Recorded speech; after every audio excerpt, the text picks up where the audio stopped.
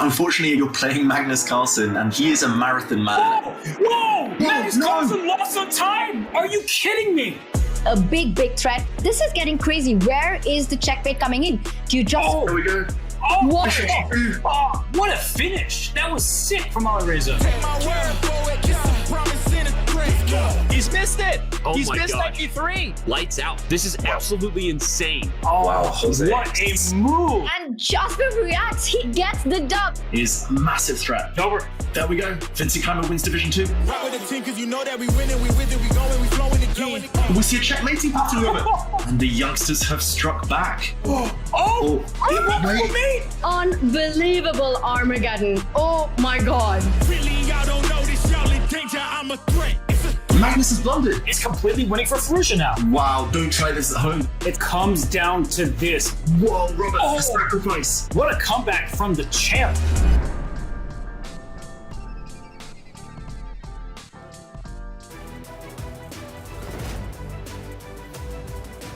We started with 8 players. We're down to 6 today.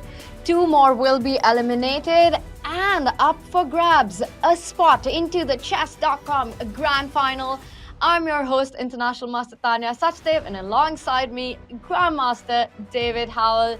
David, I'm expecting another action-packed day. What has been your biggest takeaway so far? Wow, Tanya, firstly, it's great to be back. Like you, I'm expecting more action. Biggest takeaway is that more chess is always better. Magnus Carlsen, Vincent Keymer, who we'll see later today in the winners' final, they've been playing another tournament, the Grand Chess Tour. They must be shattered, but no, it seems to have inspired their form. Jan-Krzysztof Duda also featuring, also out there in Poland.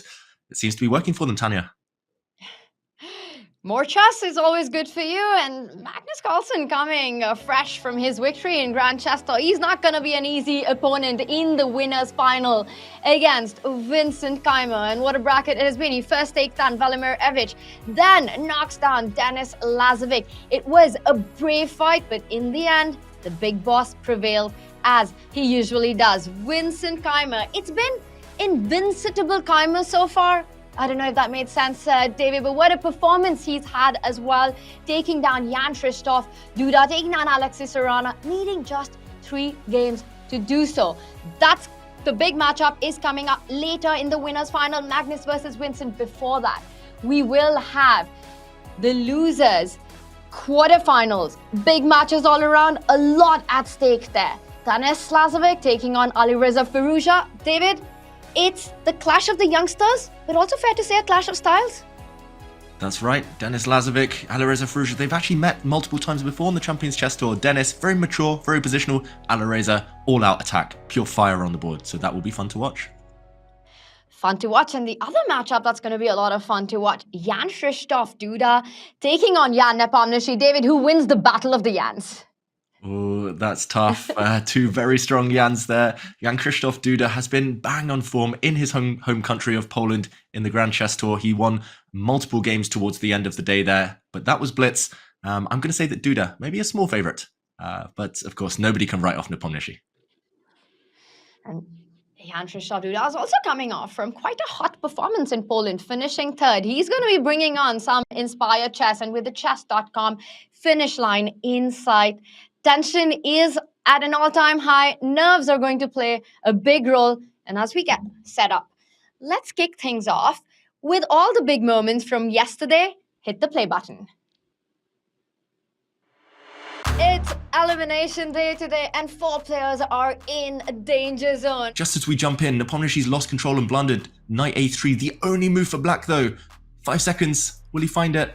That's difficult. 2, 1, he needs to make a move, and he chooses the wrong one. This is over for Ivic. I don't see him surviving this. This has been a massive turnaround, and Serrano is on the defense now. On the defense, and he's walked into a knight fork. He's blundered Serrano. He doesn't repeat because he can't afford to do that.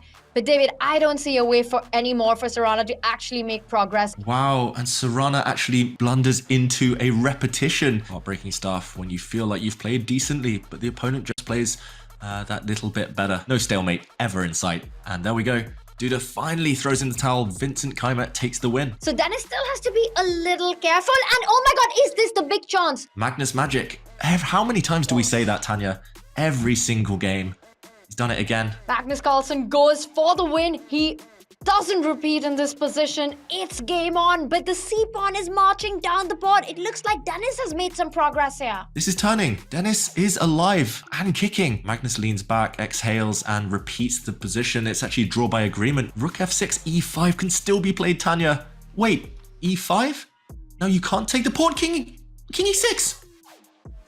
What? Magnus Carlsen, did he? Oh, there's Wait. e6 there. But why did the bar go crazy? What happened there? And I think it was not just Dennis who missed it. Magnus missed it as well. And that's it. The king comes to f8. It's a king versus king. Magnus holds a tough endgame.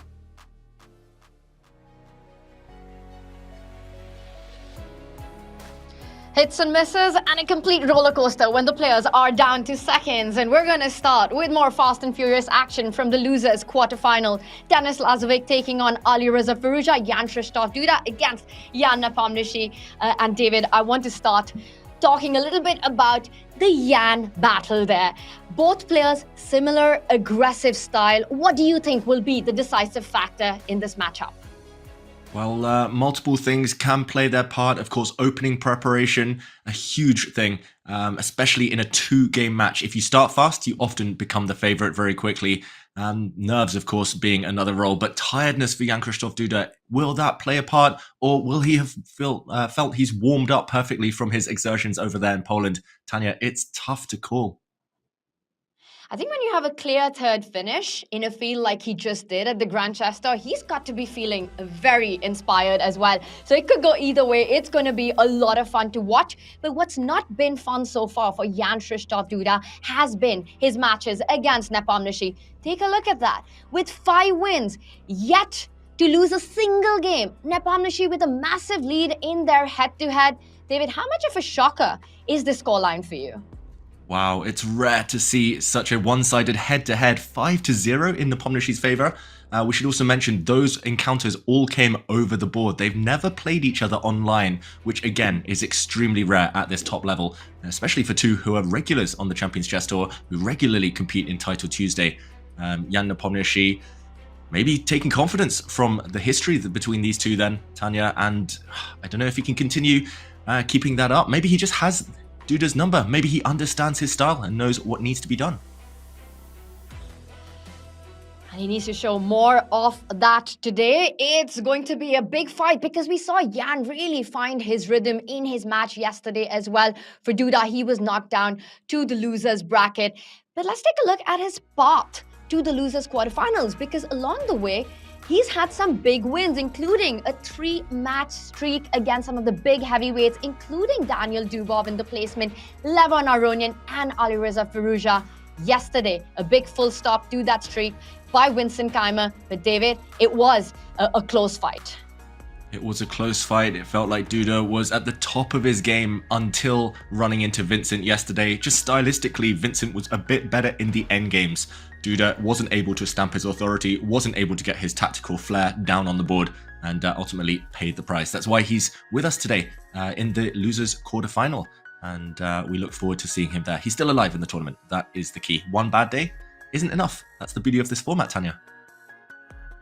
I think the Battle of the Yans is going to be one feisty clash. And the other one that promises to be equally fun is these two youngsters facing each other, Alireza Firouzja versus Denis Lazavik. What a brave, gutsy fight Denis put against Magnus. And Alireza once again finding his form in the losers bracket with that win against Serrana yesterday. David, what are you expecting from this clash?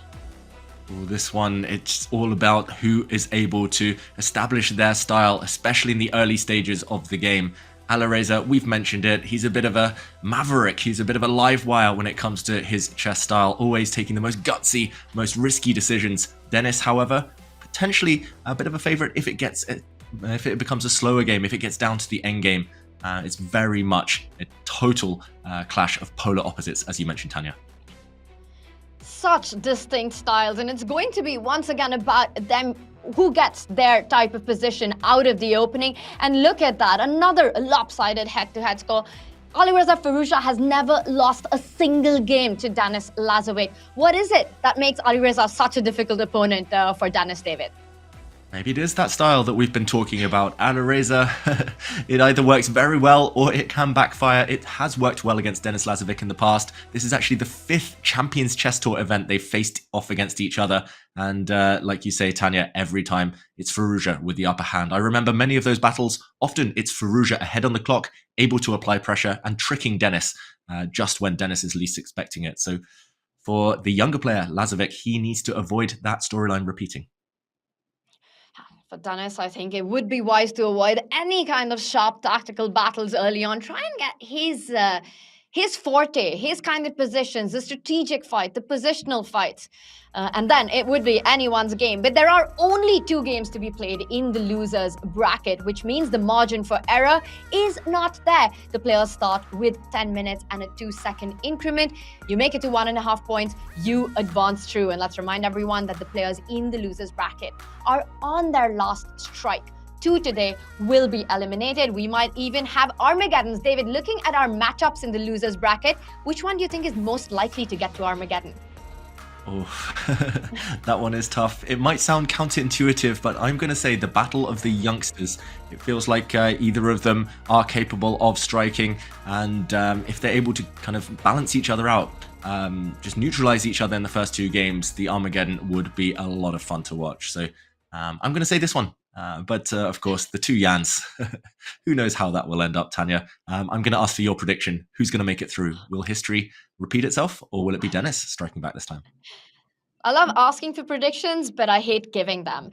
I do think in this one, David, Alireza is a favorite, and I think it's going to be tough for Denis, but the fight is on, and we already have our first surprise in. B3 played on move second.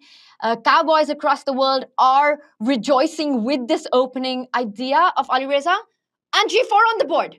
What on earth are we watching right now? Wow, G4 for the score. Alireza has employed this before, including at the candidates event, this B3 idea, fianchettoing the white dark squared bishop along this perfect diagonal. But this G4, I mean, this spicy move, that is clearly caught Denis Lazavik off guard.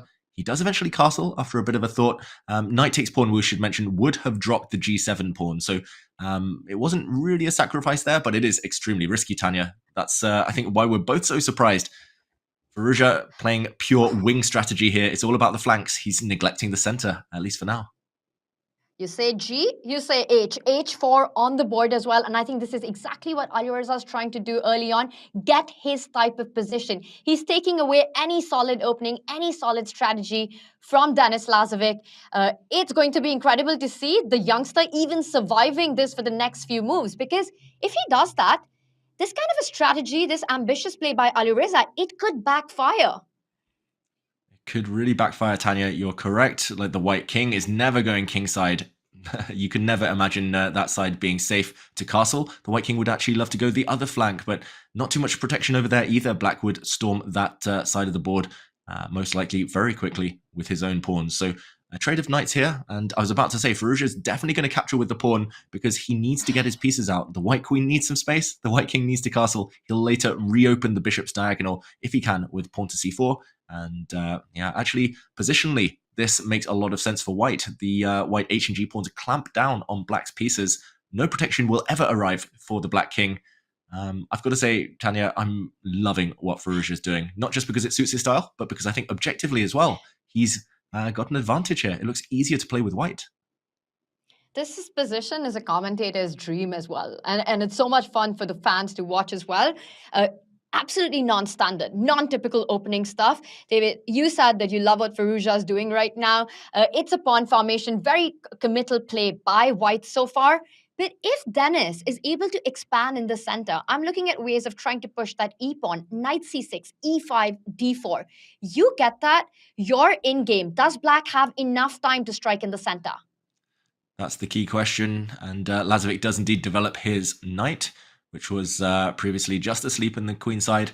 e5 is a threat, Tanya. You're correct. Maybe if white got one more move and was able to play queen d2 and castle's queenside, keeping an eye on the d-pawn, then I think strategically white is just winning. Maybe it's actually tricky for black to Firouzja right now to prevent this e5 move. Pawn to c4 does come to mind. I wonder whether that would just initiate some exchanges, which kind of Firouzja would be reluctant to go for right now, also opening up white to some checks along the diagonal. Bishop to b5 might be another way to try and at least make you reluctant to push your e-pawn. Am I being too biased here, Tanya? What are you thinking? Whose side are you picking right now? Who do you think's got the easier play? I just think that Dennis has done nothing wrong out of the opening. He doesn't have any pawn weaknesses. He's developed his pieces. He's playing in the center.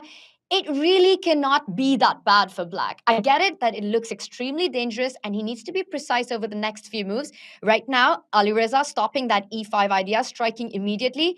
But David, I think this is the kind of position where White has to do something very fast. You can't afford to play slowly after making such big decisions on the board. Long term, I'm liking Black if Black survives a checkmate. Wow, I was actually going to say the opposite. I think it's actually Black who needs to do something quickly. Any endgames are even favorable for White here just because of this clamp due to the white bishop looking so beautiful. But you're right, speed is the nature of this type of position. b6, therefore, given a question mark from Dennis, I think both sides just need to play energetically. And b6 feels like a kind of luxury move. Yes, he wants to do the same. He wants to put his own bishop on the long diagonal. But Tanya, that looks really, really kind of hesitant from Denis Lazavik. Queen to d2. Look at this. Queen to c3 maybe in the near future. There's going to be huge threats on the diagonal. I think Lazavik's got to be really careful already right now. This moment, he needs to get rid of the queens. I agree with you, but do you have time to do that? Because if you take that pawn in the center with pawn takes pawn, offering a queen, there might be an intermezzo with the move that you suggested. Lining up the bishop and the queen, eyeing that attack, the checkmate in one on g7, and making sure that the queens remain on the board. David, looking at what we have right now in front of us, who are you picking? White or Black here? White. How about you, Tanya? Easy question. You know, I think I'm not so sure. I feel if it was a classical game and you have more time on the hand, it just feels like Black is so compact as well. But with just little time on the clock and having to handle this big opening shock, King's safety is of paramount importance. It's terrifying to be Black right now. So yes, probably White as well. I managed to convince you, Tanya. I think you're right. Especially one move ago, it was up in the air. It was unclear. But Dennis, b6 just doesn't contribute at all to the fight for the center, at all for the fight for the king side. And Alireza, as the featured chat just there, it says he's playing to his strengths. He knows his plan. Very straightforward. Queen c3 will threaten checkmate in one. Caveman chess. And castling queenside is available next move, where the white king will actually be extremely safe. So there we go. Boss move takes a sip of water. Alireza Firouzja. Is this the right moment, Tanya, to zoom out and check up on the other game and its opening stages over there? Let's do it, because I have a feeling that this battle of these two youngsters is going to have our attention for a long time. It's already exploded right out of the opening, and I completely agree with our featured chat earlier, which said that Alireza, with this opening approach, is playing to his strengths. Meanwhile, I was expecting a more feisty fight in the Battle of the Yans, and that seems to be a bit more of a cagey affair, David, on the right side of our screens. Very much so. On the right of our screens, the two Yans, we see the Sicilian defense. Normally, we talk about how dynamic it is. It's all about who can seize the momentum, maybe mutual attacks, pawn storms. But this one, it's same side castling, some exchanges. Tanya, I've got to say, Duda should be quite happy with how he's emerged from the opening here. At least in my eyes, he's got a nice f4 square for the Black Knight to re-centralize itself to. Pressure along the c-file, some loose pieces. You're a Sicilian player, I believe. What do you make of Duda's chances? Well, not these hybrid knight-off dragon kind of positions, but I am with you on this, that it looks like Black's done everything right, looking pretty bit. I was a little worried about this exact move that's been played on the board, because that pawn on a6 has created some dark squared weaknesses on the queen side. Knight d5, not only a nice spot, it doesn't stop there. It can further go on to b6, bishop b6, knight b6, both threats that need to be handled. Kicking that knight out, inviting it over all the way to the b6 square. I would play knight b6 really quickly here. What about you, David? Yeah, and I think knight b6 is the most natural move. We actually saw the blue arrow pop up saying that knight b6 is by far White's best move. Yeah, bishop to b6 doesn't really get the job done. The black queen can just move, shift, and the white knight was a bit stuck in the center. So knight b6 will bag the bishop pair, most likely. I'm thinking he's going to take this bishop off the board. That being said, it might be tempting to cement this knight. Cemento on b6 right now. That would be a pawn sacrifice, though. b2 is hanging. So Yeah, it definitely feels like threat, counter threat. Like both players are like sparring right now, Tanya. Bit of a chess boxing match almost on the board in the Sicilian. It really is. It's a bit of back and forth, strategy and tactics both combined. And I think this is a critical moment because if you give up the b2 pawn, if you sacrifice it with a move like a5, trying to keep the knight on the board, you have to find your initiative in that position. You know, you're looking at black's long-term weakness on d6, and Jan Nepomniachtchi is going for the pawn sacrifice.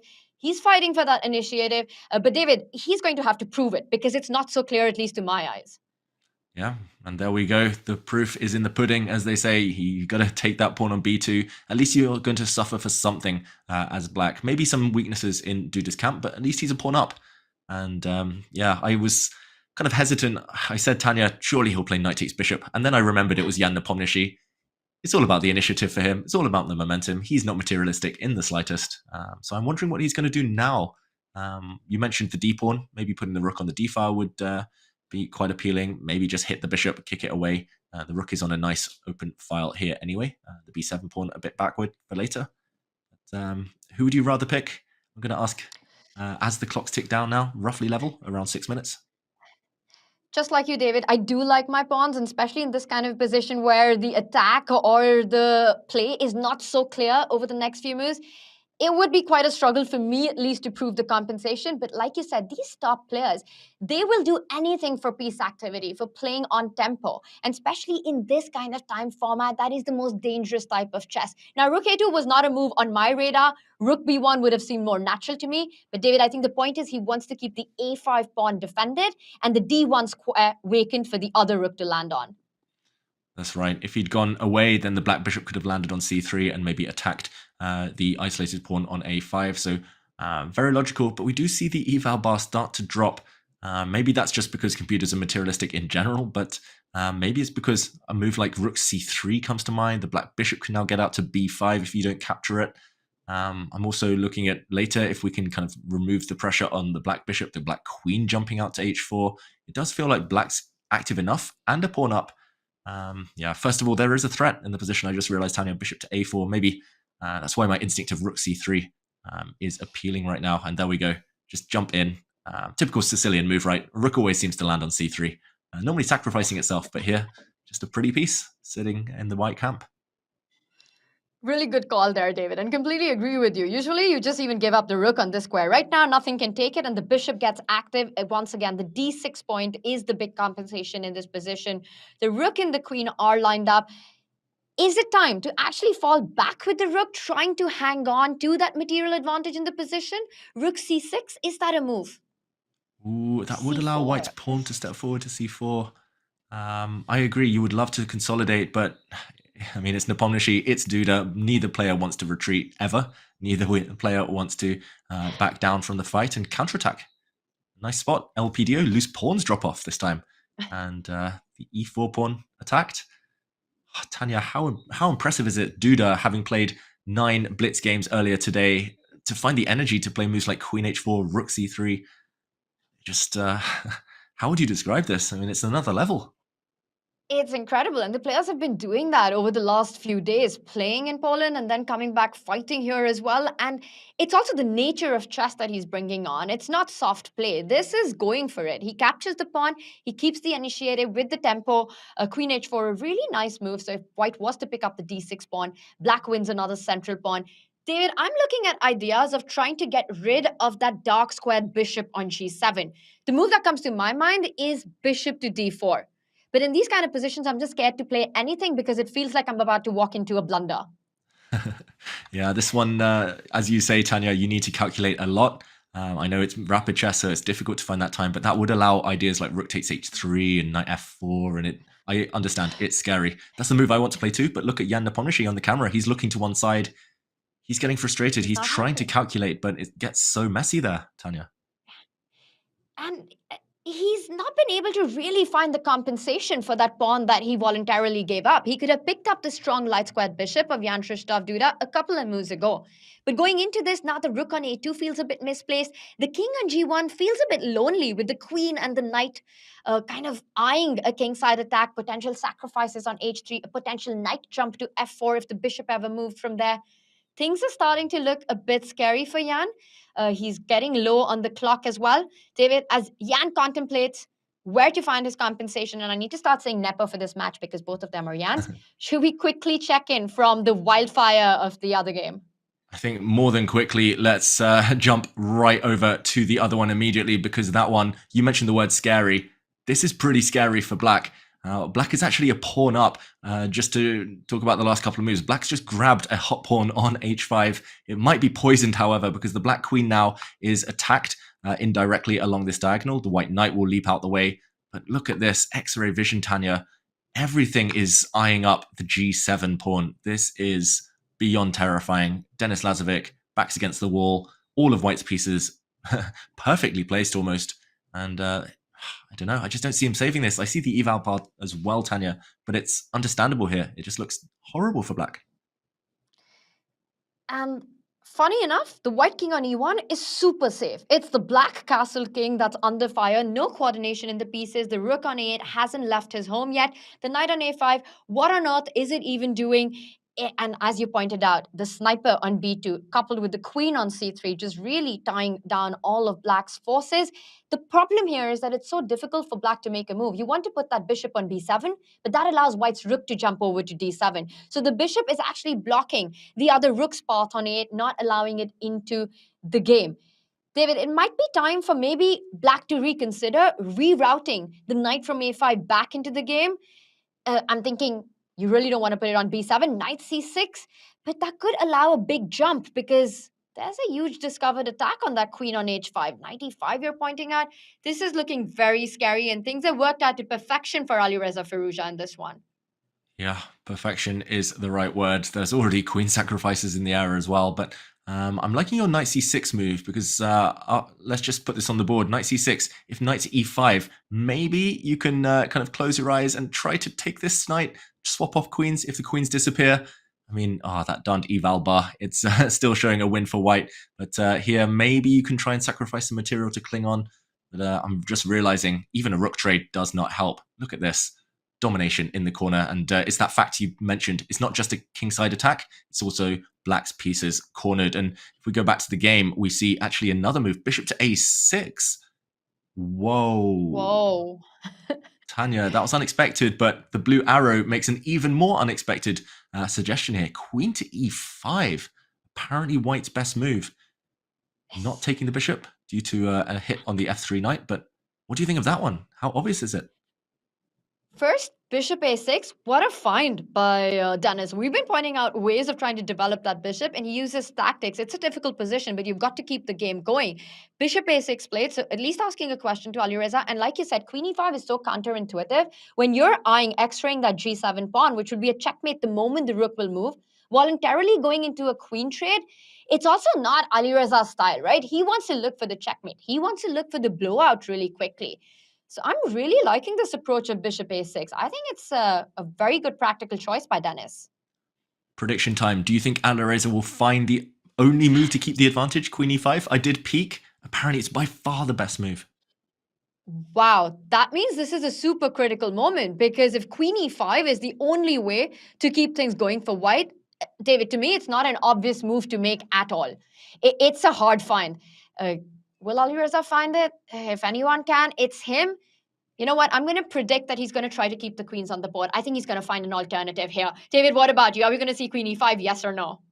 I think not. It's not Alireza's style. Queen e5 is just aiming to trade off the queens, go into a better endgame. White's rook will eventually land on the 7th rank and will regain a pawn, most likely, at least, with interest. So queen e5, a really classy but difficult move. He's got to switch off that attacking instinct, first of all, Alireza. He's got to calculate that there's nothing else. I mean, there's so many other tempting options. Rook g5, rook g3, knight bishop takes a6. He's just too many options. I don't think he's going to find it. And okay, we'll stay with this until he decides on this key moment, but then we'll jump over to the other game, Jan Nepomniachtchi against Jan Krzysztof Duda, where Duda might be the first Jan to strike in that match. Key moment, Alireza keeping us on tenterhooks here, Tanya. We both think he's not going to find it. it just doesn't feel like the Alvareza style that we've gotten so used to. And you're so tempted, right? You've done everything, right, to actually keep the pieces on the board. Let's not forget, black is up a pawn. How counterintuitive is it to actually trade off pieces? And you won't only end up trading off the queens, but also potentially a set of minor pieces. Queen e5 would be awesome to see, but a tough one. And look at that! Alvareza goes all in. He sacrifices a rook.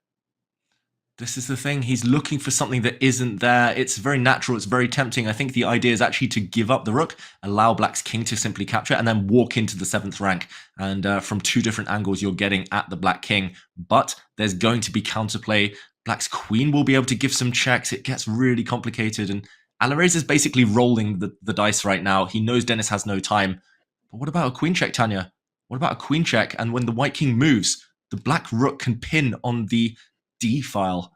White's rook is being neutralized. White is a whole rook down.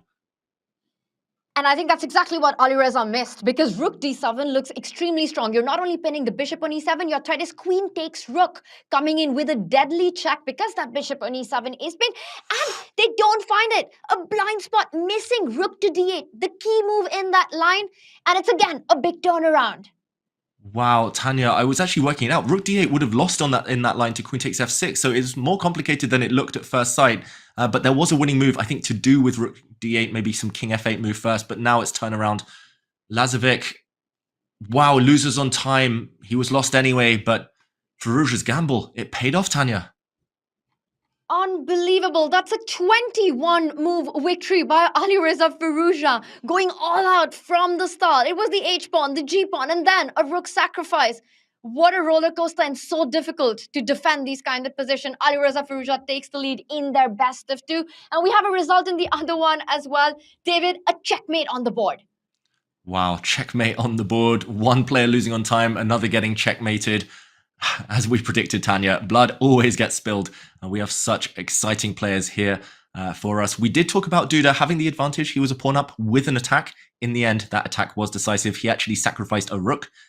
We saw so many rook sacrifices just in this round alone, but Duda gave up a rook, and look at that. Kiss of death checkmate. The white king caught in the corner. Nepomniachtchi does not look happy on the camera there. Impressive, so impressive by Duda yet again, Tanya.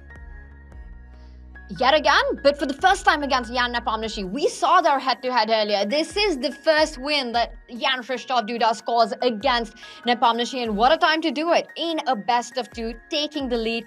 We've had 2 decisive games at the very start, and David, both absolute fireworks.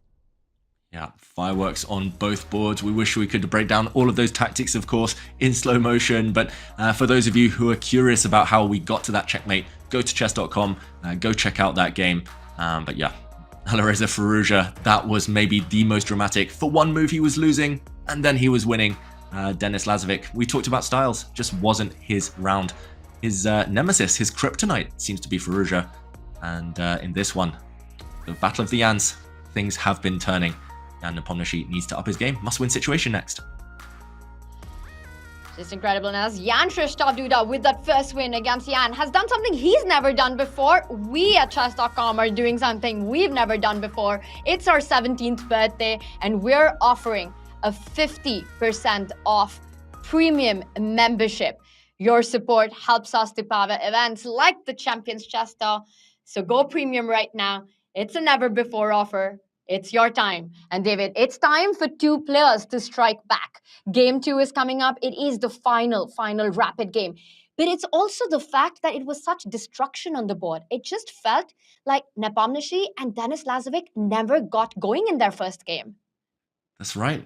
There's something about recent history, Tanya. There's something about modern chess. Maybe it's this online rapid format that really brings out the best in players, their fighting styles. Nobody seems to have control anymore. There's no dull endgames. There's no slow maneuvering. It just seems to be bam, bam, just trading blows, as we mentioned earlier, like 2 world-class boxers. And it's really, really fun to watch. Yeah, just tactics galore. I hope everyone at home's doing their puzzle rush, because these top players clearly have been doing that, and it's paying off. It's so exciting. It's yeah, this modern chess that we're seeing, it's just a joy to behold.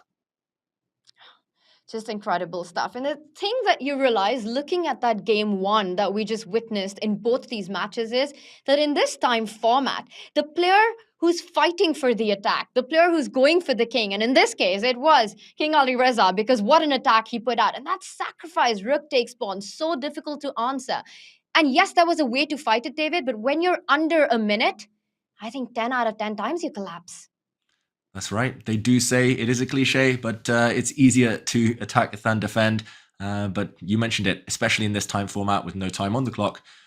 You don't want to be facing a move like rook takes g7, as Dennis was with 20 seconds left. Rook takes g7, whether it's sound or not, was a shock. It was explosive, and maybe the path to survival there was much more narrow than any of us expected. Dennis looking very philosophical, I've got to say, staring out the window. Maybe coming up with a new strategy, Tanya. Maybe just trying to force himself to get a bit more optimistic after just, let's face it, that whirlwind attack from Firouzja, from his opponent. I think he needs to turn around just a little bit more for that motivation. Take a look at all those medals he's got behind him, because he's got a big, big game coming up right now. David, the one good thing that he can perhaps take away is that he never got going. From the very start, coming into so much pressure out of the opening, it's very tough to handle. You keep that behind you, and you know that you're starting with the white pieces, which gives you more control into the type of position you end up in the middle game.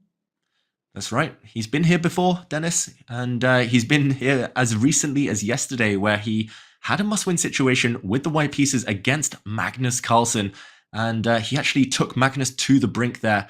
Dennis was able to establish his type of position. It was a long grind. It was a slower endgame. Dennis actually outplayed Magnus, had one winning opportunity, and ultimately missed it, but he did get close. So he needs to take inspiration from that one, Tanya. And here I think we will get the colors sorted. I believe Dennis will start this next game with the white pieces. Yeah. Just thinking back. Alireza doesn't get two whites. Not gonna happen. Not after that win, especially. It will be Denis Lazavik playing with the white pieces, his big shot. And that's really what you want. You want to start with white. You want to keep things more under control. And look at that. He opts for a strategic opening. I'm not expecting any H4 Londons from Denis. I think this is going to be a slow grind, kind of testing Alireza's patience, David. Yeah, that's right. That's definitely going to be his ideal strategy, Dennis. He plays the London system, as he did against Magnus Carlsen in that must-win situation yesterday. And Tanya, Firouzja's already thinking. He joked in an interview with us yesterday that he would start preparing for Denis Lazavik. He just assumed Magnus would win that match. But if he's been doing his preparation, if he was watching our broadcast, he would have seen that Dennis was employing the London system and actually has been doing it this entire week. What do you think of this? A bit odd to see Firouzja thinking this early. I think he's gonna start blitzing out, but I'm with you on that. But let's also point out Denis's pet line often is going in for the Catalan, so maybe that is something that is what Alireza prepared just a little bit more. He does go into about a minute, I believe he took, but eventually decides to go bishop f5, and we've got a bit of a face-off early on. c4 on the board, again something that Denis has played in the Champions Chess Tour. He has indeed, and actually just yesterday he had this exact position against Magnus. In that one, Magnus actually went for this pawn sack line. I was about to show it on the board, but the players are showing it to us now. Queen takes c7, and in that game, if I remember correctly, Magnus took queens off and then gave a check on b4. So Firouzja, just the fact that he spent 1 minute is a bit odd. Maybe he's trying to lull Denis into a false sense of security. Maybe Alireza's like, I've done my homework, mate. But if not, then this is a very odd choice, Tanya. To me, it's a really odd choice by Denis. And I think Alireza's trying to think, where is he going to switch it up? Because Magnus seemed to have neutralized White's extra pawn really. Well, not an extra pawn right now, but after c3 comes, you just kind of end up with a better position. Not a better position, but with a position where, I'm sorry, I'm trying to do the math, and White does have an extra pawn. I'm going to correct myself. And it just felt like Denis was able to handle that against Magnus really well. So the big question is, where is he going to find his play? There are going to be so many pins. Knight d2 has to be played. Once a rook lands on the c file, a c3 break we saw. I don't know where Denis is actually planning to find a better way for White. Well, he's paused here and now, so if I remember correctly, knight b d2 would transpose into that Magnus Carlsen game. And I'm just wondering whether he has any options, whether it's the other knight that might drop back and block, whether he wants to move his king across to d1, which looks counterintuitive, but queens are off the board. Maybe you can survive with a king in the center. Knight c3 is one move you should not play, because black will play knight to d5, attacking that piece, also attacking bishop on c7, double attack. Black would actually have a decisive advantage, most likely. So Dennis, yeah, it's mind games here. It's a familiar opening to both of them, but who's done the deeper homework? Who's just kind of winging it? Who's on the fly here? And who's actually kind of the better prepared of the two? It's tough. These players are playing so many games every day. It's not easy to find time to be professional and do your research in between games.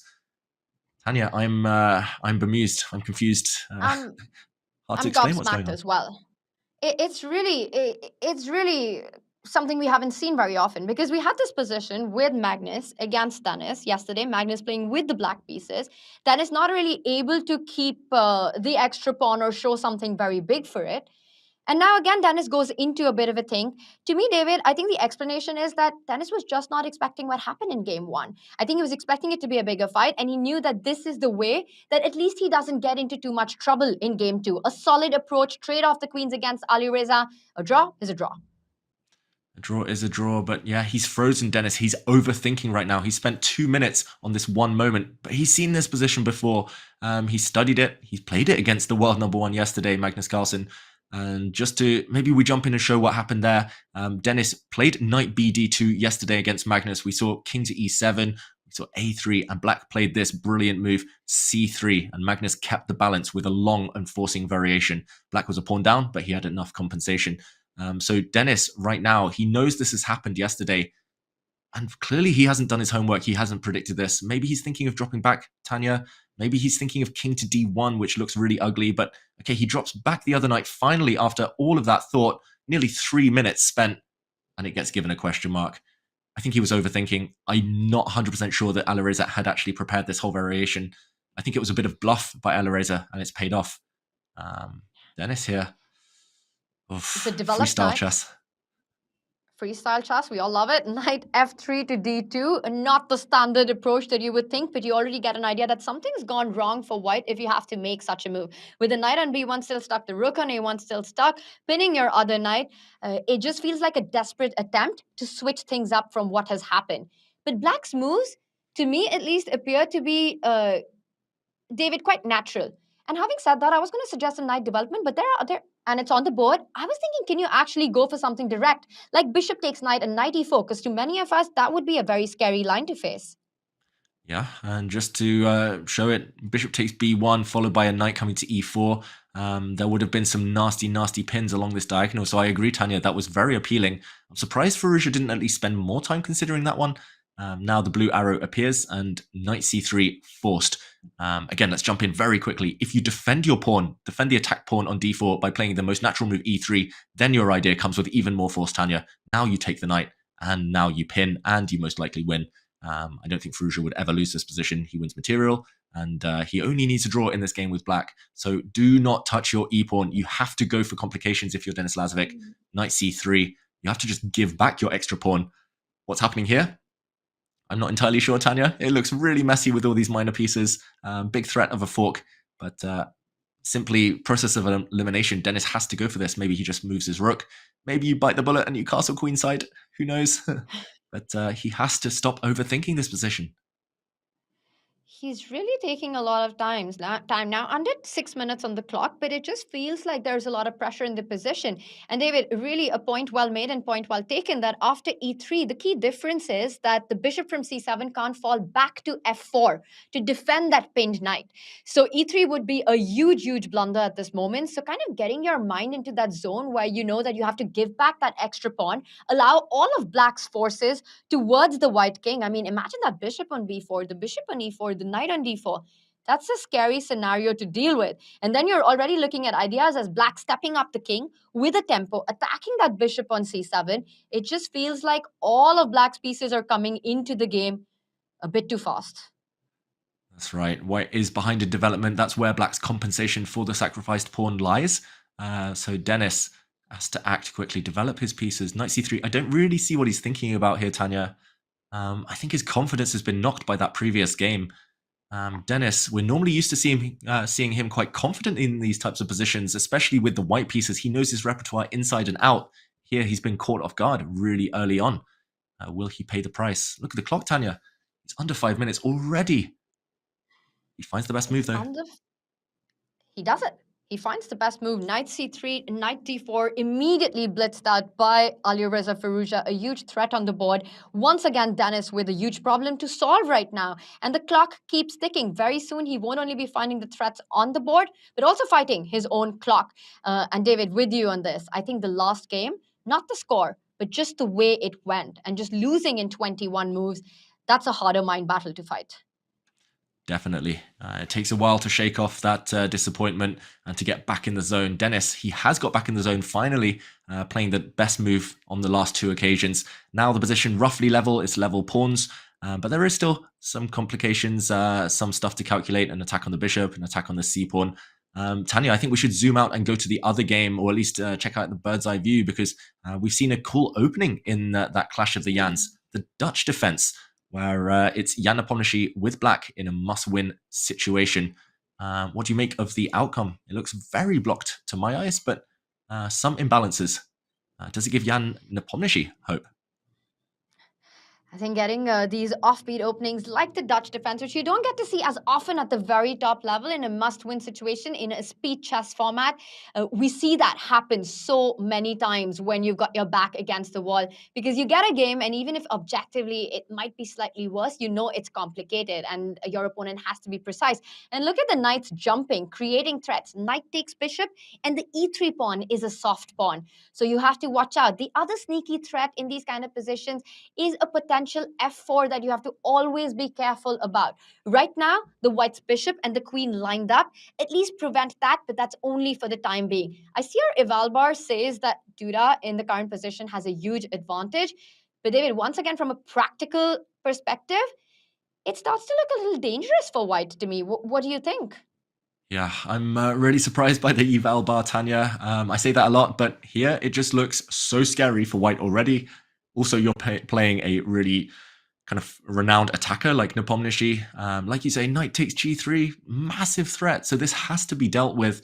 Either you try and eliminate one of the knights, you can take this piece off the board, but at the cost of opening up black's rook on f8 along the f-file, maybe opening up the bishop for more scope there. Or you have to move your own bishop, but there's not too many squares. I was wondering whether you kind of planned it on f4 or h2, but neither move appealing, neither move natural or instinctive.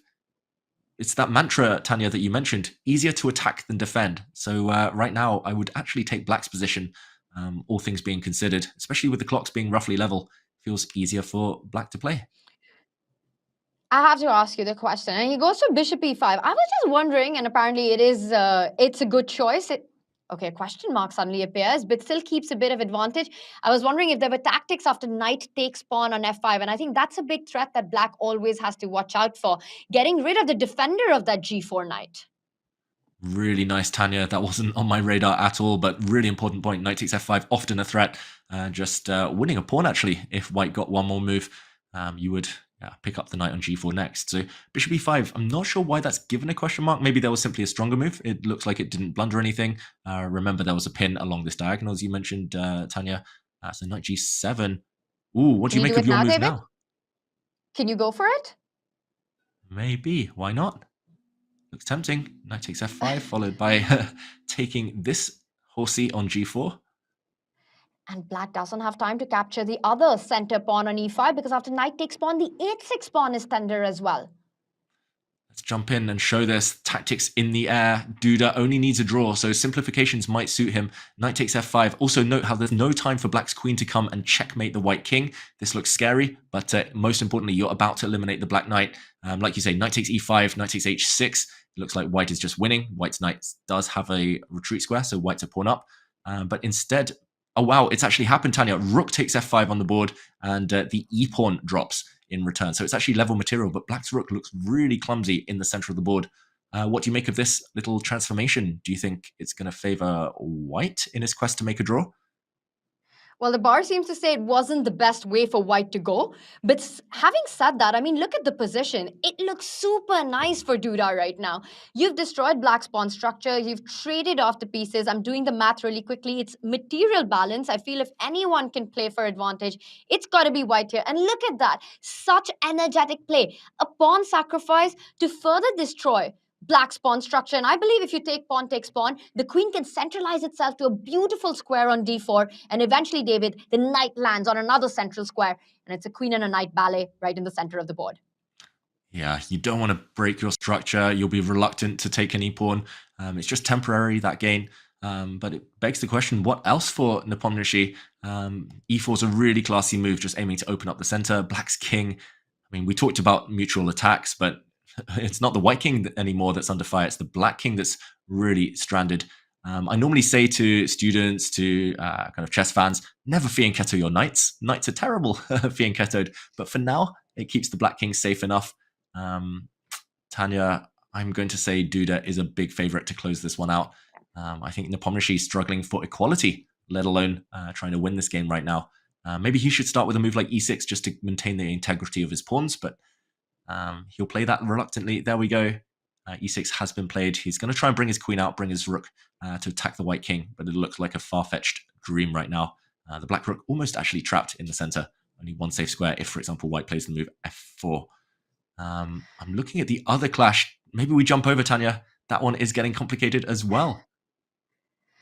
Let's do it. It is a complex fight, but I'm with you on this. I think Jan needs a miracle, and I mean Nepo. He needs a miracle to actually take that one on to the Armageddon. And look at that, f4 on the board. Rook h5 played full control in the center. Duda blitzing out his moves, which flow out naturally in the position. There's no way for the queen and the rook to actually coordinate on the right side of our screen to put an attack on either one of the files, the H or the G file.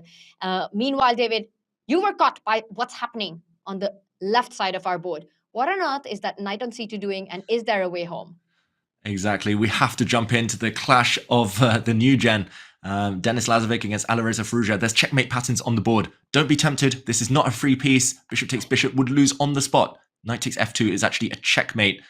I'm just going to jump in and show this. I always put checkmates on the board when they appear, but especially this type of beautiful checkmate. Look at this. The two knights catch the white king. The white king here is simply unable to move. This is beautiful, forks galore.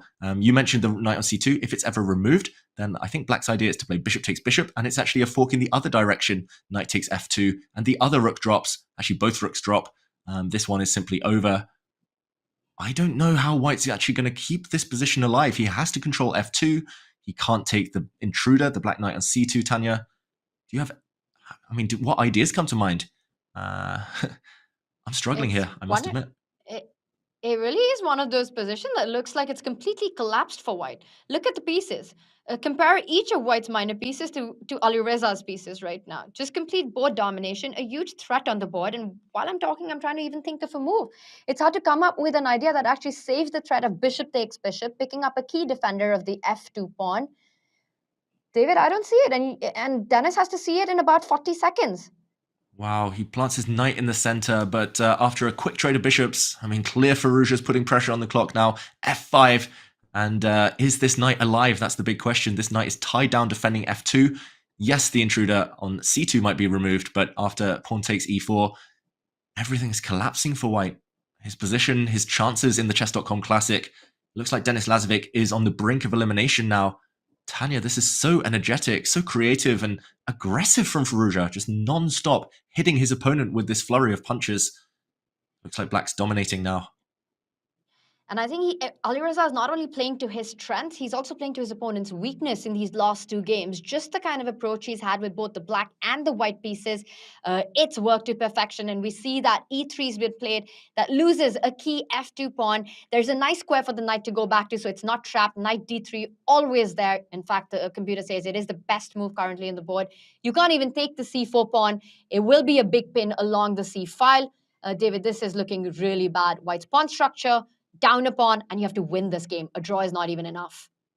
And you have 11 seconds against 3.5 minutes. This is horrible for Denis Lazavik right now. The clock cost him in the previous game. He literally lost on time, and it looks like lightning might be striking again.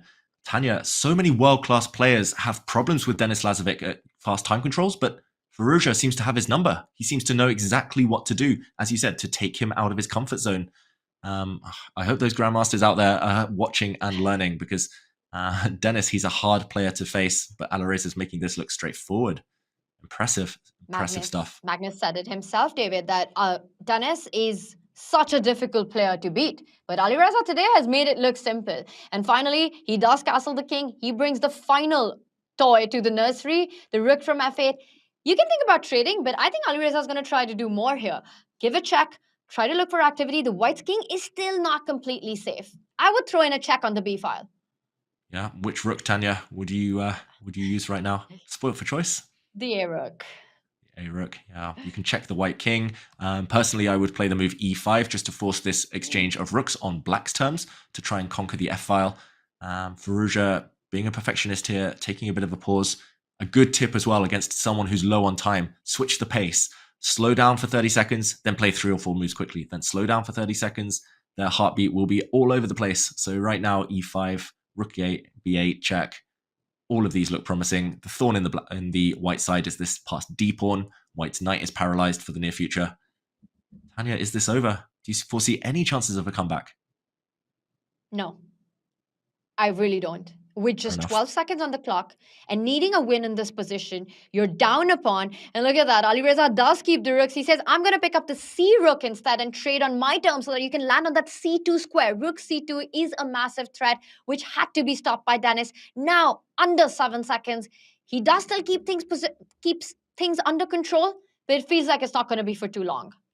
Yeah, barely under control right now. And I mean, he's a pawn down as well with white. So even if you keep things under control, you're playing for survival. You're not playing to win this game. Denis Lazavik making every move with 5 seconds left right now. He is holding the 2 open files, though, the C file and the F file. So he's defending well for now. Question, does black just repeat? Because if you go rook c8, you can't allow that rook to land on c2. Are we going to see? He doesn't. He's going for more. He trades on f1 and brings the other rook to come to c2. Alireza wants a win. Yeah, this is painful. Look at this. G4 doesn't help white in the slightest. Rook c2 is coming, as you say, Tanya. And this one looks pretty much all over right now. This is Alireza at his best and putting pressure on, creating the threats. Denis shaking his head down the camera. White is just frozen. H5. Watch for the black king to come. The black king has a clear path forward. It's going to start running into the white camp in the near future. Ooh, bishop e2. There are ideas like bishop. It's on the board, David, and I think that's just busted on the spot because nothing's going to stop the d pawn. And Alireza is coming in with a clean sweep in this match. Yeah, clean sweep. It's only 1 pawn for the bishop, and clearly that's not enough. The bishop cementos itself on d3. Oh, look at this. And Denis resigns. Alireza takes the win. So impressive from Firouzja today.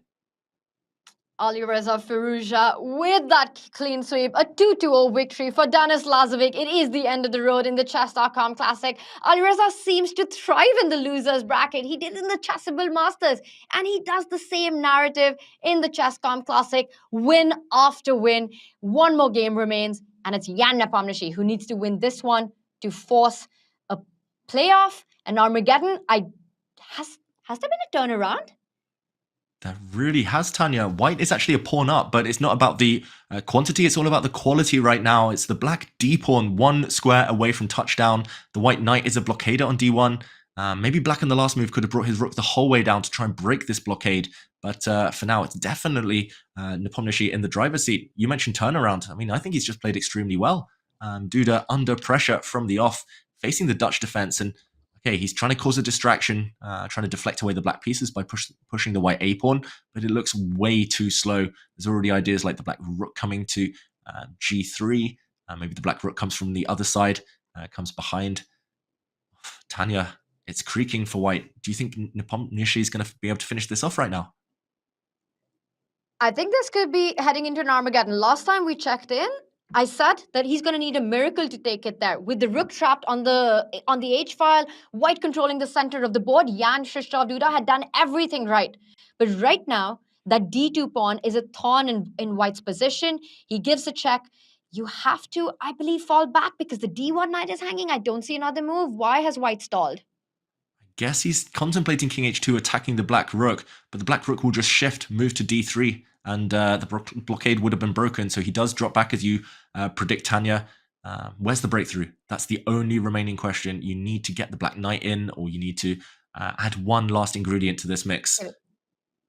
I'm looking at ideas like knight f4, tactics, trying to get into the game, win the g2 pawn, but you need to calculate all of that. He goes for another line with the rook falling back, eyeing that b4, a4 pawn. I think he's about to win one of them. The rook on f1 is stuck. It's an eternal pin. Eternal pin, and yeah, watch out for ideas like rook f4 in the near future. Not yet, because rook takes e6 might be available, but rook f4 would overwhelm this pinned white rook. This looks so close to over. Jan-Krzysztof Duda under 10 seconds now. He has to just push his pawns and pray for a miracle. No chance now. We're getting an like Armageddon. You're right, Tanya. We're getting an Armageddon, David. Get ready for it. There we go. Your idea on the board. Okay, knight f2. He's holding on, but knight d4, the third piece arrives. Knight e2 check threatened, winning the white rook. Check, but it's just a desperado here. The black king will hide. This game's over. You called it, Tanya. Armageddon, it's almost guaranteed at this point. Nepomniachtchi's done everything right. So impressive. And they react. They know it.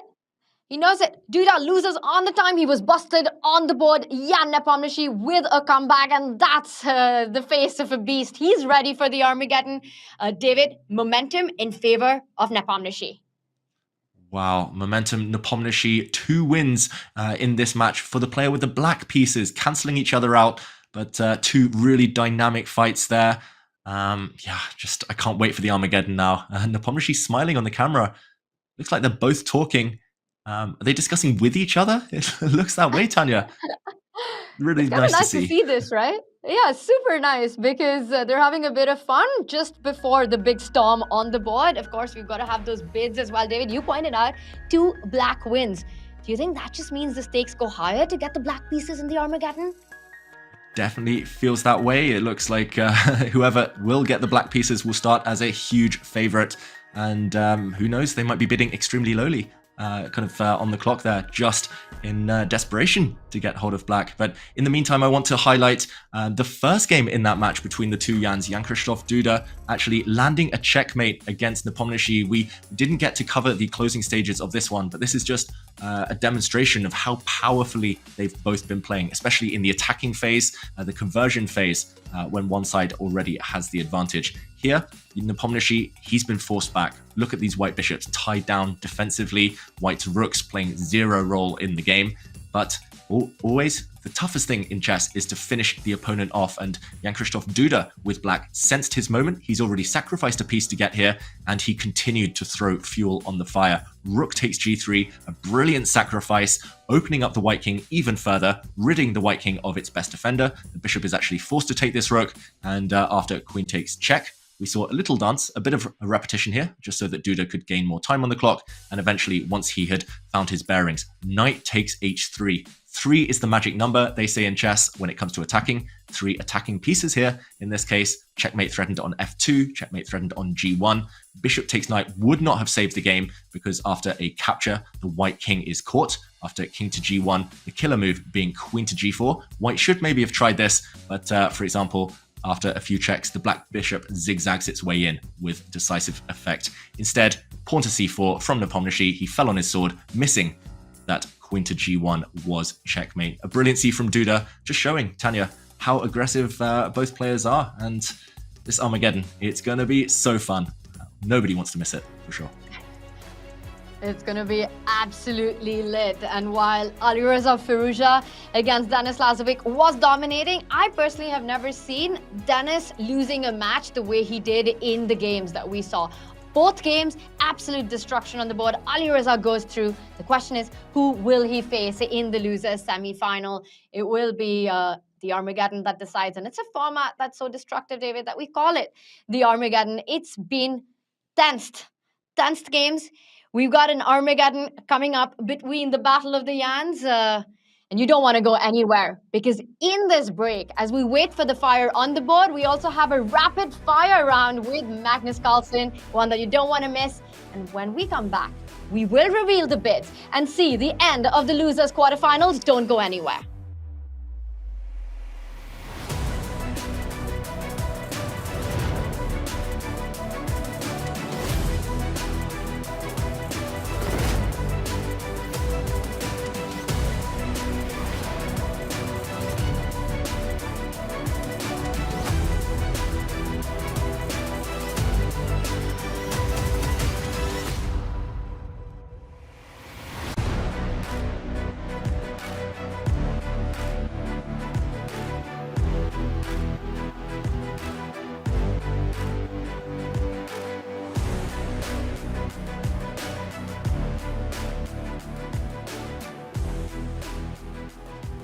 I'm here with Magnus Carlsen, world #1, and to many, greatest chess player of all time. We're gonna ask him a few questions. I'm gonna name a sport.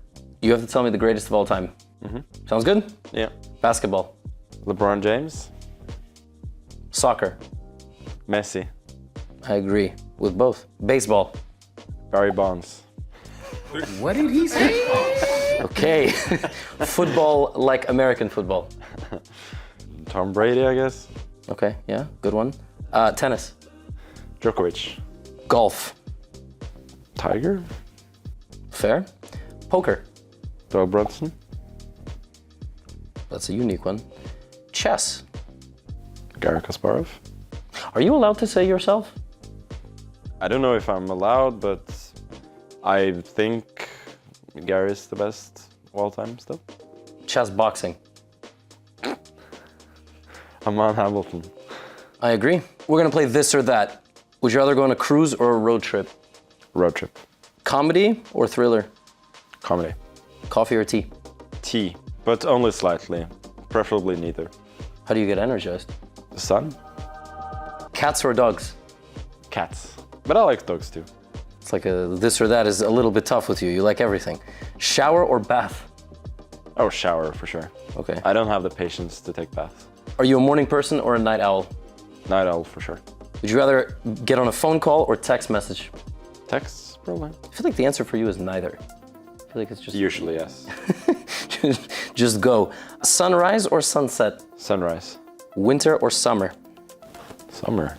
How many beers would it take for you to drink for me to beat you in a classical chess game?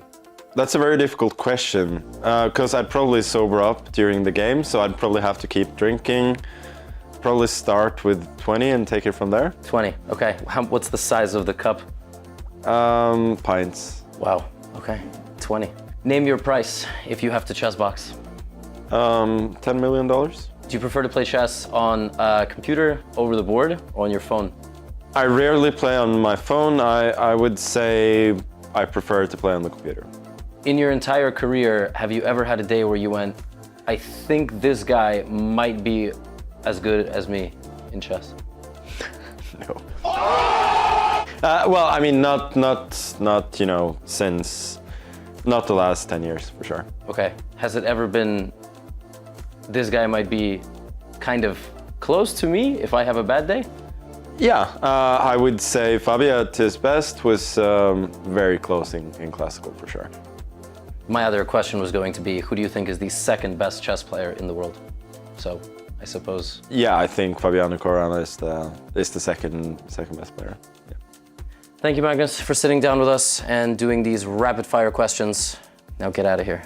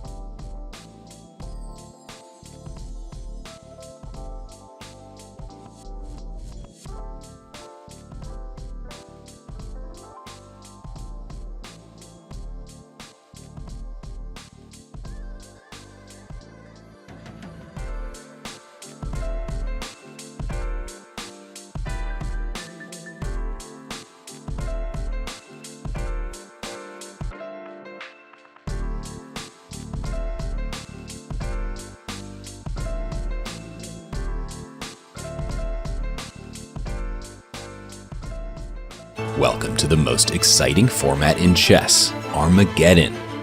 The ultimate tiebreaker. Armageddon grants White more time on the clock, but in return, White must win.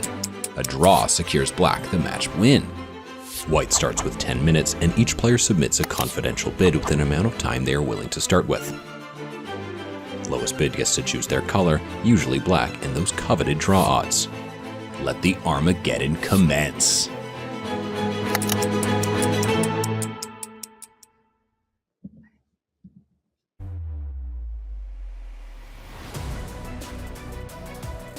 And the Armageddon bids are in. It is Jan Nepomniachtchi who wins the bid at 7 minutes, 25 seconds.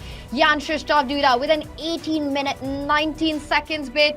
David, that means that Jan gets the black pieces. We've had 2 decisive games in their rapid matchup, both won by black. It's 7 minutes, 25 seconds. No increment. Is that too low?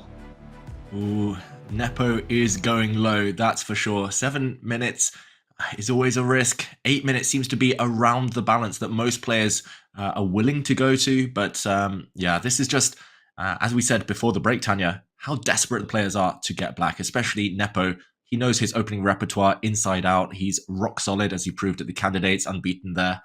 And he won the last game between these two with black.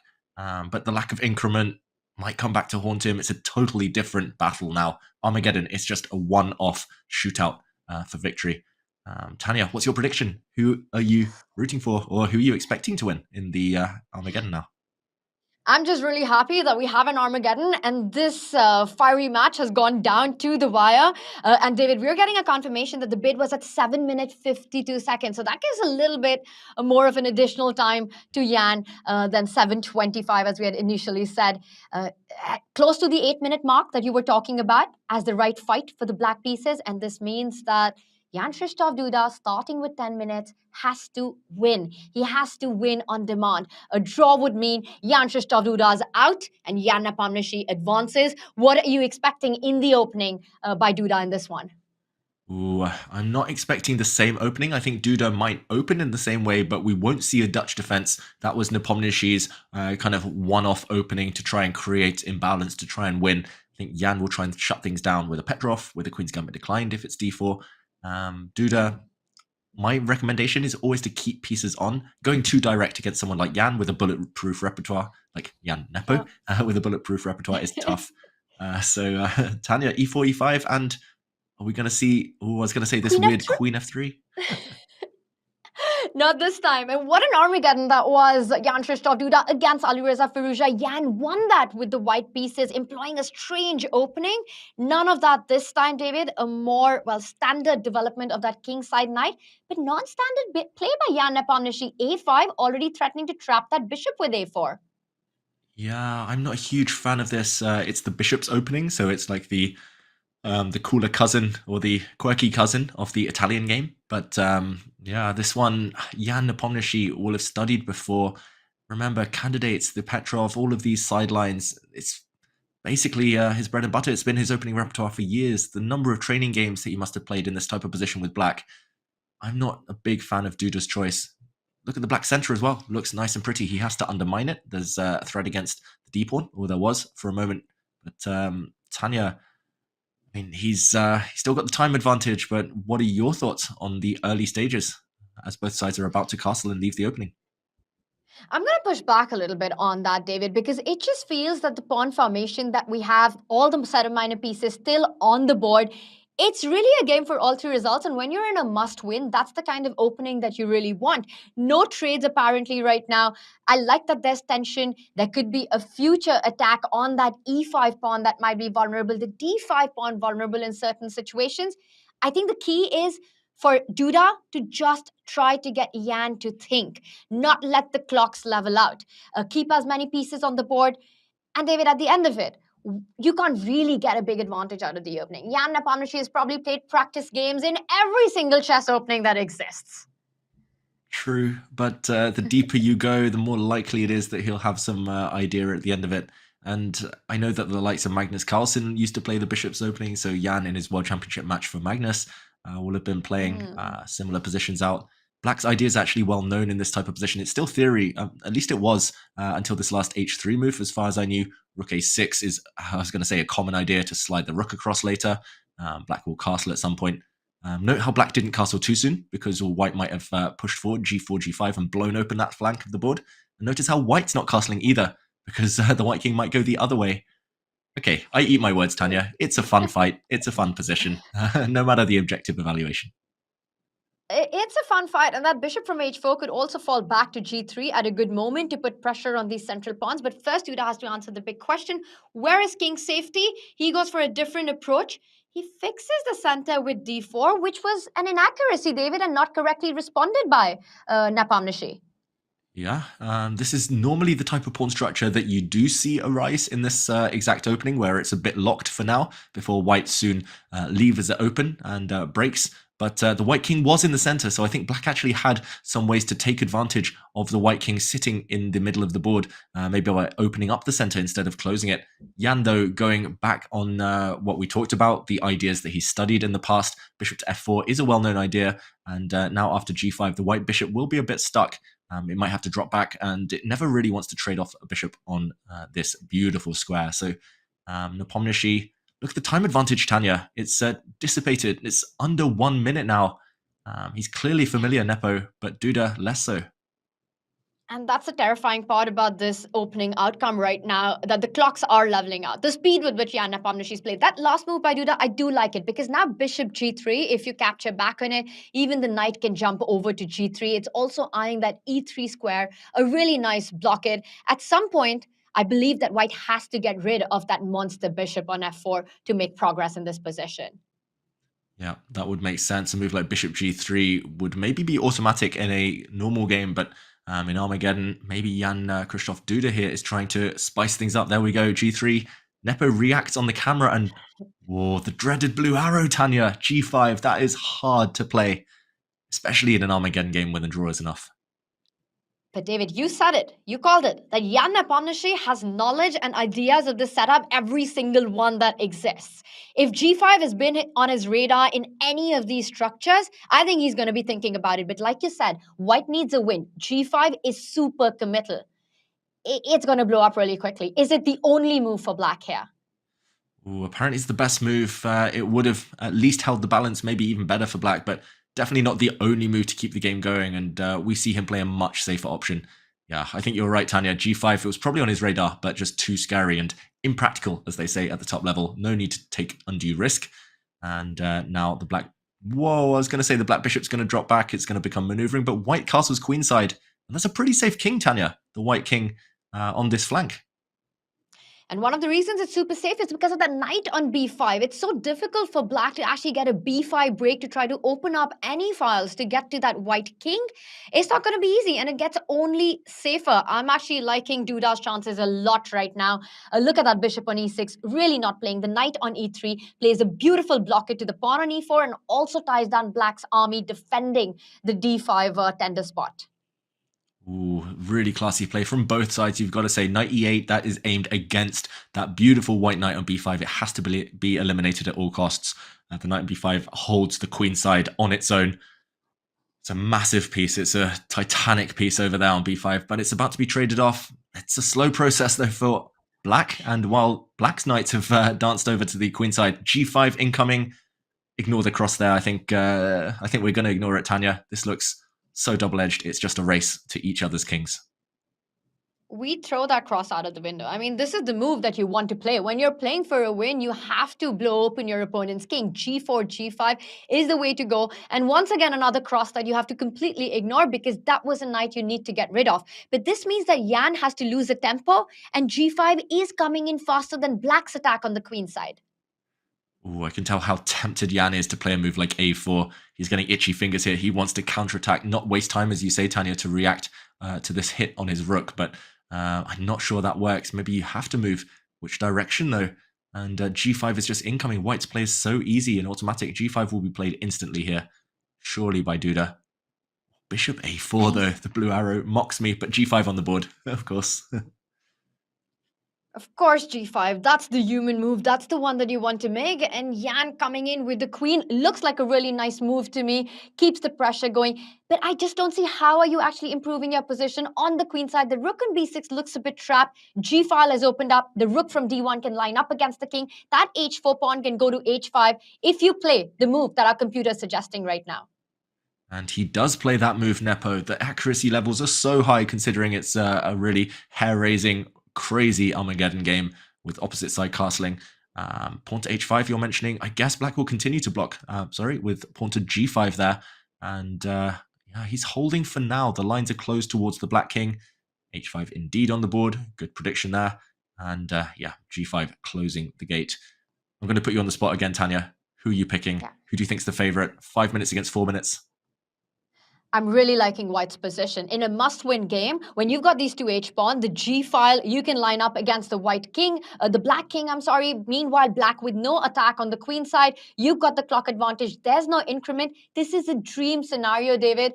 And for Jan Nepomniachtchi, it's so much pressure. You need only a draw, but that's the least likely outcome with the position you've got on the board. Yeah, that's true. I think he needs to stop thinking about the results. I've got to say, I love that graphic, by the way, just below our cameras there on the right of our screens, talking about the previous two games. A 32-move checkmate decided game one. Nepomniachtchi won on time in the second one, but in a dominant position. This one, how's it going to end? Who knows? A queen trade offered. To take or not to take, Tanya? Do you think White should capture?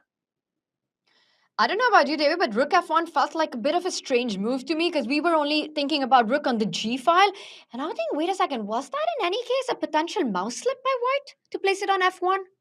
Ooh, very good shout. I'm just going to jump in very quickly and show this point, Tanya. There was no reaction on the camera as far as I could see, but in this position, rook f1 makes next to zero sense. That was the move played, but I agree. Rook to g1 looks like what he was trying to do. Although the bar would have dropped there. So maybe rook f1 was guided against or guided towards playing the move f3, which was prevented. Queen to f3 blocks that, of course. And the queen's coming off. b5 attacked. This was ignored. And okay, let's catch up with the game. Wow. Moves have come thick and fast. This is now currently black being a pawn up. This has changed, Tanya. What do you make of this? King to a2 last move. You had to sidestep the pin because rook takes pawn was a big threat with the b2 pawn pin. The a4 played, so now he's offering the f3 pawn as well as the a pawn is on pre. You would have to be really careful of picking up that queen side pawn, David, because that allows activity of the black's rook against the white king on the a line. You mentioned an extra pawn, but I don't think that's going to be the case for too long. Jan Duda contemplating, does he pick up the f3 pawn? Does he pick up the a4 pawn? Or there's a third option being mentioned by our computer. Yeah, the blue arrow, the computer says knight f5. He finds it. Knight and f5 is always a glorious piece. Normally should be removed here. Probably has to be removed, but he will have to part with the bishop, which was holding things together. An ugly bishop, as you mentioned earlier, Tanya, black's light square bishop, but it was covering some key squares. Now white's pawn structure definitely superior.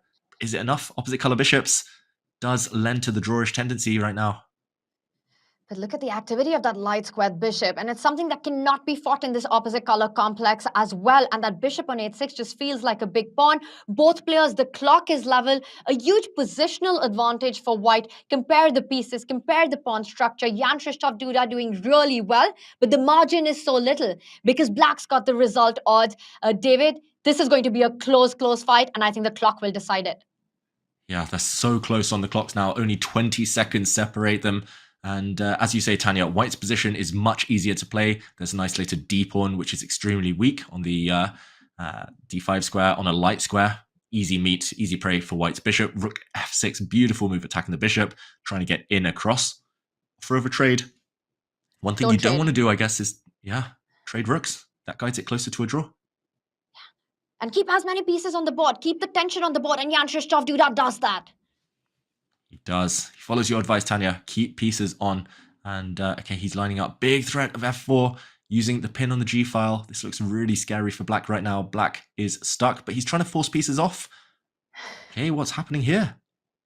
Let's disappear. This is getting super tense. The king is going to step up, attacking the bishop and defending the g5 pawn. He does go for that move, but the white h pawn looks so scary. Jan pauses. He was thinking about trading off the bishops there, but rook endgame looked difficult. Oh, wow. This is so... I mean, Eval Bar says white is winning here, but this is so close. One slip and it could be an instant draw. Oh, my gosh. Level material, but you still play on. You have to play on. There's no increment. The one thing that exists is that even if the rooks came off the board, David, I believe Duda still has his chances because black's pawns are so incredibly weak. And it's the kind of position that you can just keep playing on, putting pressure on the clock. I have a feeling that Jan Krzysztof Duda is very happy with what he has, regardless of the opposite color bishop complex that we're seeing. He now ties down the black rook to a5 to defend the d5 pawn. Rook f5 is a threat. Rook f5 is a threat. f6, black will try and meet that threat by coming forward with his king. So some counterplay on the horizon. Okay, bishop to c6. The black rook is still paralyzed, as you were saying, until this last move. It's been let out of its cage, and you see the eval bar slide. Suddenly black's f-pawn might be rolling. A3, lovely shot. The black bishop will come to attack some pawns if there's a capture. Duda shakes his head on the camera, Tanya. Nerves are starting to kick in. Jan Krzysztof Duda reacts because I think he's let go of a huge part of his advantage. And black's got the counterplay, and that's the one thing you don't want to allow. Trade of pawns, giving open files, giving the open lines. b6 under fire right now. Can you just start pushing that pawn? Take on b2, go b5, try to deflect that bishop to win the h5 pawn in return. Tanya the Prophet. We see those moves on the board. b5. Don't take this pawn right now. There would have been a nasty pin on the b file. The white king is going to try and step up slowly and grab this isolated pawn right now. Okay, the black rook needs to get active. There we go. Goes round and behind. Natural move. Maybe a mistake. This is a race to the finish, Tanya. This is going to be a real battle of the mouse speeds. Just watch out for one checkmating idea. The rook lands on h7 and that's game over. Rook e7, rook h7 is always a threat. You need to be careful about. Black will have to move the bishop. In that case, bishop d2 is a threat in this position. Bishop to d2, cut out. And the big question is whether black can ever push his f-pawn. If he can, he'll create counterplay, but still under lock and key for now. How does white win this position? How does white make progress? It's not easy, Tanya. He's struggling. Flag. I think it's going to be flagging. We're going to see some shameless flagging. And this is Armageddon. Flagging is encouraged. Yeah, actually, my most shameful moment as a chess player was when I flagged David Navarra in an opposite color bishop endgame, because opposite color bishops, you can't trade pieces off. You can play forever. You can play 50 moves or more. And if there's no increment, that is, as you say, encouraged. And he wins a pawn, Duda. He's a pawn up, but pieces are disappearing. And if black is able to trade rooks and give up the black bishop for the d pawn now, that is a draw. Rooks off, it's a dead draw instantly. Wow, this is getting close to its finish. David, who's got the better mouse skills between Duda and Nepo? What can you tell us about that? I wish I knew. I think it's 50-50. These two players. Nepo, though, shakes his head. It's a check. I think he's still okay. I think he can simply retreat his king back to h7, but why is watch he out. thinking? Okay, he gives up a second pawn. Oof. Ooh. Okay, he's 2 pawns down though. d5, d6. Push forward. Coming in. What's Duda thinking about now? He's thinking about a check maybe, but ooh, rook c8. I think he's got it.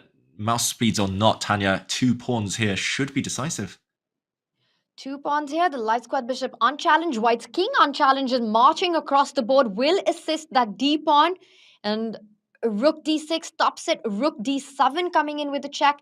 He needs to start pushing the pawns though, David. That has to happen at some point. Also watch out for the h6 threat. Deflecting the king from the defense of the bishop.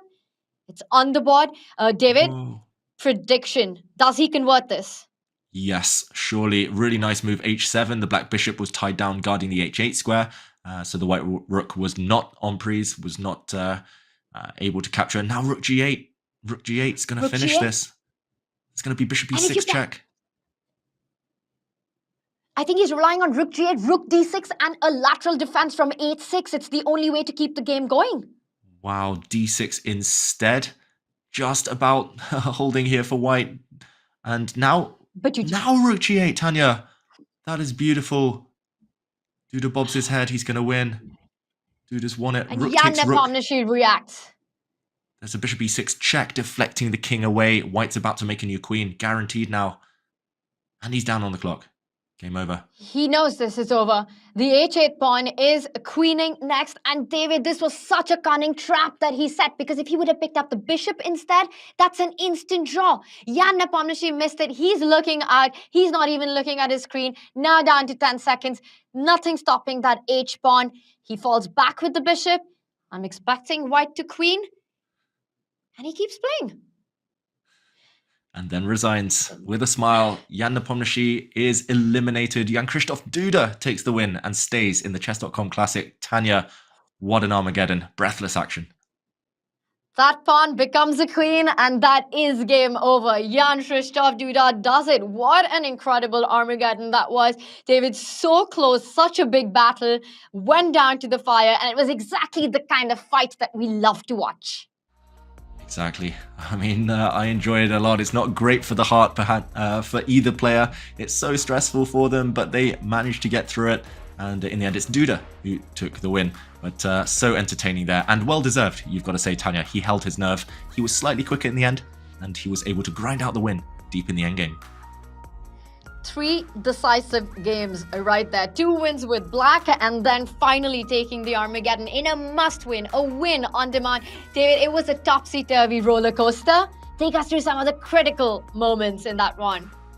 And I just wanted to highlight the endgame, opposite color bishops adding to the mix. We all know the opposite color bishops without rooks has such high drawish tendencies, but of course here the white rook is more powerful than its counterpart, much more active.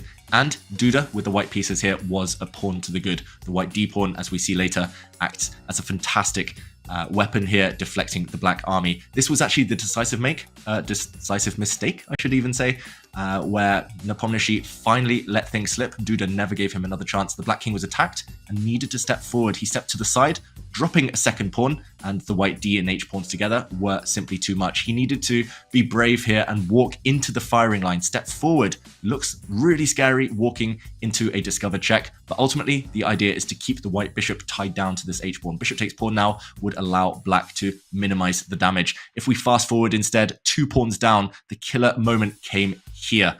Duda found this brilliant blow. Pawn to d6. If the pawn gets to d7, clearly the black rook is paralyzed. That's pretty much game over. But this relied on a really sneaky, devilish trick.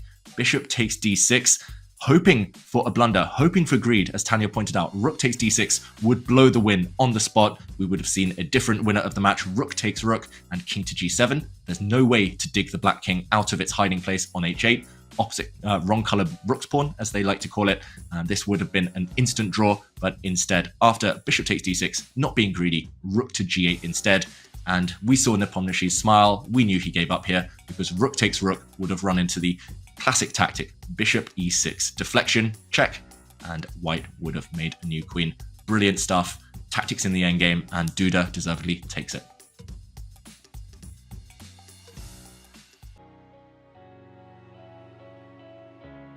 Incredible Armageddon, which sees Jan-Krzysztof Duda advance to the losers semi-final to fight against Alireza Firouzja, the 2 players who won in the losers bracket. David, I'm still reeling in. I'm still getting over this Armageddon. The fact that we had opposite color bishops and managing to convert that was some classy play. And of course, later today, we have got, well, coming up really soon, not much later, we've got the big winners final where Magnus Carlsen will be taking on Vincent Keymer. And for Jan-Krzysztof Duda, it's been a good day. He finished 3rd in Poland. He takes down world number 4, Jan Nepomniachtchi. A lot to celebrate. And we're celebrating as well on Chess.com. It's our 17th birthday, and we're celebrating you with a very special offer. And it's for a limited time only. You can claim 50% off your first payment for any premium membership. Not only does premium membership unlock all the cool features like unlimited game review and puzzles,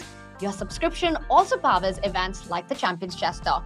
Use command special or head to go.chess.com/special and enter the code CCT24 to unlock this offer right now. And when I say right now, I mean right now, because we're about to go into a break and we've got our big winners final coming up.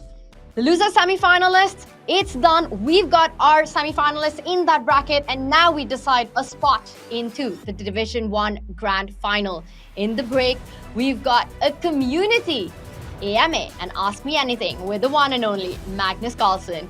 And when we return shortly, Magnus Carlsen will be on our screens, ready to face off against Vincent Keymer. You're watching the Chess.com Classic. Stay tuned.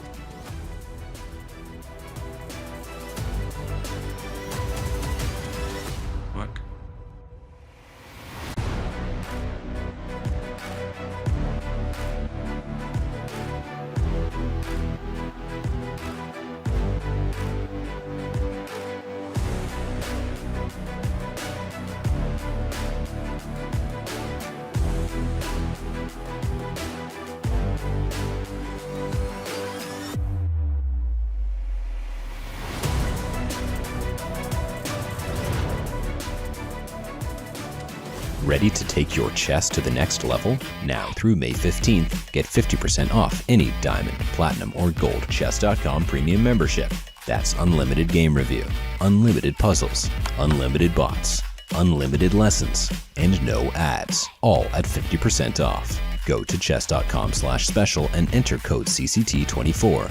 Discount applied to first payment period only. Existing premium members are not eligible for this offer. So Magnus, these are some questions from the Chess.com community. Question from Haughty Harry 09. When you visualize a chessboard, is it 2D or 3D? What colors are the pieces? And are you looking down on the board or is it up against a wall? Figuratively, of course. I think the board is up because I'm like looking up a bit usually. I would say the board is 3D, it's kind of floating a bit, and there aren't really any colors. This next question is from Litzak.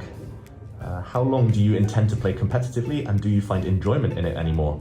Or do the young generation with all their computer lines make it less enjoyable these days? I think it's no secret that I don't particularly enjoy all the reliance we have on computer preparation these days. But I'll definitely continue to play competitively, at least for a few more years. Question from Gumbo Stew. Which do you consider to be the most risky opening and have you played it in competition? It's a very difficult question. If we're going to talk about risky openings, I think we have to talk about openings that are actually like good but risky. The first thing that comes to my mind is the Najdorf Sicilian. I find it fascinating but also frightening because it involves quite a bit of risk. And this next question is from Nightly Blunder. Who is the most overrated chess streamer or player right now? And or of all time? Yeah, I don't wanna shame anybody. Okay, this next one is from Upside. Magnus, what was your first opening? I think the first opening that I learned was the Dragon Sicilian, because we had a book at home.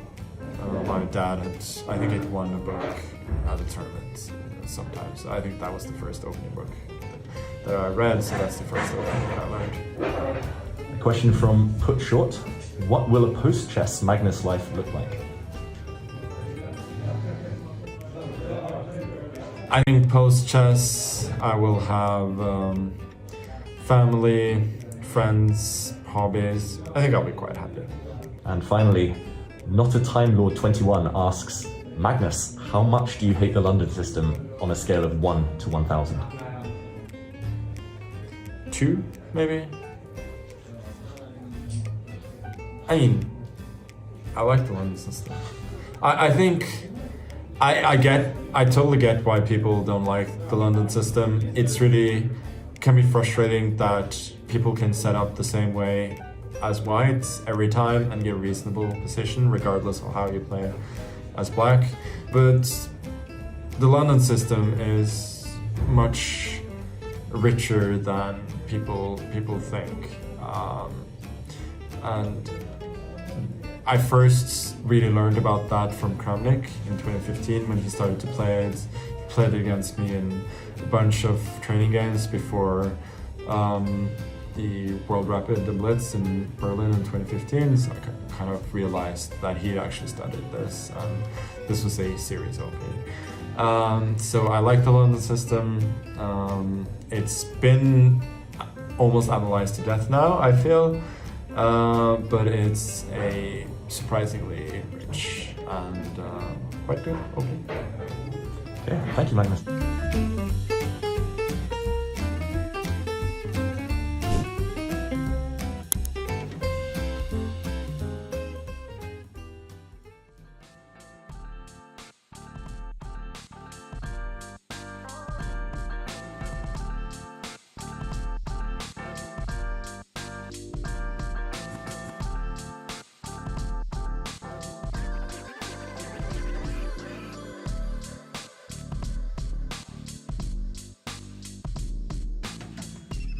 So if you do castle here for black, and I take your bishop on e7, and you take with the queen, and the question becomes, can I get d4 to work? And that's not an easy move to make because there's a rook coming to d8. And with a4 also on the horizon, perhaps I'm undermining your pawn's defense immediately. And Robert, are we looking at the same possible tactic here? Yeah. I don't think it works though. You don't? I don't think it works. So I think guys, I'm in on this inside joke too. I also see the tactic, but let's show it for everybody just in case, because I know you guys see the tactic that I also see. So let's show everybody just in case they don't see it. So after d4, a4. Okay. Obviously, yep. The most obvious move for white, or the most natural move, is knight to c5. Maybe it's not the best move. Everyone needs you to go show a couple more moves, even though we all see it. There's the move knight takes d4 here as an option. Right. Yeah. And if queen takes d4, there's e5. And of course, and that's because the bishop now guards the knight. Yeah. Because the move that some people were first thinking in this tactic, rook d8, would be good to win the knight, but you lose this knight. And so I obviously saw that along with everybody else. And now we're all good. But e5 is key because it removes the queen from defending the knight and protects the knight. It's just good for everyone to see what we see.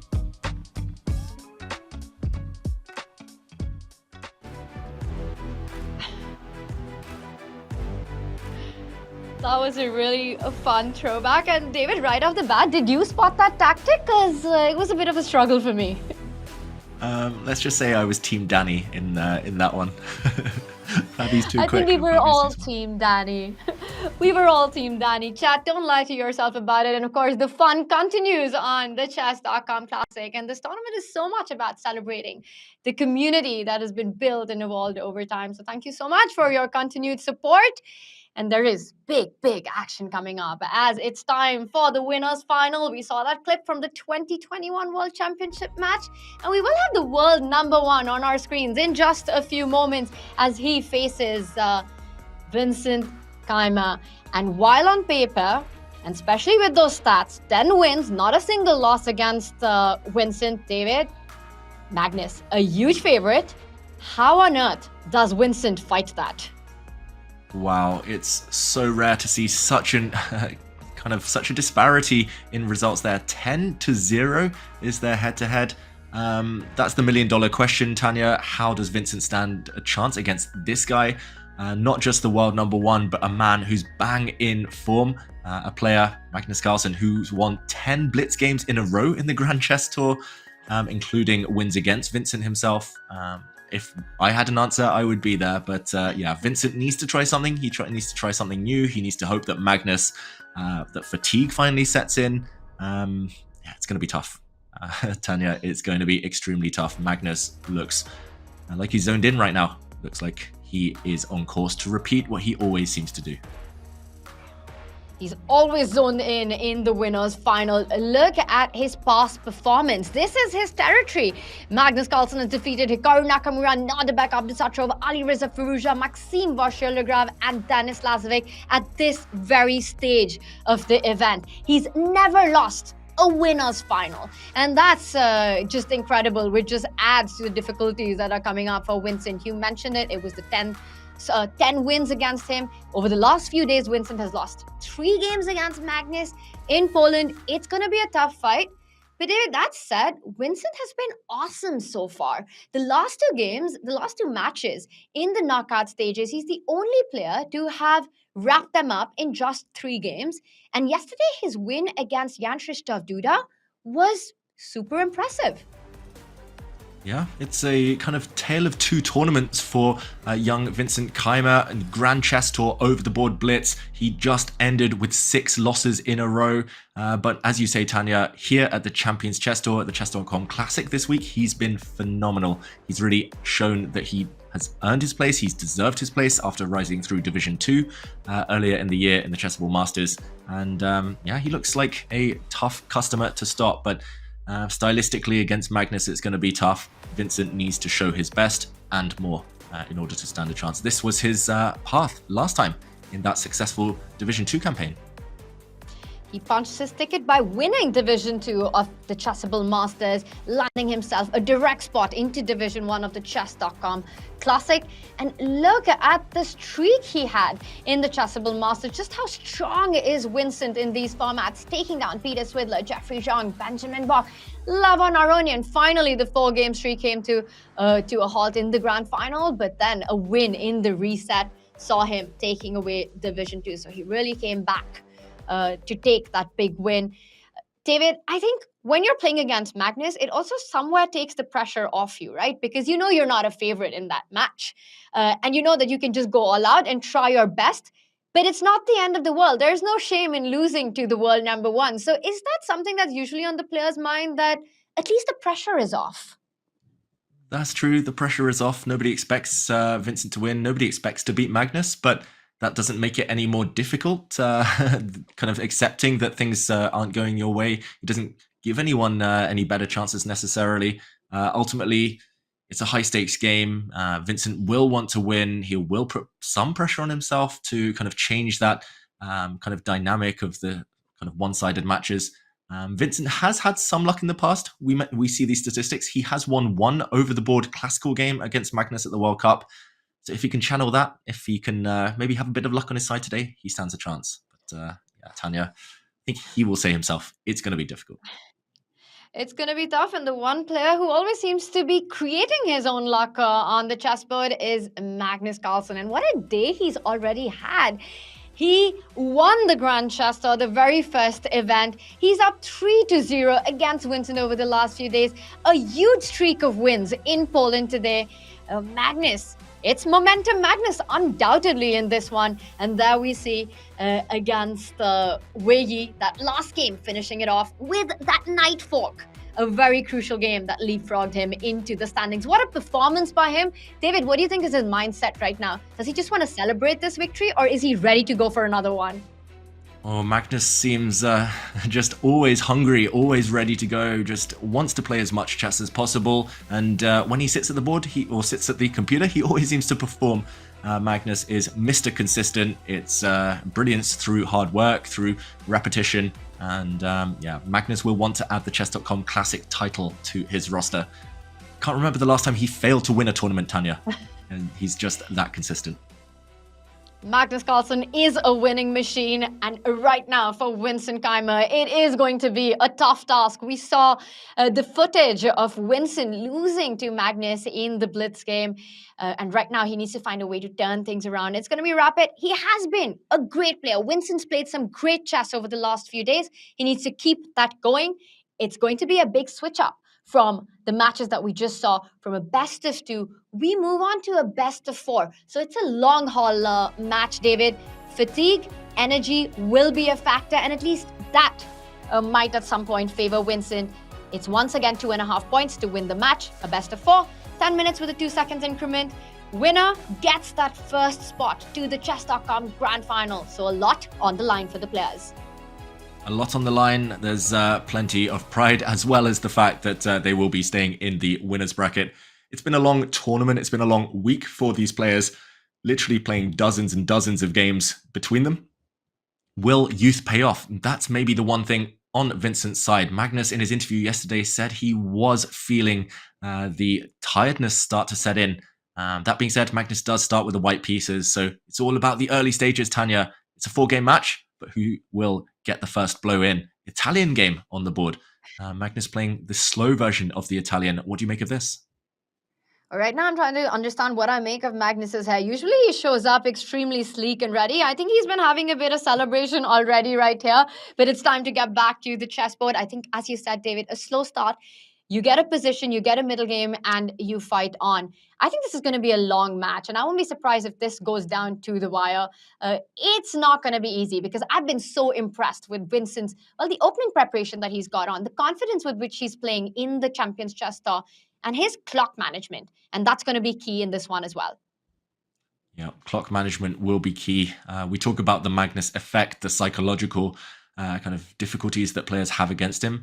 Somehow when you sit across from Magnus, I've been there myself, you start to burn time. You just assume he sees more than you. And often when you're ticking down on the clock, that's when he actually does strike. So I think match strategy, Vincent doing the right thing, playing some really quick moves. Of course, this is the Italian. It's a very fashionable opening at all levels. And Vincent will have seen this himself dozens and dozens of times before. So, okay, kind of an early trade here. Incoming, Tanya. Magnus, though, do you think this is a sign of respect for Vincent that he's playing one of his, his main repertoire pretty much? And this is such a big line at top level. We see it so much, the Italian being played out, but it's also one of the hardest openings to prepare against because there are always these small deviations. Does white include h3? Does black include h6? Do we see a pawn advance on the queen side? And all these changes happen, and then eventually it's a slow start that tends to explode with a central break. To your question, we do have the trade on the board, so the pawn structure has been compromised.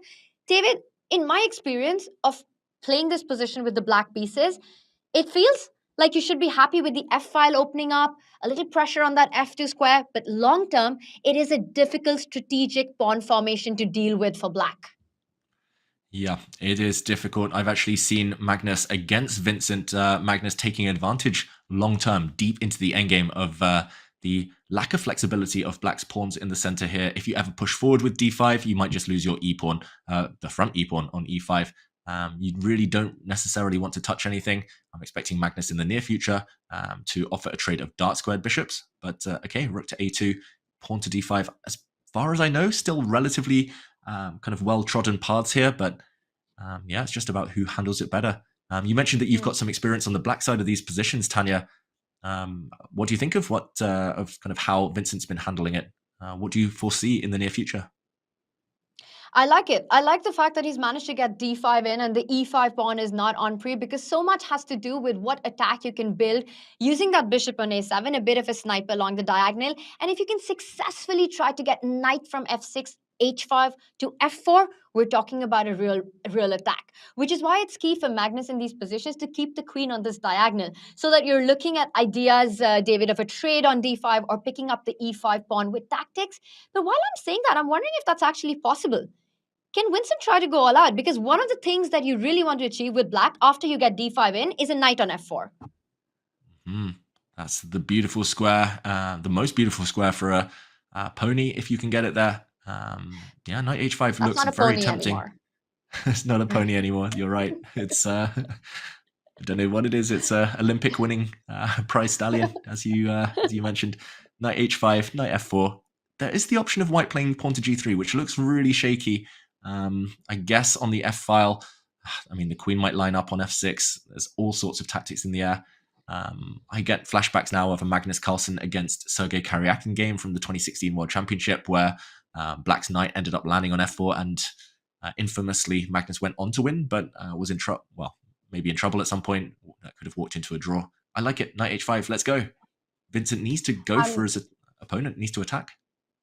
I'm gonna do a Danny here and go like, I know exactly what you're talking about, the flashback. I just got it as well, David.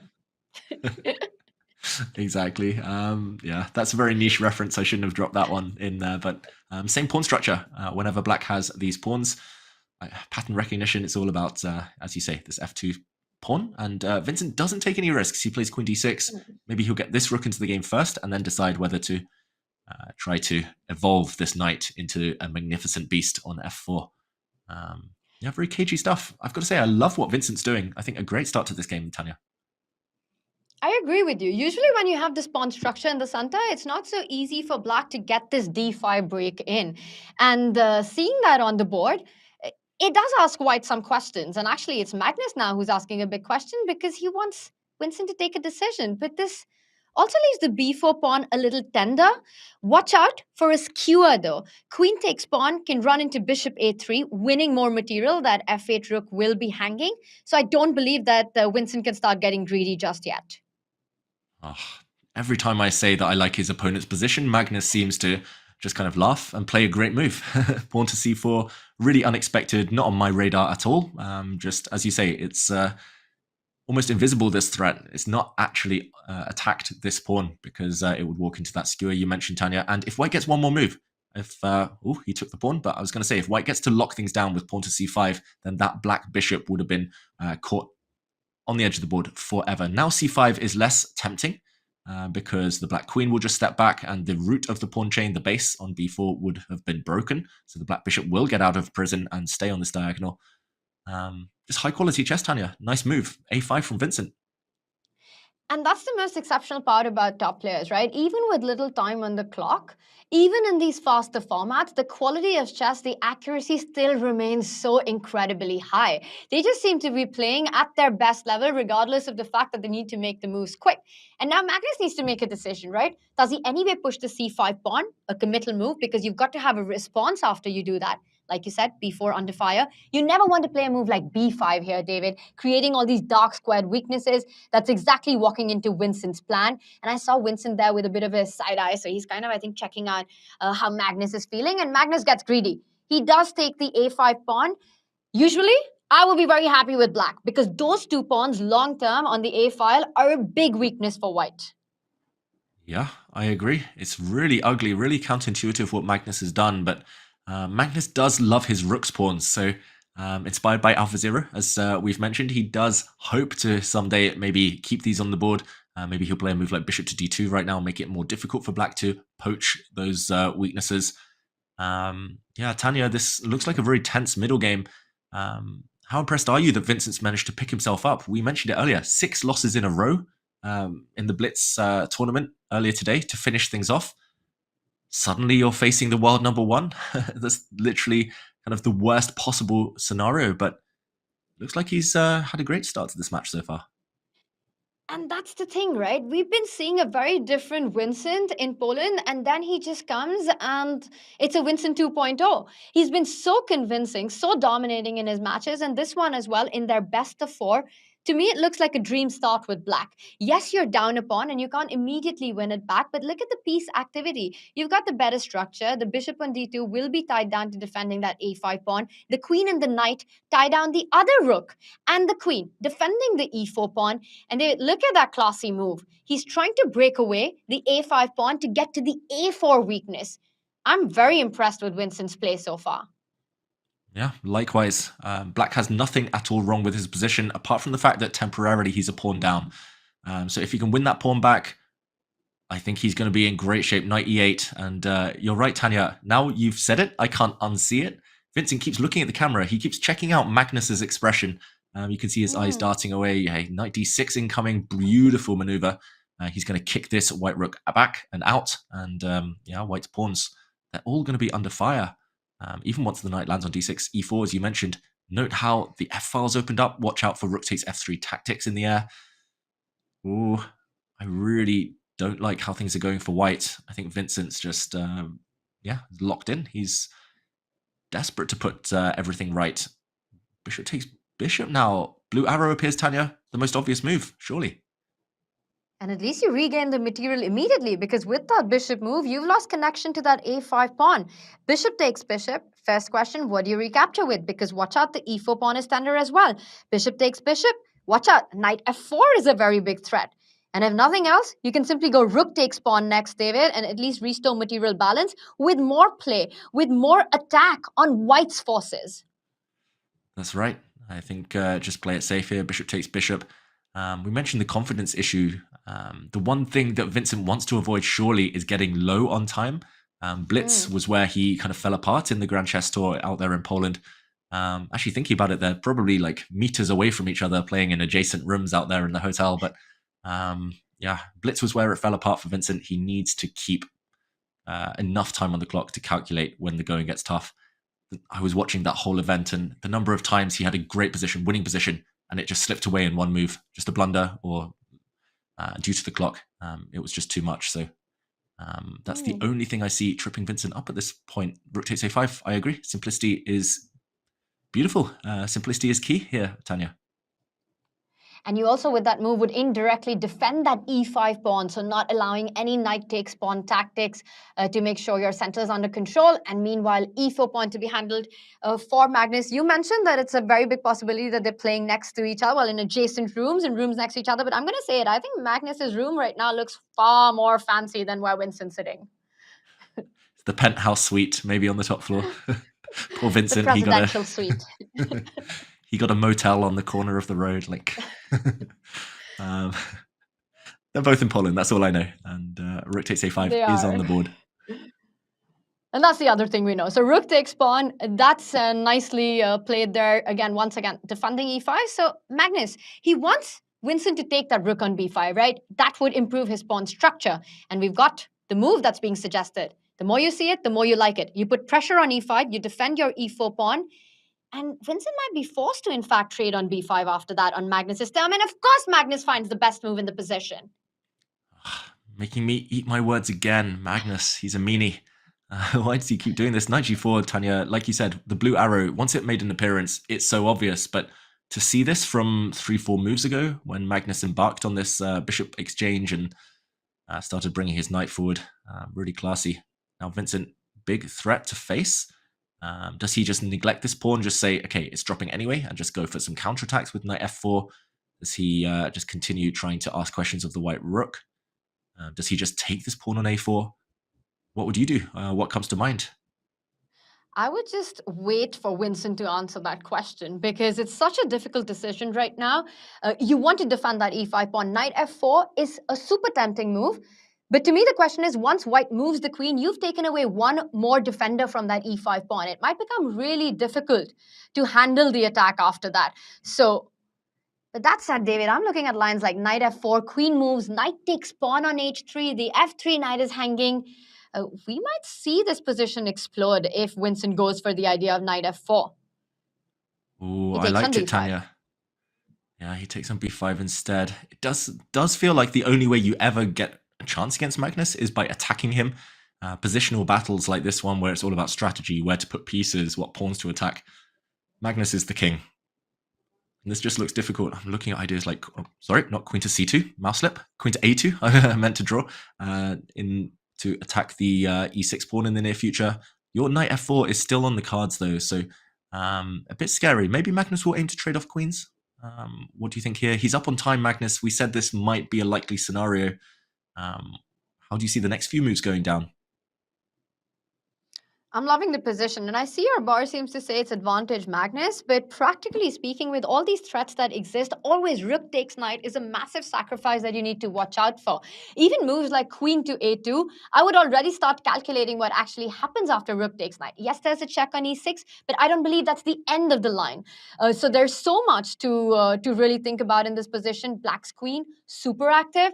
The knight, once it lands on f4, would be active. And look at that, Magnus wants to trade off currently the most active piece that Vincent has. It's an endgame, and that's bad news for anyone that plays Magnus Carlsen.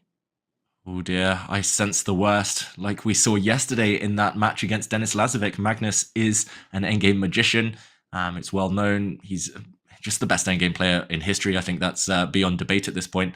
And look at this, he suddenly quickly switches his attack, his focus towards the c7 pawn, the base of Black's pawn chain. e5 is not running away anytime soon. That's easy pickings in the next few turns. I'm surprised Vincent traded queens so quickly and so confidently. Maybe he had to, maybe there was no choice, but good tip for everyone at home. If you sense your opponent has one strong piece, the rest of their army is passive, trade off their strong piece. And more often than not, you are left with an advantage with what remains. So I like how you explained that, Tanya. Okay, do you think Vincent has a chance of saving this? Under 3 minutes now, looking tricky suddenly.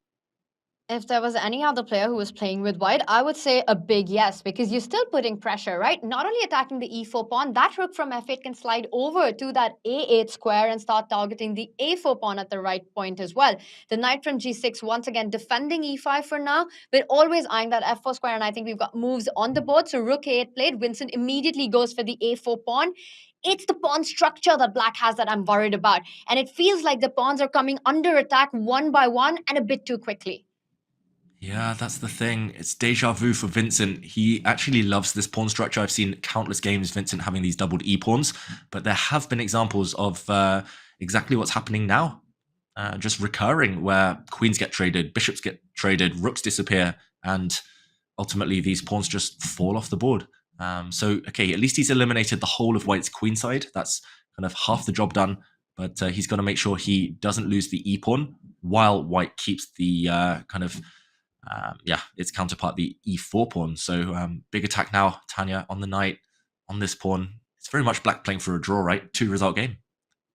100%. First, you need to realize or understand where you want to move the knight, and regardless of where you move it, you either lose the e5 pawn or the b6 pawn. So a pleasant choice for Magnus. Picking up either of these two pawns will put pressure on the b5 knight, so not giving black enough time to capture the central pawn. Without the queens on the board, knight on f4 loses a bit of its horsepower. Things are not going well for Vincent, is my feeling. He's under 2 minutes on the clock, and Magnus is going to try to squeeze this one out.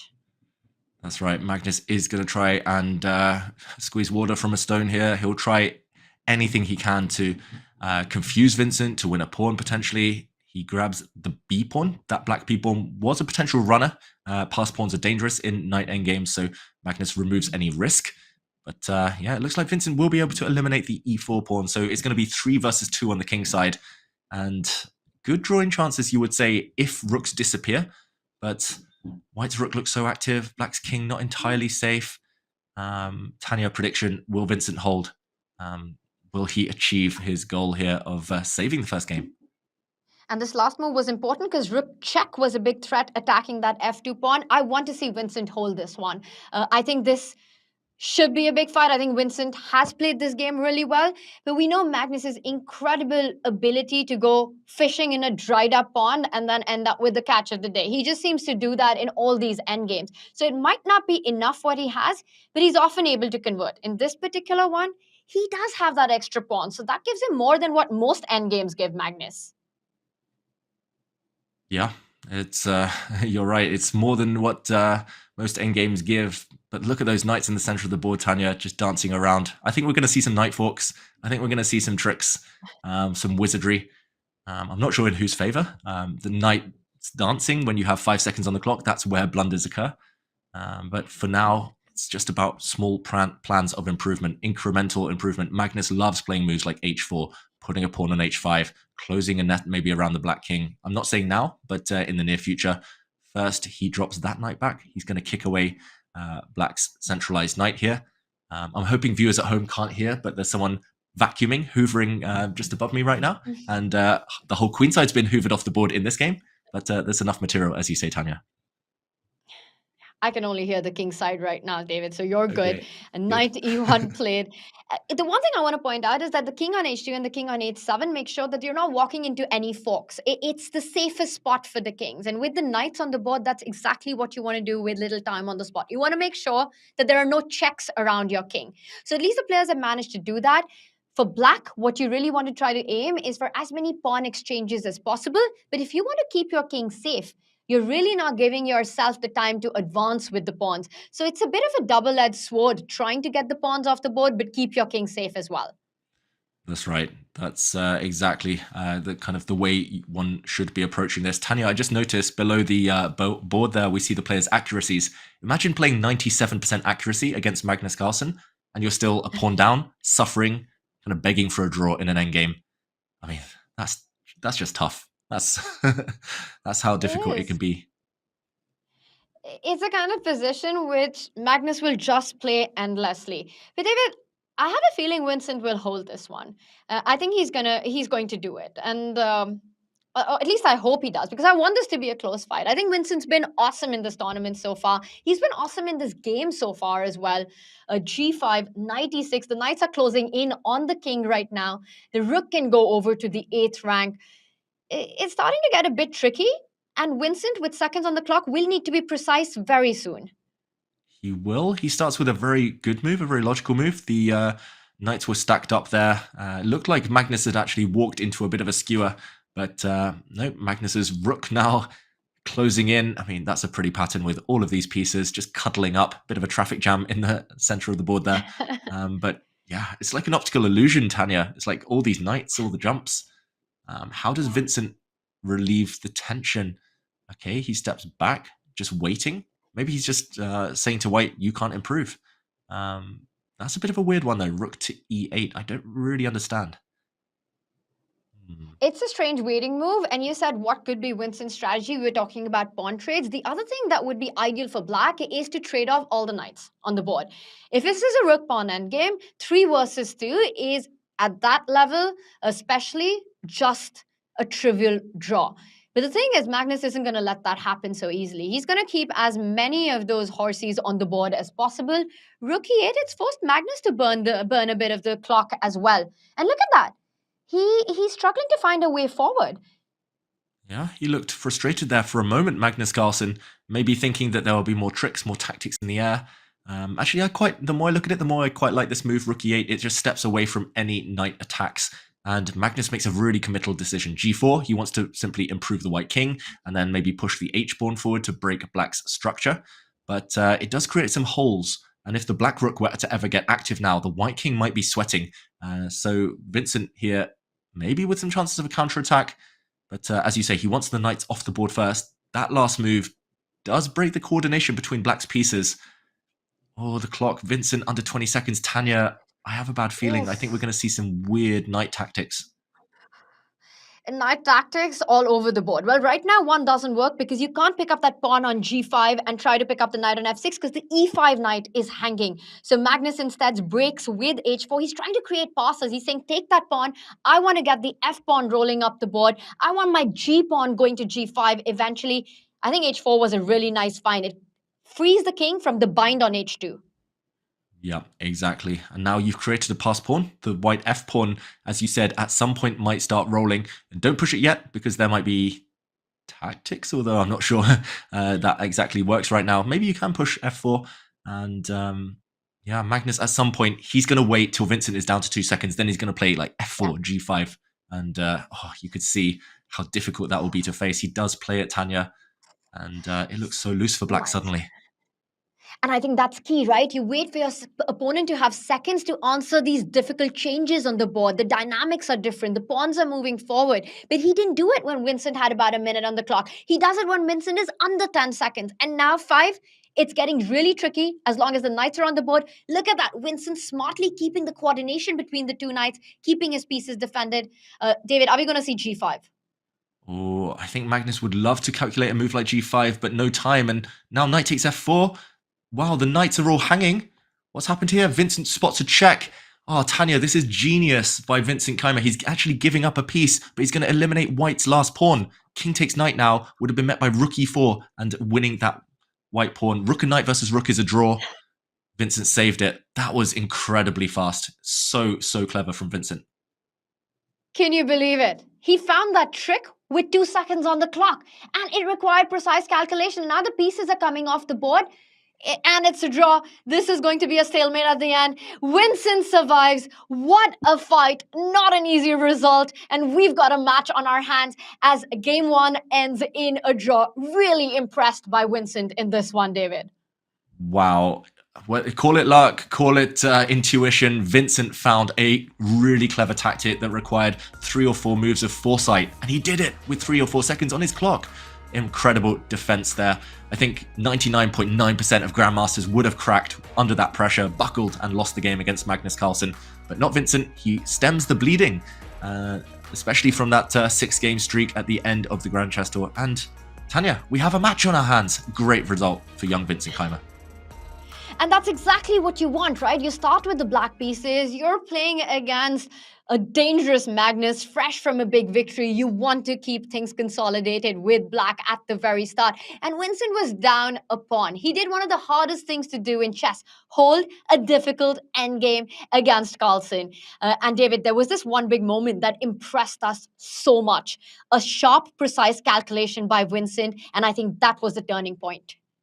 That was, and to explain that turning point, I'm going to show you my favorite browser. It's the Opera browser, where we're going to break down the key moments of that game. And if we jump in, this was the final position. It was actually stalemate to end it. But if we jump back, knight to d4 allowed Vincent Keymer just to pounce at this very moment and force the issue. It looks like the black knights are tied down, defending each other. Lo and behold, though, you can break this formation. Knight takes pawn, looking for forcing moves. It looks like this actually blunders a piece. Magnus was shocked here after rook takes f6, attacking the black knight. It looks like white is about to go up on material. There's no time to take the white knight, for example, but he had spotted Vincent. Really sneaky move here. A check. Knight g2, check. Drawing the white king as far away as possible from the white pawn. Now rook takes knight would have been possible. and was played, because if Magnus had taken this knight, rook e4 is a simple double attack. Attacking the white knight, attacking the white pawn. If you save the knight, this goes into a well-known drawn endgame. Even without the black pawn here, black is safe.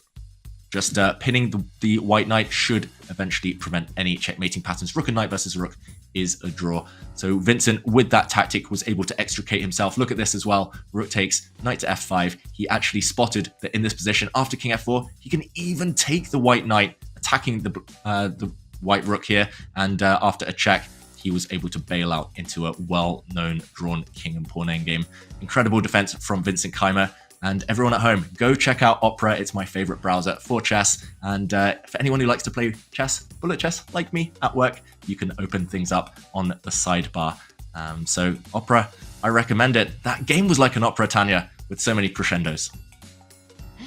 It really was, David. That was sexy endgame play by Vincent Keymer and a very sexy browser for all chess enthusiasts, and with Chess.com integrated on both mobile and desktop, it guarantees that the chess community is only a tap away. And don't forget, it's free to download. Use the command chess browser in chat or visit go.chess.com/opera to take the Opera browser for a test ride. It's the first ever chess-themed browser in the world. I love the color, I love the green, and I'm loving the chess action we're getting, and it's a big test today for Vincent Keymer against Magnus Carlsen. But what a game he played in round one. He's ready to go. David, if game one was anything to go by, it's going to be a tough fight for Magnus. I think after seeing that, he's maybe not as much of a favorite as he was in my head at the start. Yeah, I think, Tanya, this is the best kind of start that Vincent could have hoped for. As you say, getting first game in the books, getting a result, holding with the black pieces is important. Magnus still a favorite, of course. I think these long matches, the 4-game match really favors the higher rated player, just kind of greater margin for error. But Vincent, with 2 whites ahead, he's so strong with the white pieces. He'll start to believe. I think if he kind of avoids defeat in this next game, suddenly the confidence will start to flow.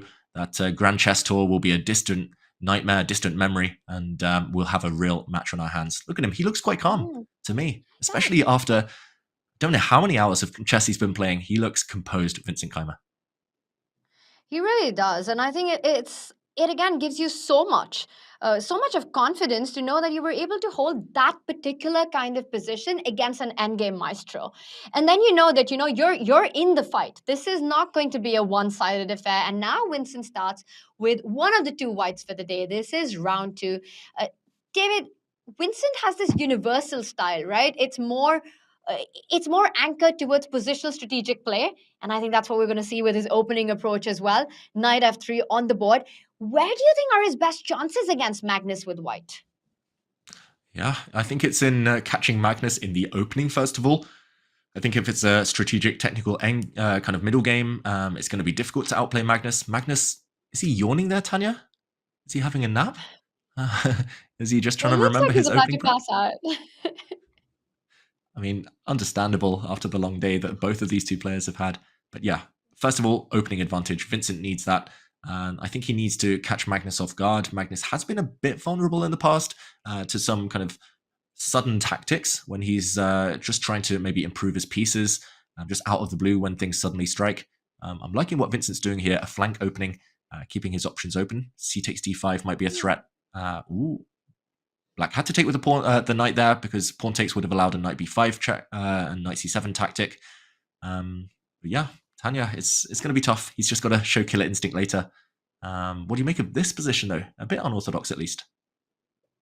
Very non-standard, right? It's not something that we see very often. And the fact that he's gotten Magnus to think a little bit right out of the opening, I think that's a good sign.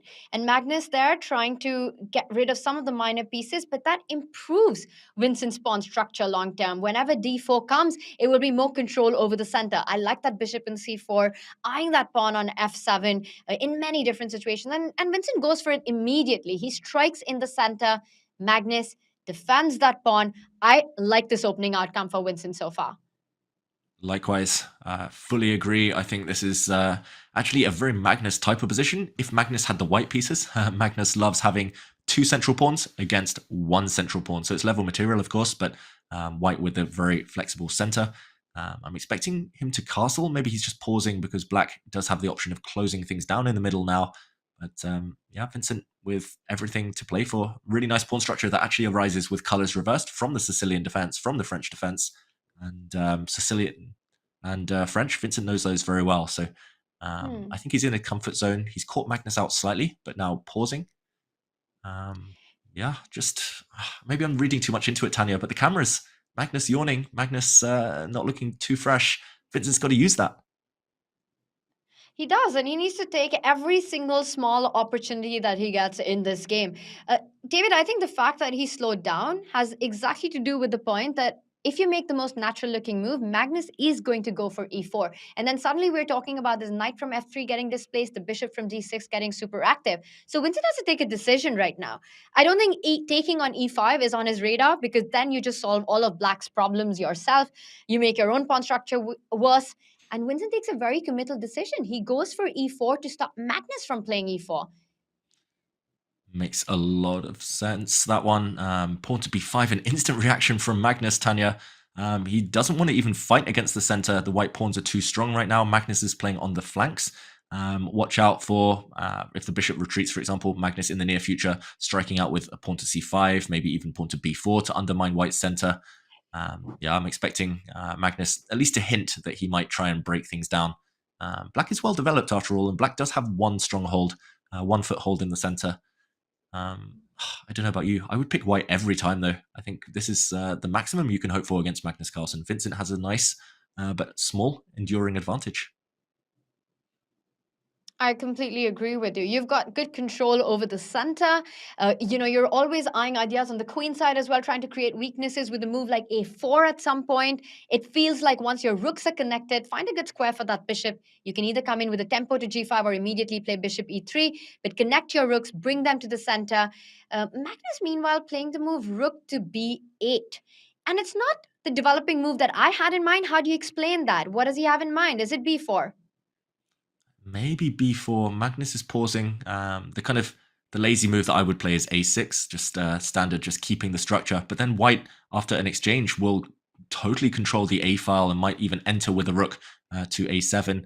Yeah, rook to b8 keeps his options open, but Magnus doesn't look too comfortable. He's quite a classical player, kind of at heart, when he's not freestyling, when he's not trolling people with his openings, Tanya. So I do believe he's uncomfortable against the center. Yeah, pawn to b4 is very committal, though, because there might be attacks against the c6 pawn. Calculation suddenly coming into view. So I really don't like it for black. It just feels uncomfortable. And I think Magnus is feeling uncomfortable. He's thinking after every move, and this explains the move rook b8. He sidestepped any pin on the a file, and Vincent keeps putting the pressure. He's again looking, I think, at the camera right there, checking out how Magnus is taking this position. A rook b1. I like every move that he's playing, and it just feels like the moves are very easy for white to make. Meanwhile, how is Magnus actually improving his position? Are you ever going to get c5 in? Because that's one of the key ideas to gain space. Is that something that you can think about with all the weaknesses on the queen side? I don't believe that's possible. Yeah, I think he would love to get a move like c5 in. You're right, Tanya. That's normally black's source of counterplay, but that's why Vincent's been so clever. He's put a rook on b1, he's put a pawn on a4, and he's put a bishop on d3, just all ganging up against the b5 pawn. So if black ever wants to break out, it will come at a cost. Yeah, white just waiting. I wouldn't be surprised to see Vincent play like h3 himself, rook e1, just sit on the position. And I don't know about you, but for me, that's the most uncomfortable thing when your opponent has the positional advantage. There we go, h3. They have the center, for example. They just sit and they say, pressure's on you, mate. You need to calculate. I'm just going to slowly improve, wait, do nothing. It's just uncomfortable. And especially in rapid chess, that's really annoying when there's no obvious plan, right? Exactly, and that's the thing, that white has so many of these improving moves. He's played h3. Next, he's going to put the rook on one of these central lines, either line it up with the queen on e7 or line it up on the d file. And improving your position, meanwhile, you're asking, what does black want? How is black improving his position? Because you've kind of run out of all your ideal moves here. The thing that comes to my mind is a move like bishop b7, trying to get c5 in. I think at some point, Magnus has to find his activity. But when he does that, it could go really bad for black with the pawn structure that we have in the center. So not easy to be Magnus Carlsen in this position right now. Not easy to be Magnus, but he's channeling his inner Tanya Sachdev, I should say. Bishop b7 on the board. And I guess your idea is to pinpoint this e4 pawn, which is slightly underdefended right now. 3 potential attackers on it, all indirect at the moment. But yeah, it's just really cagey. It's like these 2 boxers are just walking around, just looking at each other, sizing each other up. I'm expecting rook e1 and the waiting game to continue. Yeah, this is not what I expected, actually. I thought Vincent might be a bit more impatient in the opening. I thought he'd actually go more directly for Magnus, but yeah, the slow grind. It's, yeah, really tense, really sophisticated position, Tanya. A good lesson for everyone at home. This is the opposite of caveman chess. Vincent is Peter Leclerc's prodigy. His biggest strength is patience in positions. He can play as slow as it takes to drive his opponent mad. And again, just driving your point home that it's easy for white to make improving moves. David, as black, I would be dreaming about c5. But with that b5 weakness, I'm just struggling to make it work. Help me find a way with black. How do you actually break open with the activity? I'll try to find a way. I mean, it's not easy. One thing I should mention that Vincent shouldn't do is to take this pawn, because Magnus okay, he does play rook e1. I was going to say Magnus would love to actually take back with the c pawn. I've seen Magnus do this in various positions.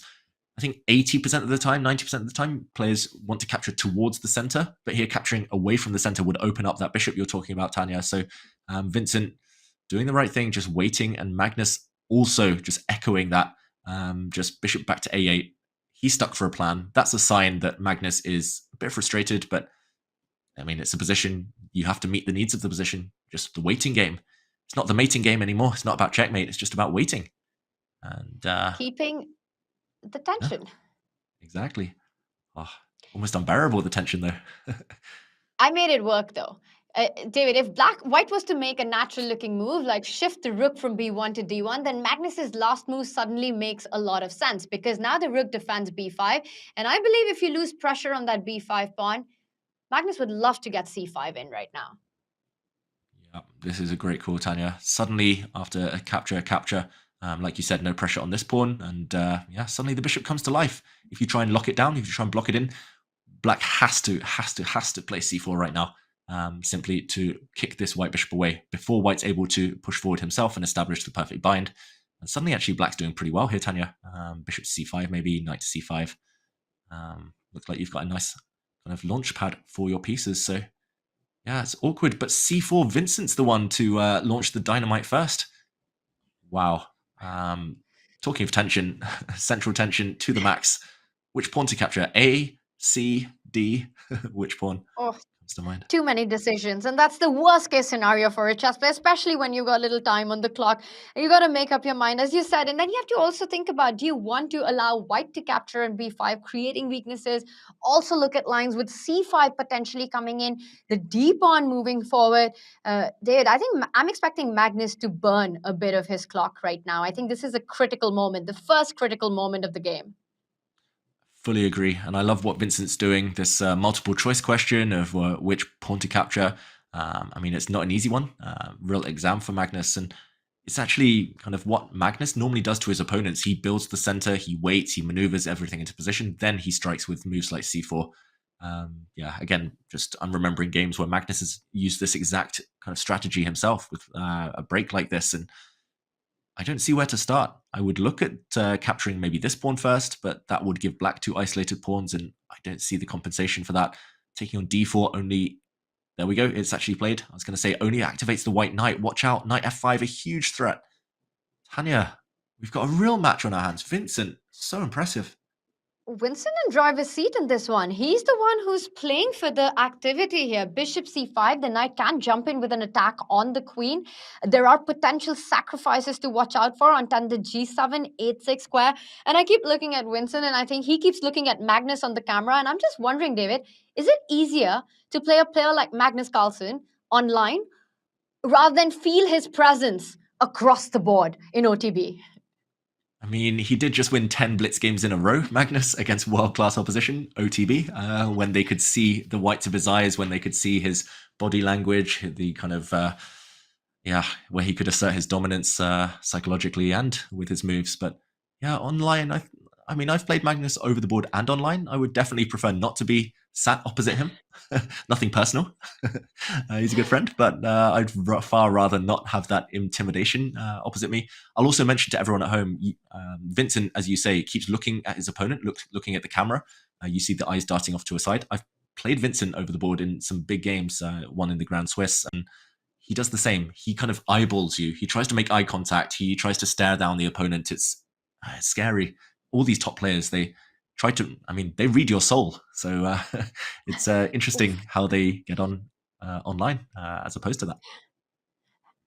I know one great player that everyone in that time would have loved to play online. I think with Gary, you would just choose to play him online rather than feel his presence across from you.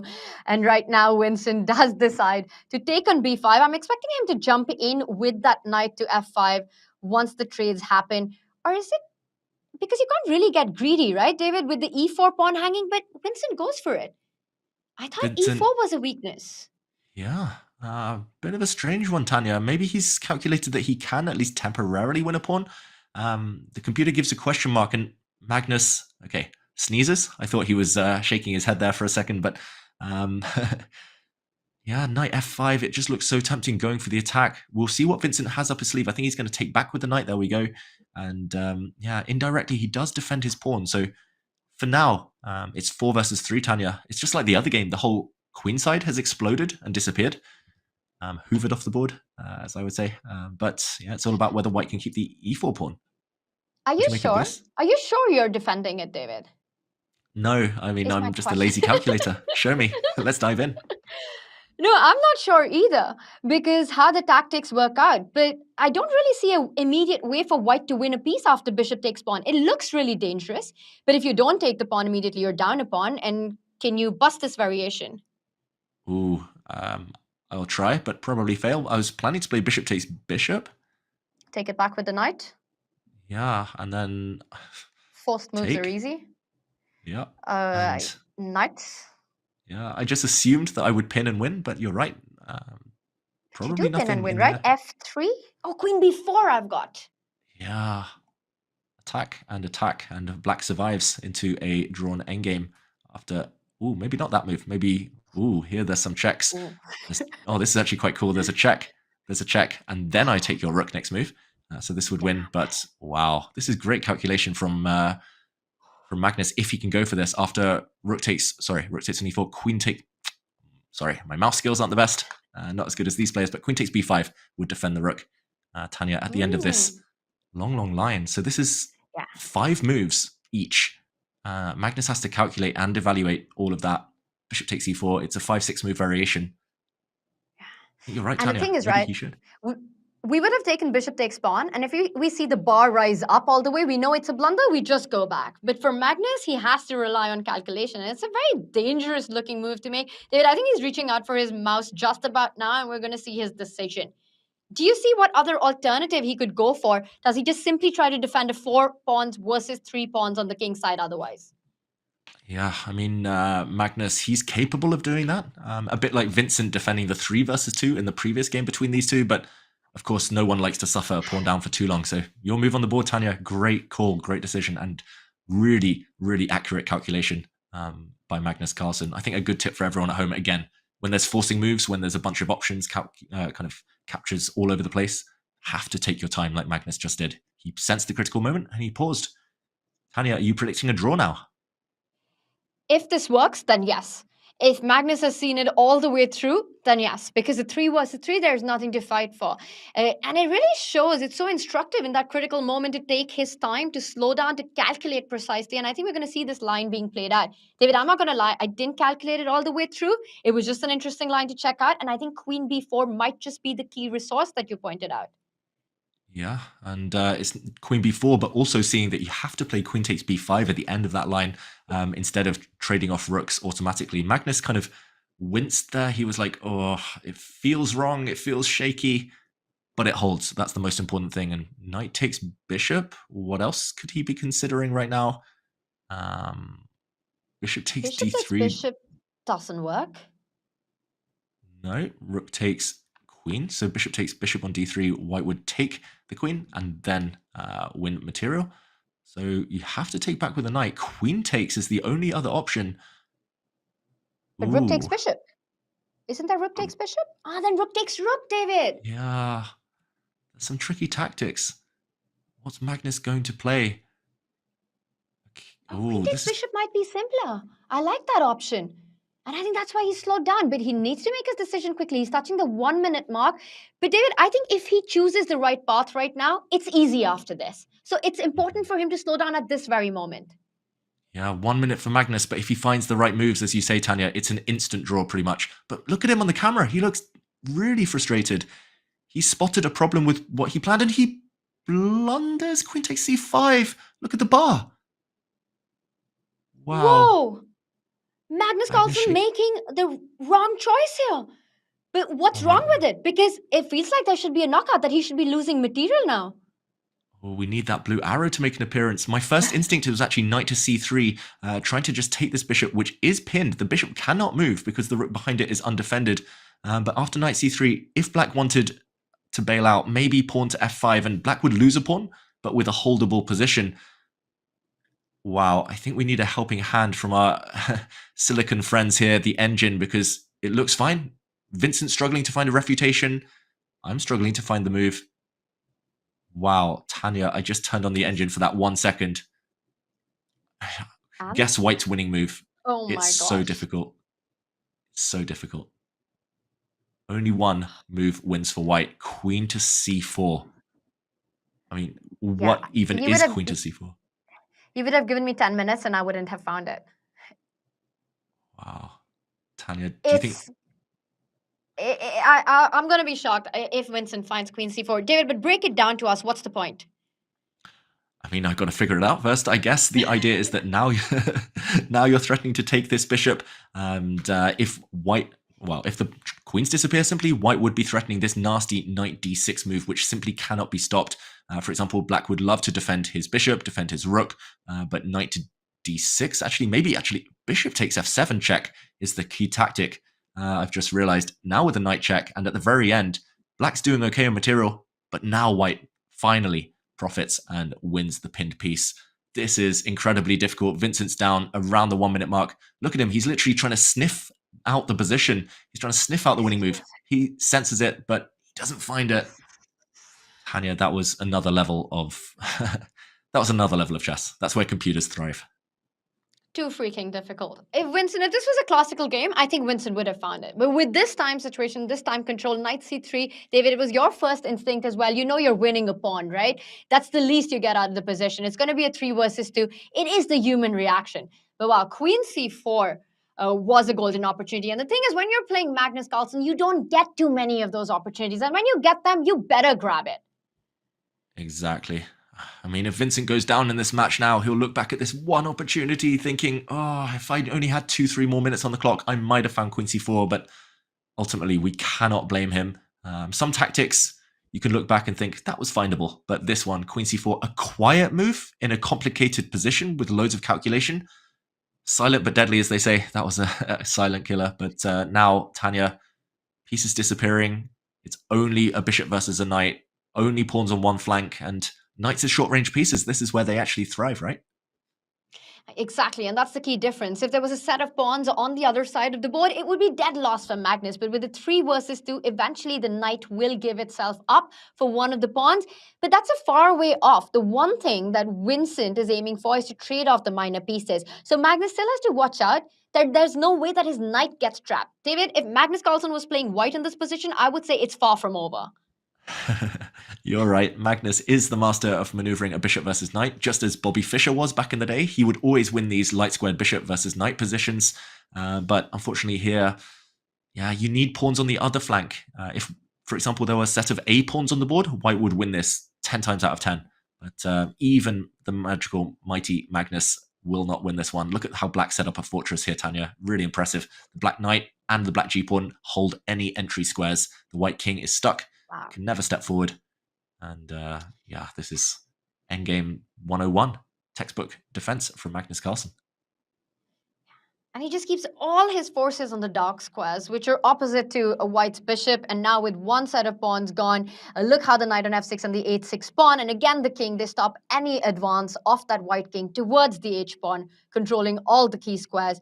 I think it's more than enough activity. I just don't see how Vincent is making progress in this one. King g4, knight f6 back. Yeah, and even if black were to give up the knight for the white f-pawn, that is a draw, as long as black's king races back to h8. We've actually seen that earlier today, right, Tanya? With the bishop and the wrong rook's pawn. So the h-pawn and the white bishop alone, not enough to win the game. It's all about whether black can hold the fortress or eliminate that white f-pawn. I think Magnus would draw this in his sleep right now. He does look very sleepy right now, so we might just see that being played out, what you just said.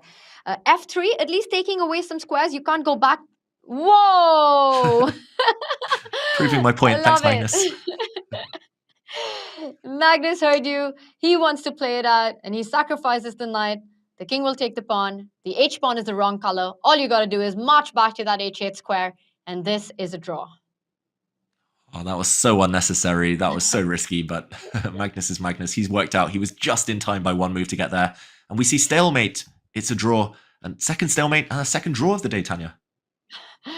Wow, you don't get to see that too often. It wasn't game one of these two players that we had a stalemate. And another one, Vincent Keymer really holding his own against the world number one. Whoever doubted Vincent at the start of the match, I think you guys need to reconsider all of that.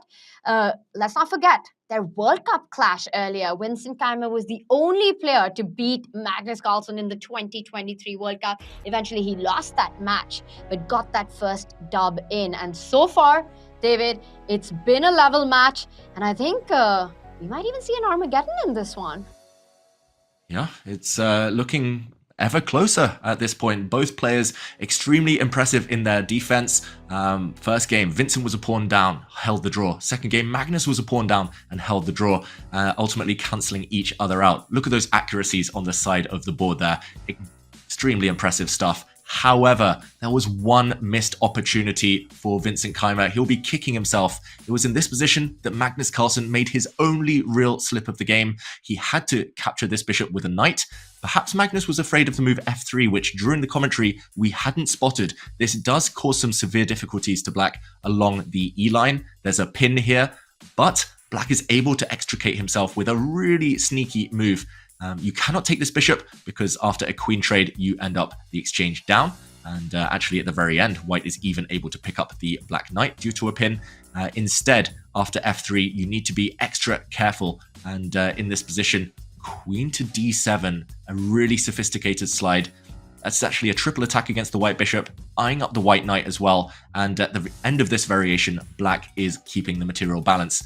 Instead, Magnus, maybe missing this queen d7 resource, very easy to miss, of course, played queen takes c5. And this is where Vincent, understandably, retreated his knight back, trying to make use of the pin on the bishop. But after f5, Magnus was able to survive in the endgame. Instead, as we pointed out earlier, the most difficult move, maybe of the tournament, queen to c4, would have won the game for white. The black bishop is pinned. There's no f5 to defend it due to this pin along the diagonal. It's all the pins in this position. And as we mentioned, if the queens disappear, then suddenly knight to d6, such a big threat.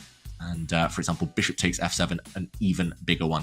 King takes another knight check, and eventually black's pieces are lost. Coordination all in white's favor. White would have won, but Vincent chose a more human approach, a more natural approach, and ultimately Magnus saved it.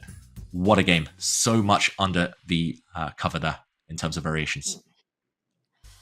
And now with only 2 games remaining, the margin for error gets even smaller. It's been 2 draws so far, and as we go into a break, chat, it's time to draw your wands out as AnyChess brings you a magical new way to play chess. Its spell chess mechanics modify the offensive, defensive, and strategic dynamics of the game, adding layers to your gameplay that will change how you see chess entirely. Dive into spell chess puzzles and prepare for epic PvP battles with friends.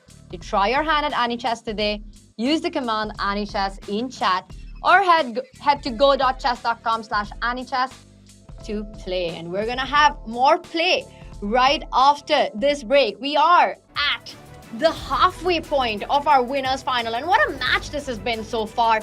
In the break, we're gonna learn more about Annie Chess, and when we return, will Keymer be able to take down the king of the Champions Chess Tour, or will Magnus make his way to another grand final? We'll be right back. Don't go anywhere.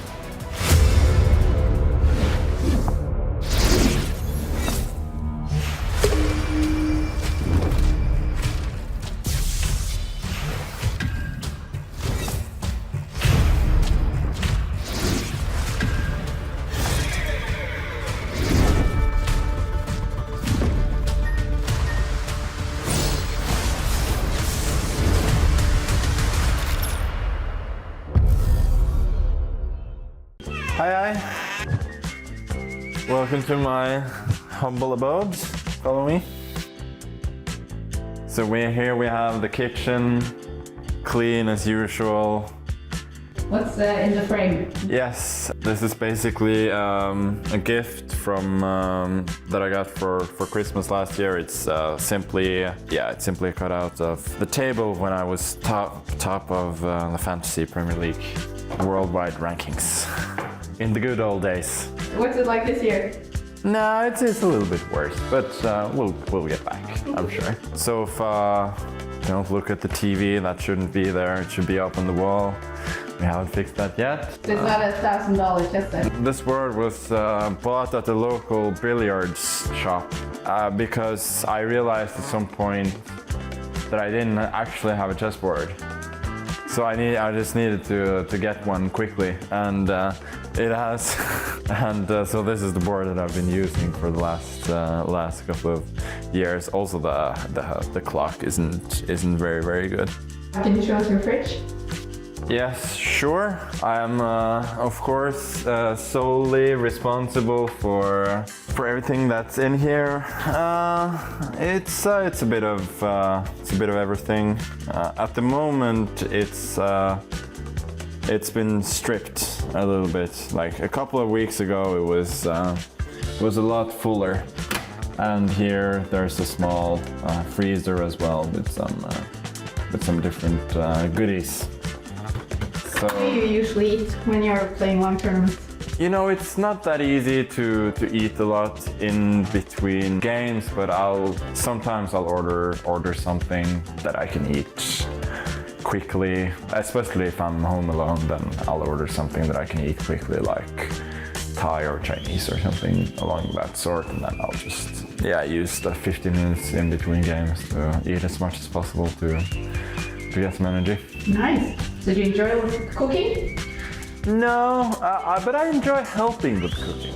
I can do the easy stuff like cutting the vegetables and then washing up afterwards. I'm pretty good at washing up, doing the dishes. That's something I'm good at. So that's what I'll do most of the time. So yeah, here's the bathroom where everything is clean, blah blah blah.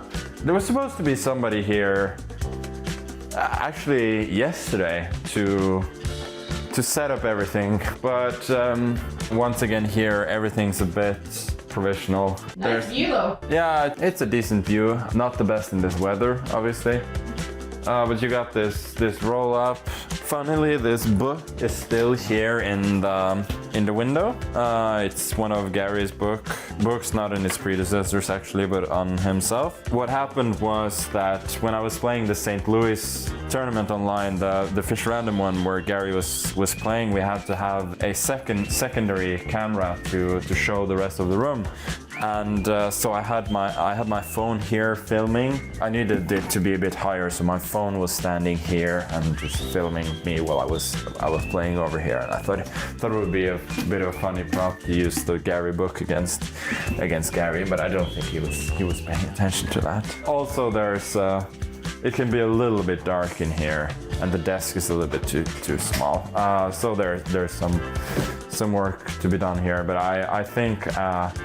For the tour, the tournaments where I'll be playing from home, everything will be fine. But so far, it's a bit provisional.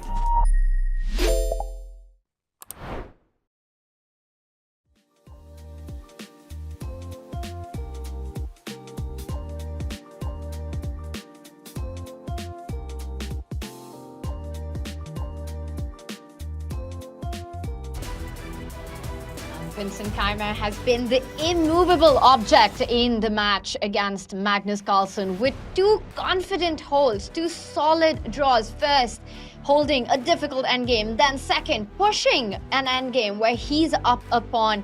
And what a journey it has been for the German Grandmaster in the Chess.com Classic, making his debut in Division 1 of the Champions Chess Tour.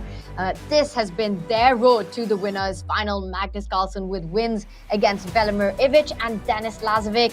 Meanwhile, Vincent Keymer taking down Alexei Sarana on day 1, and then a huge win against Jan-Krzysztof Duda, and he needed only 3 games to get the job done in both the matches. David, we've got a big one coming up with Magnus taking on the white pieces. What do you expect from their Game 3 fight? Oh, it's a tough prediction. I expect Magnus to actually do something similar to what he did in Game 1. We saw the bracket a minute ago, Tanya. It must feel like Magnus is playing the World Junior Championship. He's he's played opponents, the average age is about 18, 19. It's incredible. And he does talk about his brand of anti-young player chess, where he normally makes it a bit slower. It's all about long-term pawn structures. It's all about kind of making big strategic decisions. But then again, that is Vincent's big strength. So Magnus, I don't think he'll take too much risk here. If it gets closer to Armageddon, I think he'll really fancy his chances there. But at some point, I wouldn't be that surprised if Magnus does make it a bit more chaotic. So far, it's really suited Vincent's strengths and Vincent's style. Well, looking at that bracket that we just saw, right? If you forget all the head-to-head, all the stats, all the numbers on paper, it just felt that Vincent had a tougher road to get to the winners' final than Magnus did. And is it fair to say that he's actually been the more impressive of the two? I wouldn't disagree with it. I guess in this type of knockout chess, you just got to beat what's put in front of you, whoever that is. So both players have done their job. They've done what's expected and being asked of them. But yeah, Vincent's been extremely impressive. And here we just see loads of moves rattle out. It's the main line of the Roy Lopez, the Spanish opening. It's the closed Roy Lopez. And this one, Tanya, a bunch of theory here. It's very well-known stuff, maneuvering positions. I'm expecting the white knight to slowly make its way over to the king side to sit pretty on the g3 square. That's the normal goal, the normal maneuver here. But Magnus, he's the master. He could be tempted to push a pawn forward to a5 to play moves like pawn to c3. What do you think? It's, again, a really slow line chosen by Magnus here. It's a classic anti-young player chess, as he keeps calling. And these are exactly the kind of structures that get you the game, right? They start slow, they start cagey, but usually there's a pawn break in the center, either black getting in with d5 or white getting in with c3, d4, and then suddenly the position explodes. But the first couple of moves are always about just development, piece placement, thinking about what pieces you want on the board and off the board. And the first set of minor pieces comes off, and it's Magnus with the same pawn structure, the same pawn formation that Keymer had in their Game 1. Wow, this really surprises me. This pawn structure, the doubled e-pawns you just referenced there, Tanya, it's like Marmite. You love it or you hate it. And Magnus clearly loves playing against it, as he proved against Vincent in Game 1. But now he's playing with it himself. So, yeah, Magnus, full of surprises. I rarely see Magnus take on the doubled pawns, but here he's maybe going to put his rook back on f1. There we go. So he's actually lost a bit of time as well, Tanya. Really confusing stuff. But I think that's a key move, because if we just flash back a little bit on our minds of what had happened in that first game, rook on the f file is the key square. It belongs there. It's done its job on the e file. It's a blocked future there. So regrouping, rerouting the rook to the open file now. Again, Vincent has to be careful of any sacrifices on that knight to f6. Magnus maneuvering the queen, potentially to a kingside square at the right moment. Queen to g3. Ideas of knight h4 come to mind to get rid of one of the knights, double up on the f file, and David, long-term plans of an attack against the Black King. Yeah, long-term, the makings of an attack, they are there. But as we remember from the first game of the day, if Black's ever able to trade off the last set of bishops, not now, but if you're able to neutralize White's light squared bishop, that should also kind of quell the danger. But knight a5, big one-move threat, Tanya. A fork down on c6. How to step away from that? What are you predicting here? And you would want to make a move like bishop to b7, but the thing is you don't want your bishop on that diagonal because you're biting against granite there. Not only the fact that white can trade, but that e4 pawn stops any activity. So bishop b7 would not be the move of choice, also losing connection to b4. And David, it's an obvious threat, but like you said, a big one. It needs to be stopped. And I'm trying to think of ways to actually counter it. Not so easy because coming back, you've just put that knight to g6. Playing a move like knight e7 is not a happy retreat, and I don't think it's a human move at all to do. Yeah, I agree. Yeah, he could have gone back with his knight, but a bit ugly, a bit counterintuitive. He's had to play an equally ugly move, queen to e8. I thought he would maybe try and keep his queen there just to indirectly attack the knight later if you can move your pawn to c5. But yeah, the queen on e8 sits a bit awkwardly. Now the white knight is never easy to get rid of. And also, watch out, there might be exchange sacrifices in the air now that the black queen has left the defense of f6. And Magnus sets that up. Be careful. Rook takes f6 in any position, strategically, dynamically. It's terrifying, Tanya.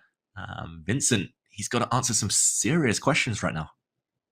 I said long-term, a kingside attack by Magnus is being set up. I'm going to change that. I think it's super short-term. I think it's about to happen now. And Vincent has to take some difficult decisions.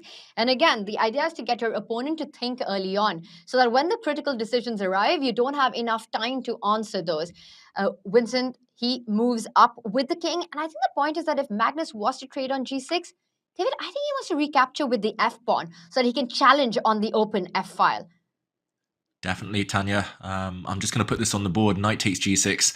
The last thing you ever want to do for newer players, and especially, I mean, at any level pretty much, king takes g6. Your king's too far out in the open. Yes, you might be able to run back and flee to safety, but it costs so much time. So actually, knight takes g6, f takes g6 reminds me of a famous Spassky against Fischer pawn structure where, like in that game, double e pawns versus double g pawns, and it was actually much nicer for the side with double g pawns because the king has created the perfect palace around it, the perfect hiding spot. So this is something Magnus does not want to see happen. I mentioned another sacrifice, rook takes f6, but this, despite being aesthetically appealing, doesn't necessarily guarantee an attack. The eval bar says level, Tanya, so it's actually playable, this one. I guess you can slow build it, queen f2, just bring the rook to f1. Black's pawn structure is so badly ruined that long-term white has comp, as they say, compensation, but yeah, I don't think Magnus will go for that.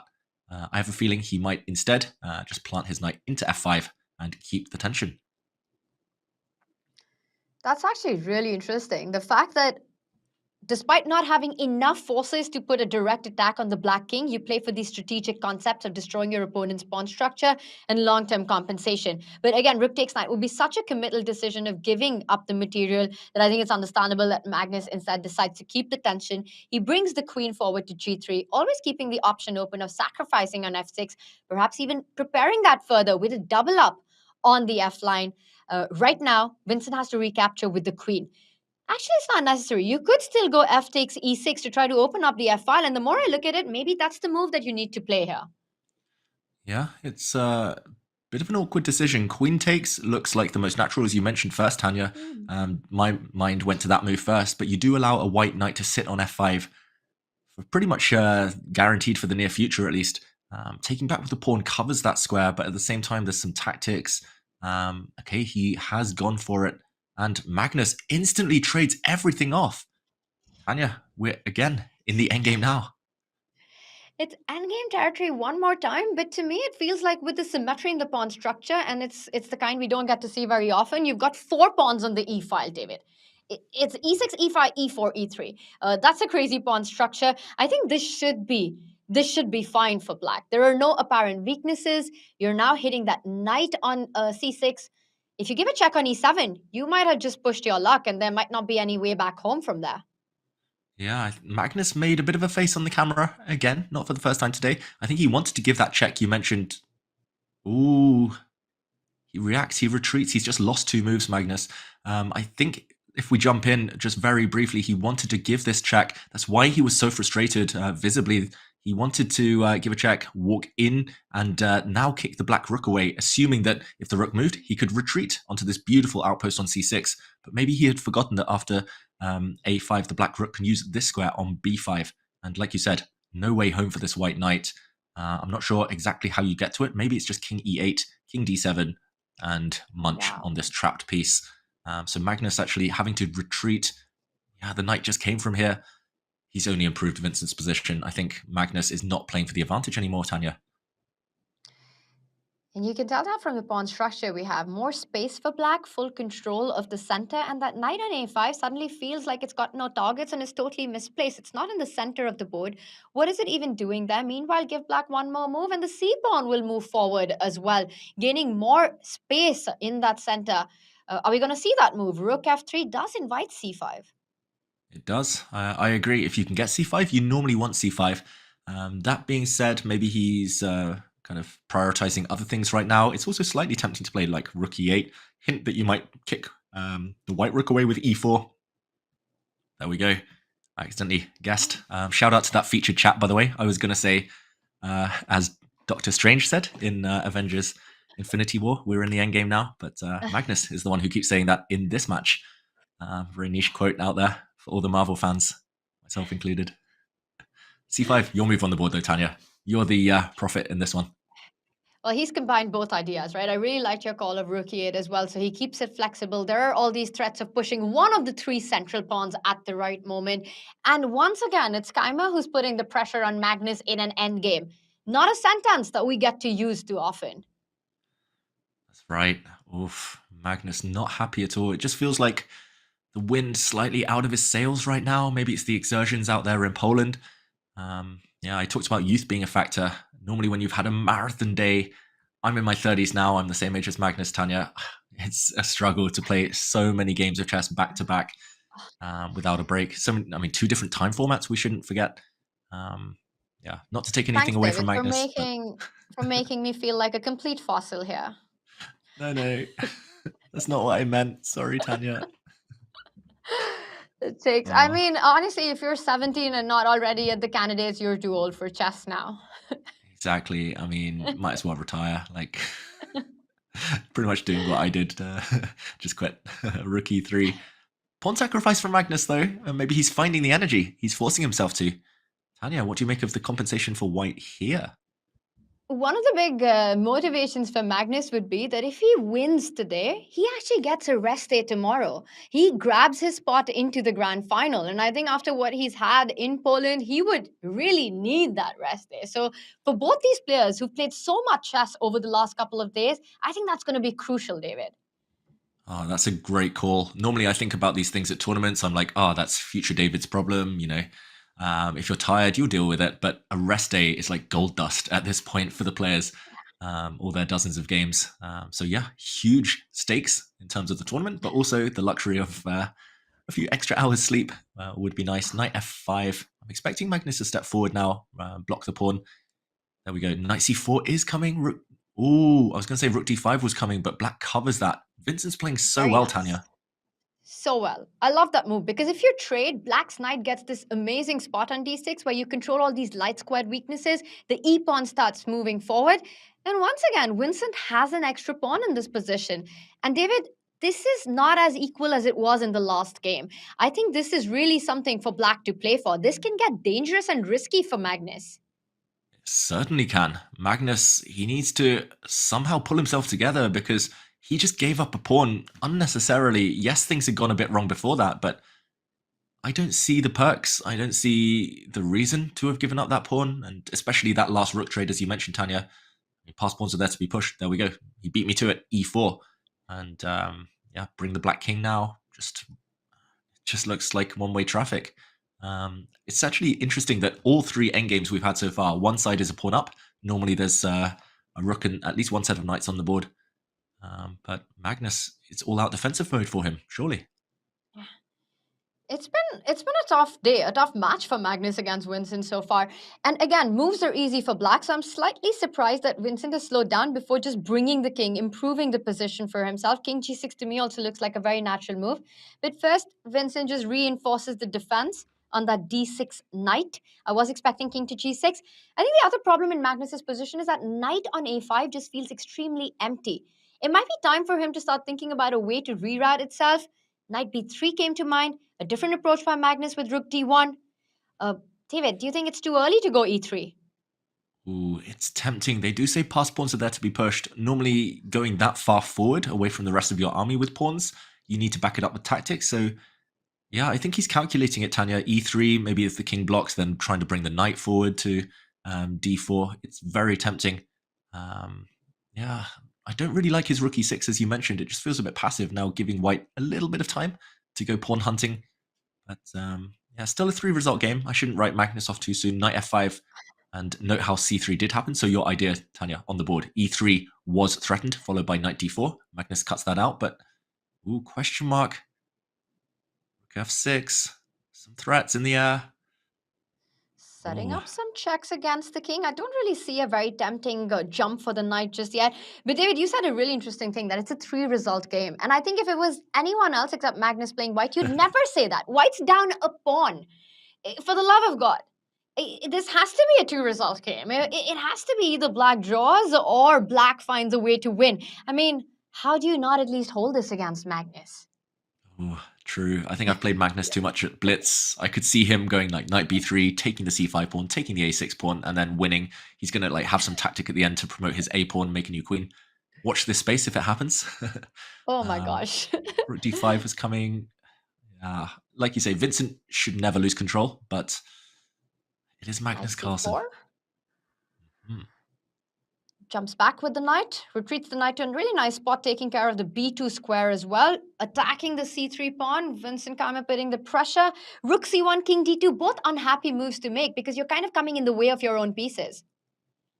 Yeah, you're coming in the way for now, but king c2 will evict the black rook, kick it out of white's camp, out of white's half of the board. The white knight is now the MVP, holding those squares you mentioned, Tanya, stopping the black knight from ever jumping in.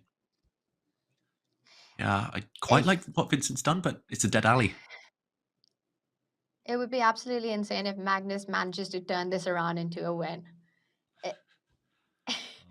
I don't think I'd be able to. I mean, if that happens, is there any reality where you beat the guy? Well, right now, Vincent goes back, so he's threatening a rook trade, and that would be great for black. A check on d7, which has been sidestepped, so Magnus does invite a repetition. Says, well, rook b3, I don't think he'll go rook d1, but at least it sidesteps any trade, and e4 is attacked. e4 was attacked and was duly defended. Yeah, black rook's gone on a bit of a journey around here. He really needs to add the black king to the mix. He's kind of neglected to do so. Always bring the king forward in the endgame. Now, can Magnus improve while the black king is out and offside? I'm not sure what Magnus is going to try here. If he's feeling ambitious, he might try and bring his own rook in, but then you have to recce with the black pawn stepping forward with a check. Tanya, it just feels like something's about to happen. One slip in any of these endgames that we've seen in the 3 so far could be decisive, but maybe this is the one. Maybe we'll see some drama finally.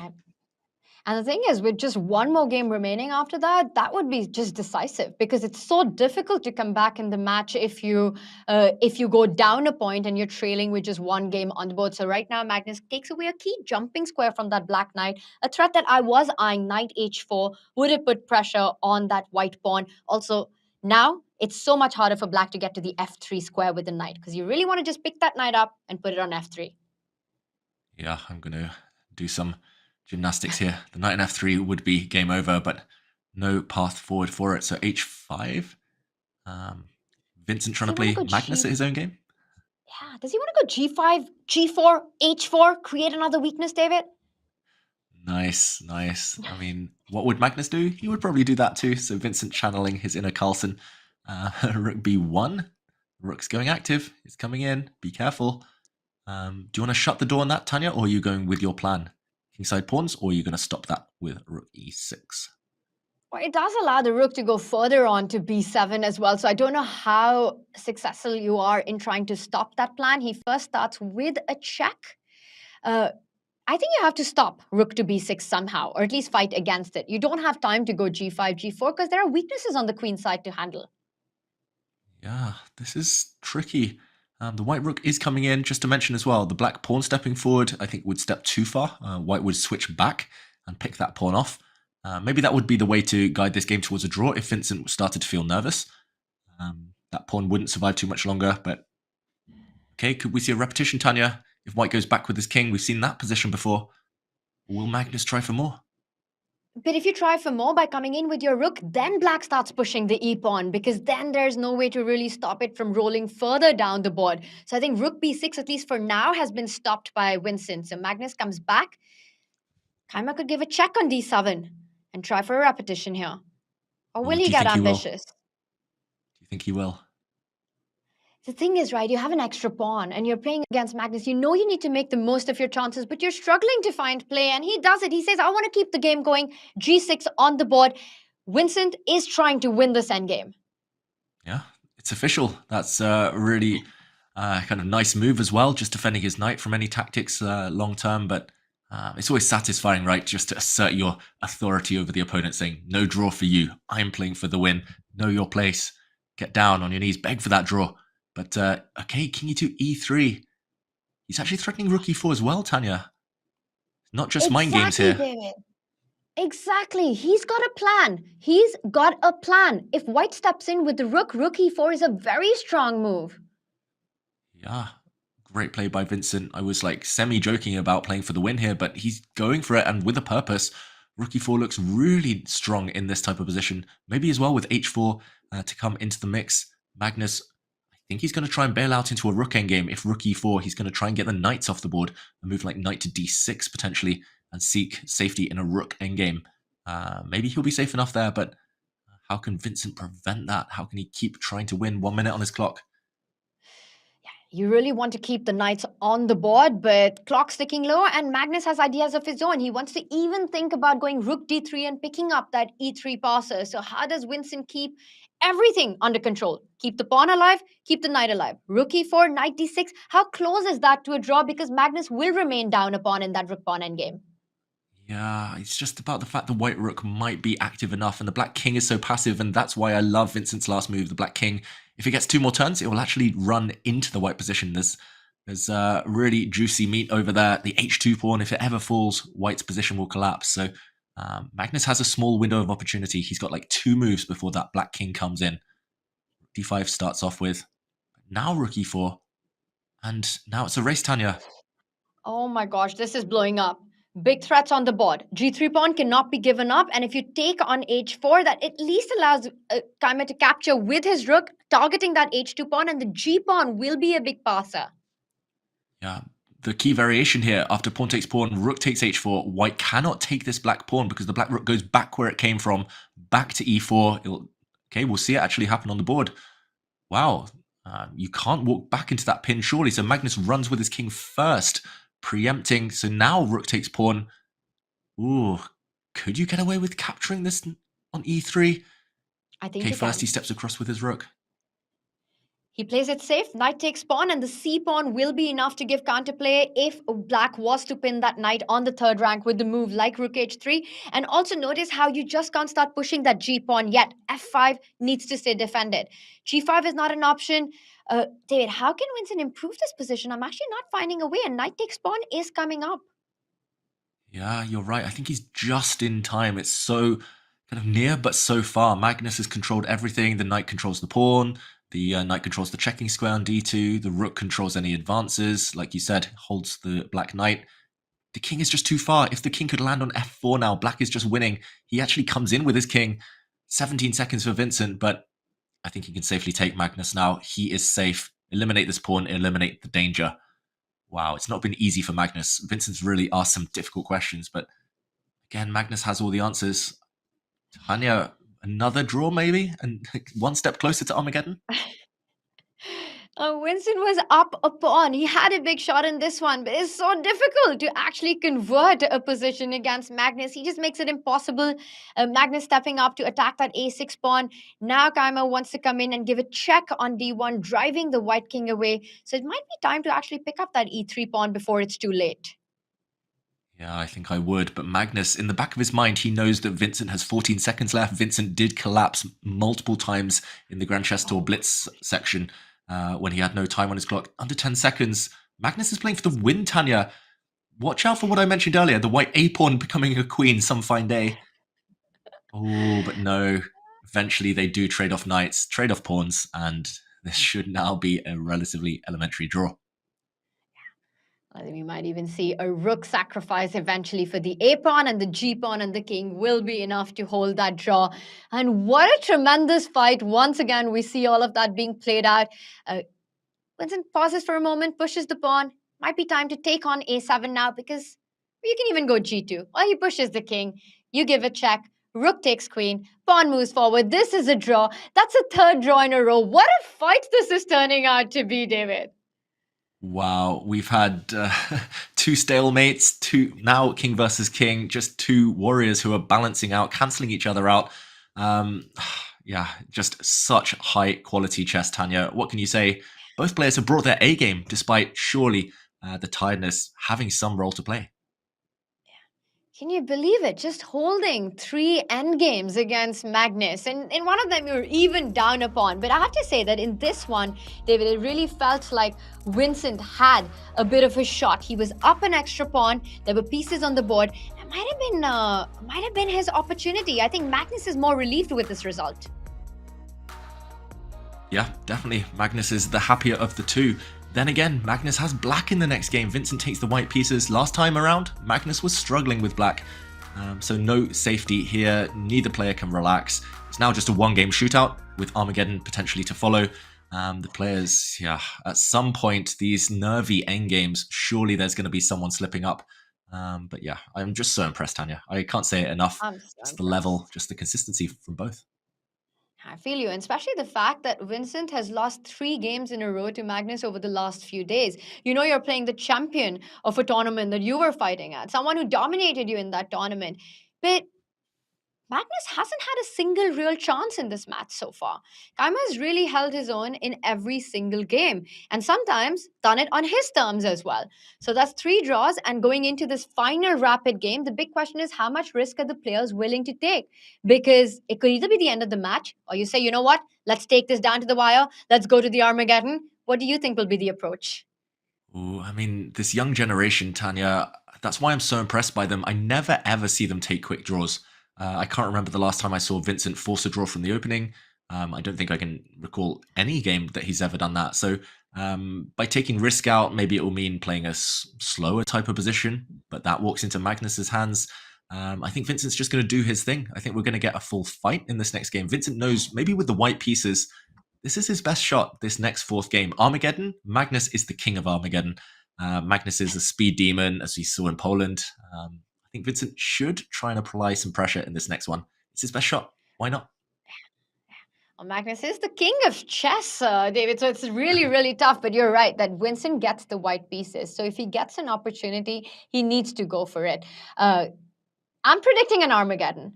I think this one really, the kind of class that we're seeing by both players, the fights that we're seeing, really not giving any advantage. It's like nobody's giving an inch in this match. With the chess that we're seeing, it might be the clock that eventually decides who's the king today. Bold call, Tanya, and I'm going to put you on the spot one time more. If it does get to Armageddon, who's the favorite? Who's going to take it? Do you think anyone in their right mind ever bets against Magnus Carlsen in any format, in any time control? But David, I think it also comes down to what the bids would be, right? How low are you going to go for the black pieces? Because result odds are huge as well. And let's say this ends in 4 draws. And then you get the black pieces where a draw is enough. And you've got enough time as well. Then, you know, we're talking about random territory. And I think it could be anyone's match. Yeah, and we shouldn't forget that this is the longest streak that Magnus has had without winning a game in a while. 3 games where he's just been held to draws. I mean, not many people can hold Magnus to a draw in recent times in speed chess. So The longer that goes on, the more frustrated Magnus might get. We've already seen on the camera, Tanya, some reactions, some hints of tiredness, of frustration. I don't think Armageddon will be that one-sided necessarily. I still think Vincent should go for it now, just out of honor, just so the chess gods kind of favor him later. And the thing is, right, we've had 3 peaceful results, but it's not because of a lack of fight.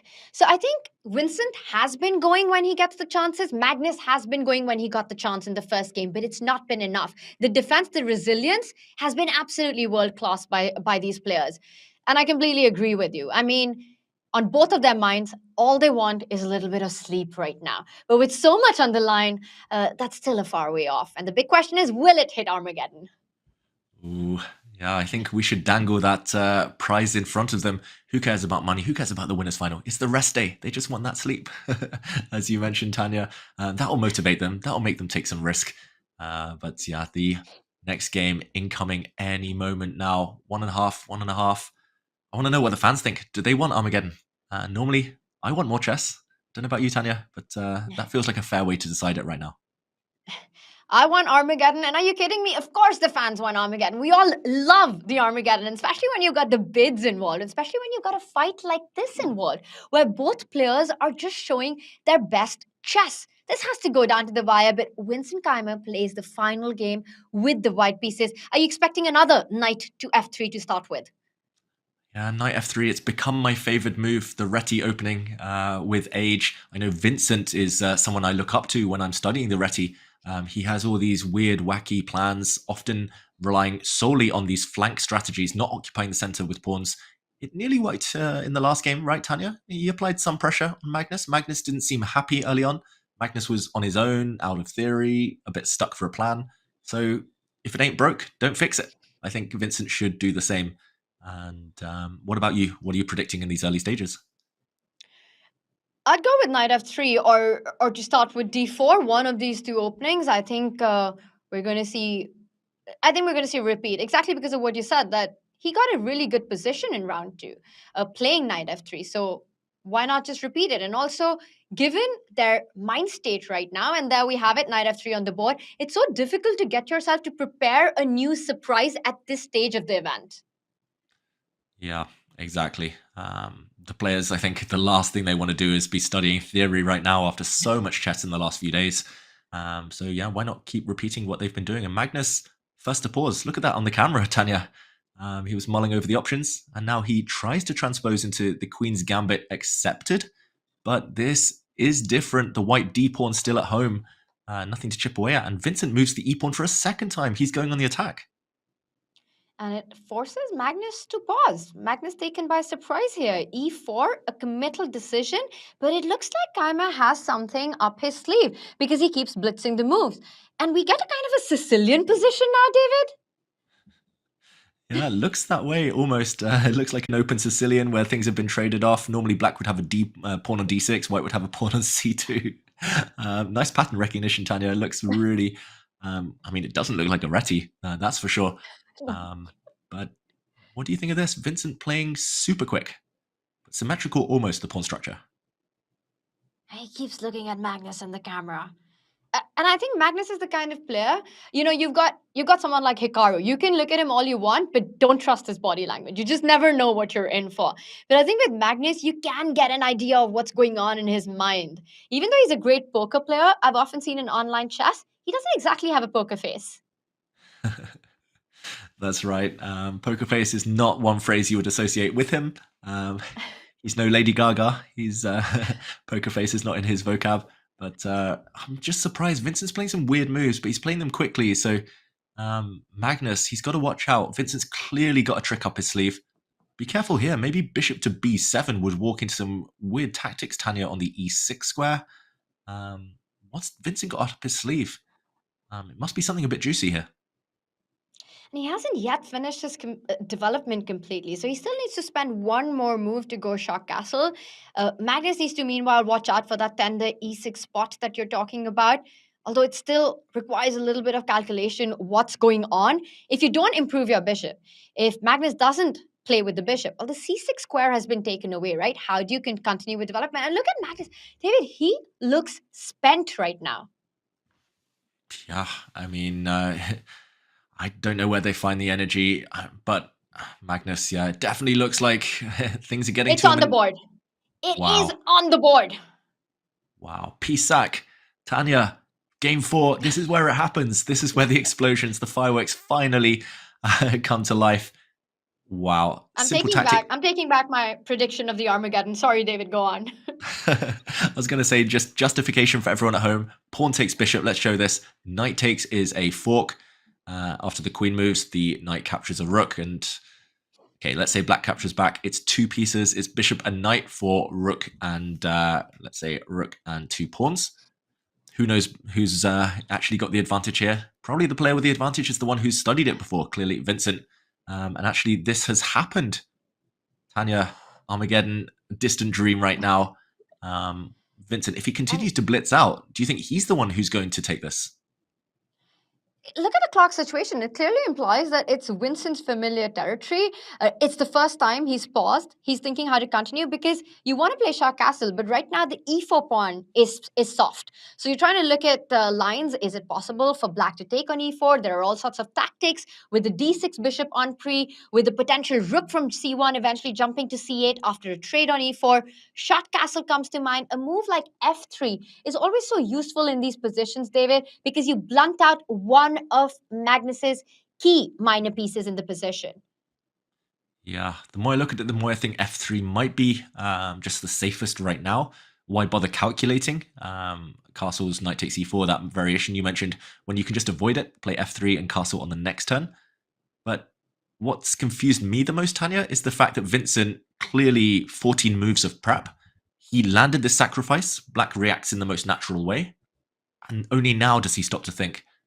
I mean, the modern generation, they study with computers, right? They click the space bar. It's like, what's the computer's top choice? What's the computer's top choice? But they don't look at the second option or third option sometimes. But sometimes you just got to stop and think, what's Black's most natural response? Magnus has played it. You got to look there as well. Is it superficial, Tanya, what he's been doing? That said, David, there's so much to prepare against a player like Magnus. And then, this is the final rapid game. So perhaps for Vincent, he does have this in his preparation up till this point, feels like this position's fine, and kind of that's where it stopped. And then you're kind of thinking, do you want to go castle? I have a feeling we're going to see castle and f3 both appear on the board. I don't know which move order Vincent will decide to go for. I don't believe the e4 pawn is actually hanging with that knight on b8, the rook on a8, still not developed. That's taking a big, big risk for black. And I think Vincent is just deciding. Does he start with f3? Does he go Shah Castle? The big question is, how does he actually evaluate this position? How do you evaluate this material imbalance, David? I mean, if I were writing a chess book back in the 1990s, I would just do that squiggly sign, the infinity sign saying unclear, and leave it at that, because that's how they used to evaluate every single complicated position. I think I would take black if I hadn't studied this before with either side, just because I find it easier to play with pieces rather than rooks and pawns. Especially, you can imagine the black knight coming out into the center, dancing around. Vincent eventually decides and plays f3. But then again, there we see Magnus plays the most natural move in the position, knight bd7, and the bar rises. That's how difficult this type of position will be. Surely Vincent will castle now. Tanya, who would you pick at first sight even? At first sight, with the speed with which Keymer was playing, it felt like he knew exactly what he's doing. And the more I look at it, right, in this kind of a material imbalance where it's rook versus 2 minor pieces, you want to see activity. For white, you have enough open files for the major pieces to play. And look at that. Vincent doesn't even go for Shah Castle. And that's a bit of a surprise because it does invite the most natural move. And for a change, it is the best move in the position. Yeah, weird stuff. I'm not sure what he was scared of there, Vincent, if he just castled, but Magnus not giving the check. The blue arrow appeared, as you said, Tanya. I mean, white just opened up his king on the diagonal. Why not throw in a check? Yes, knight e5 is a nice, pretty square anyway, but that was a one-off opportunity. Feels like it is the type of position. I think we can forgive the players. It's the type of position. Mistakes are inevitable. We're going to see this a lot, but yeah, strange decisions either way, nonetheless. Strange. I want to answer your question. I actually think I prefer white here because, David, of the open files, the point that I was trying to make, and also I just realized this knight on e2 can eventually head to that f5 square, d5 as well. But once this knight lands on f5, that's going to be a bit of a monstrous knight to deal with. Yeah, and if black has to play a move like g6 to cover that square, then all the dark squared weaknesses might start coming to the fore. So I agree with you. It's definitely scary for both sides, but I would say Magnus short-term scary. Vincent maybe a bit scarier if Magnus can coordinate everything long-term. First rook d8. Watch out, some tactics on the open file. What do you think? A dodge somewhere with the white queen?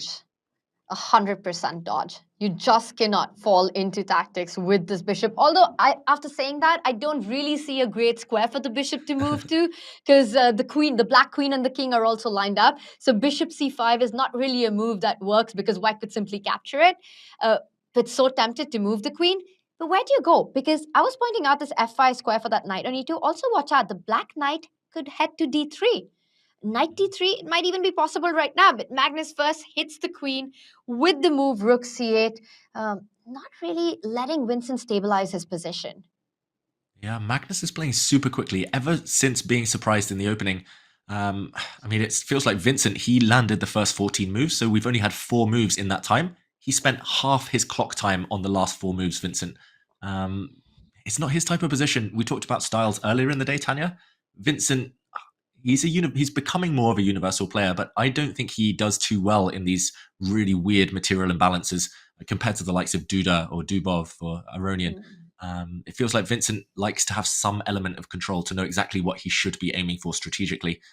Here, it's just really irrational, the type of position. So he's burning time on the clock. Magnus is far more universal in that regard. He can do anything, Magnus. 3 minute, the difference now. I don't think black actually wants to trade one set of rooks. You want to have every ice cream flavor. The rook is really important to help coordinate all of black's pieces. But he has forced the white queen to a weird square on b1. Tanya, surely the need for speed now for Vincent. It is, which is surprising, right? Because he was the one who was up on the clock, and point well made there, that Vincent's a kind of player who's always looking for cemento in the position. He's always looking for ways that things don't get chaotic. It's just his intuitive, instinctive style. To be one of the best players, and he's in the world top 20, you have to generally overall be ready to play all kinds of positions, but all players have an instinctive style. They have an intuitive style. When they've got less time on the clock, the decisions they make come down to that exact approach and style. So for Vincent, this is really not his type of imbalance, as you mentioned. But for Magnus, I think with ideas like the knight jumping to c4, I don't really see another way, David, to avoid the rook trade that you first mentioned you want to take control of. Knight c4 to me feels like the natural move. And where do you move the bishop? Because knight d2 is incoming as well. Yeah, really good point here. Magnus is thinking, let's quickly show this tactic on the board. Knight c4 was Magnus's big idea. And if the bishop moves, I'm not sure which square, then knight d2 looks really scary. This is what Magnus was relying on. But suddenly there's a check and loose pieces do drop off. So after white plays a move queen c1, attacking this bishop, attacking the knight, unfortunately there's no time to take the white rook because check, intermediate check, and at the very end, white is 2 pawns up. That's why Magnus is thinking right now, his original plan not working out as planned, but yeah, he's not committed to it, I guess, Tanya. Knight d2 still in the air for later, but not right now. Will he move the rook again? What do you think? You can move the rook and then start threatening that knight jumping on to d2, but white's got enough time then to even think about putting the other rook on the open d file. Magnus instead tries to trade off a key defender, a key attacker and a defender in Keymer's position, bishop c5. To me, David, this looks like a really nice move. You want to get rid of that active bishop, but of course our Silicon friend says none of that stuff, it's a mistake.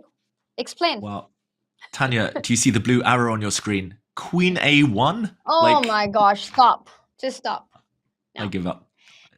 It's time to announce my official retirement from chess. Queen a1. Queen a1. What is that move? What is that move? I mean, that is the most ridiculous move I have ever seen the blue arrow suggest. And I've seen some ridiculous moves being suggested. Queen a1, not happening in a bazillion worlds, in a bazillion years. If it happens, call the arbiters.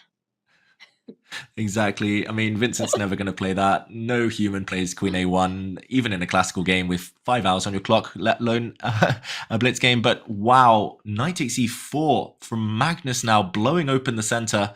This is his idea. The white pieces are actually in a bit of a traffic jam over on the other flank, and the white king has been left on its own on the side. So, wow, we could see a queen landing on A1 anyway, Tanya. Knight sacrifice from Magnus. What on earth? He's going to force white to play Queen A1. This is committal. David, Armageddon is off the cards 100% now. Guaranteed, I think so, unless the players find a really convoluted way to equalize this. If the piece is captured, look at this. The queen is pretty much trapped. She's forced into the corner. We were laughing about this move, and now black would have multiple ways to continue the attack, but bishop takes G2, for example, blowing open the white king. The knight attacked. This is so unattractive for white, even if he can survive. Understandably avoided by Vincent Keymer. After knight takes E4, clearly a shock. He's reacted very quickly, actually, by playing B3. And wow, Magnus's horses are both under fire. Tanya, this is, yeah, I mean, this is new level chess. What to play even. Knight A3 comes to mind. Knight E3 maybe comes to mind. What a position. What a mess, first of all. It's total chaos on the board. You mentioned the black horse is under fire. The knight on E2 as well is a hanging piece and can be x-rayed by that black queen on E7 with a knight move. A retreating move by the knight on E4 is not completely off the cards either. David, I just think this knight takes pawn by Magnus took Keymer completely by surprise, by shock, and that can really rattle you off when you have to face this kind of a move. And look at that. Magnus, he's kind of reacts in a way that he's not being able to exactly find the way. Like he's struggling to calculate currently. Yeah, and I did see a featured chat quite a while ago, a few minutes back, saying, this is how you beat Magnus. You take him into a deep dark forest and it just becomes random and it's a bit of a gamble. It's high, very high risk, but the only way you get any reward. So I totally understand what Vincent's doing right now. He went for this whole opening line, for example. So kudos to him. But yeah, Magnus, looking frustrated. I love your idea of a knight retreat. Maybe F6 is the safer square, just to stop the white queen ever poaching on H7. So you just retreat and you try to take this white knight on E2. That looks like the most kind of controlled approach. I'm trying to do some calculation about some knight jumps into D2. I'm sure Magnus is doing the same, but I mean, I think that white can actually take a knight on D2 and jump in with the white queen to F5 check. And that looks really terminal. The black king suddenly comes under heavy fire. So Magnus, he's got to get his head around all of this. 3 minutes each, Tanya. It's become so random. It's a 50-50. Magnus looks and you can see so it. annoyed. You can see how difficult this position is to calculate for a human. David, this is the kind of position you want in a training exercise, given 1 hour and sit and calculate the whole line. Everything is hanging. I even forgot about the H7 pawn. That wasn't even on my radar that you pointed out. So it's the kind of moment that things can go wrong in one move, and Magnus goes knight E3, and apparently it's a great move to start with. Hits that rook on D1. The house is on fire right now. Both sides, both of their houses are on fire, Tanya. It's the Tower of Terror, these 3 knights just stacked up. It's really reminiscent of the first game where the knights were dancing, jumping around, forks galore, forks all over the place. I did actually check while Magnus was thinking. Top move, knight E3. The top players, they always find the best moves with their back against the wall, even with the clock ticking. Vincent now has to do the same.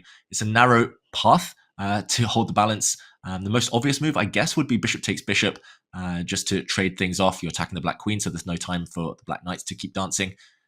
Other moves might include just moving the white rook, but it's so crazy right now. Watch out for the black queen to start coming as well to join the attack in the near future. Who would you rather take, Tanya, in this messy position? Black any day, right? Any day of the week, any day of the year, because it just looks like you're the one coming in with all those threats. Those knights look absolutely menacing. You said the queen joining into the party, attacking that G2 point. Meanwhile, black's king on F8 visually looks really weird, but is pretty safe for the time being. The good thing, the good news for Vincent here is that he's got time to burn right now. He can take his time, he can slow down, but it's such a difficult position to actually navigate through, and he makes a mistake.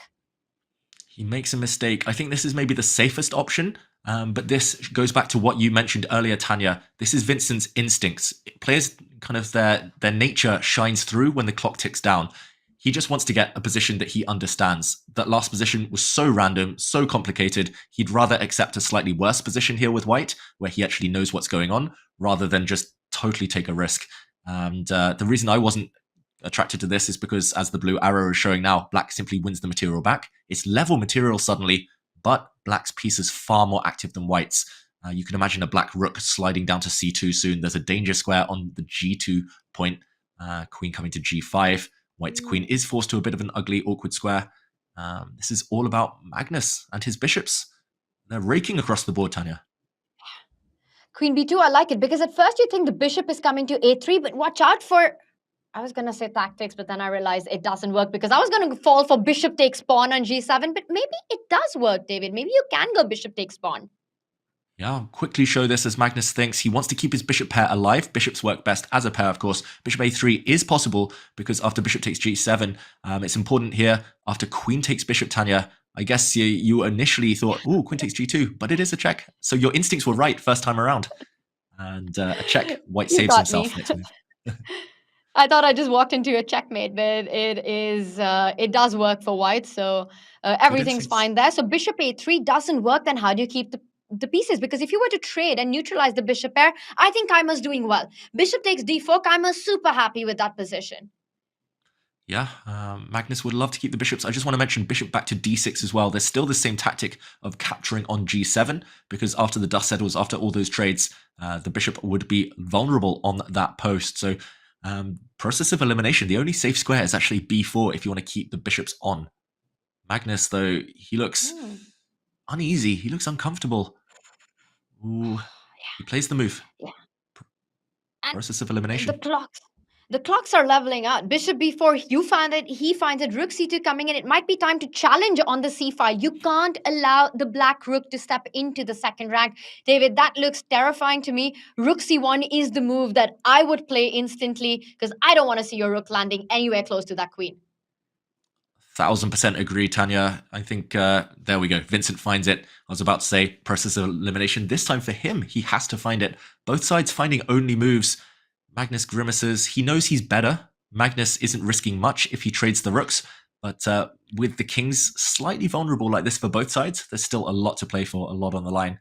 And Tanya, most impressively, over 90% accuracy for both players so far, despite how crazy this game has been.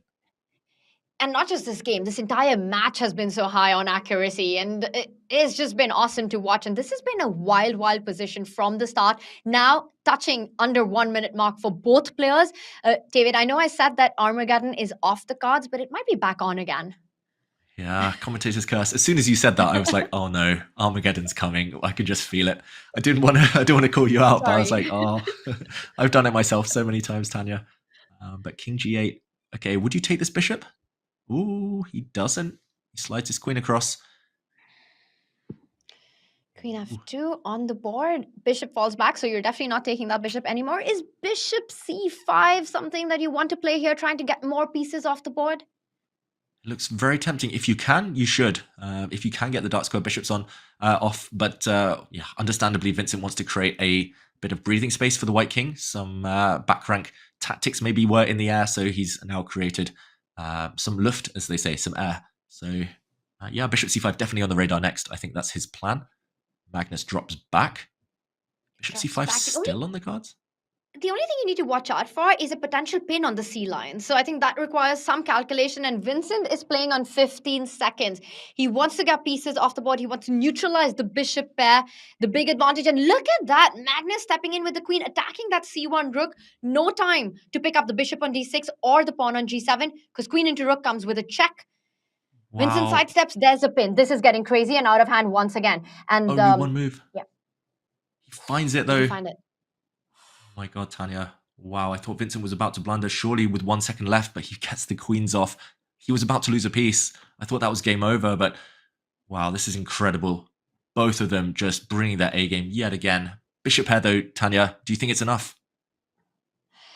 With pawns on both sides of the board, it definitely gives Magnus some chances. And look at the way Vincent is trying to trade off as many of those pawns as possible. And he finds another tactics, and Magnus reacts because he missed bishop takes pawn. You take that bishop back. Knight f5 comes in. The d6 bishop falls. And I think Keymer has escaped one more time, David. Oh, Magnus, yeah, just it's always these one-move tactics. It's always the knights jumping around. Again, it's still only Black who can win. Black has created a passed a B pawn of his own, but the fact that there are so few pawns left means that Vincent should be able to get the draw now.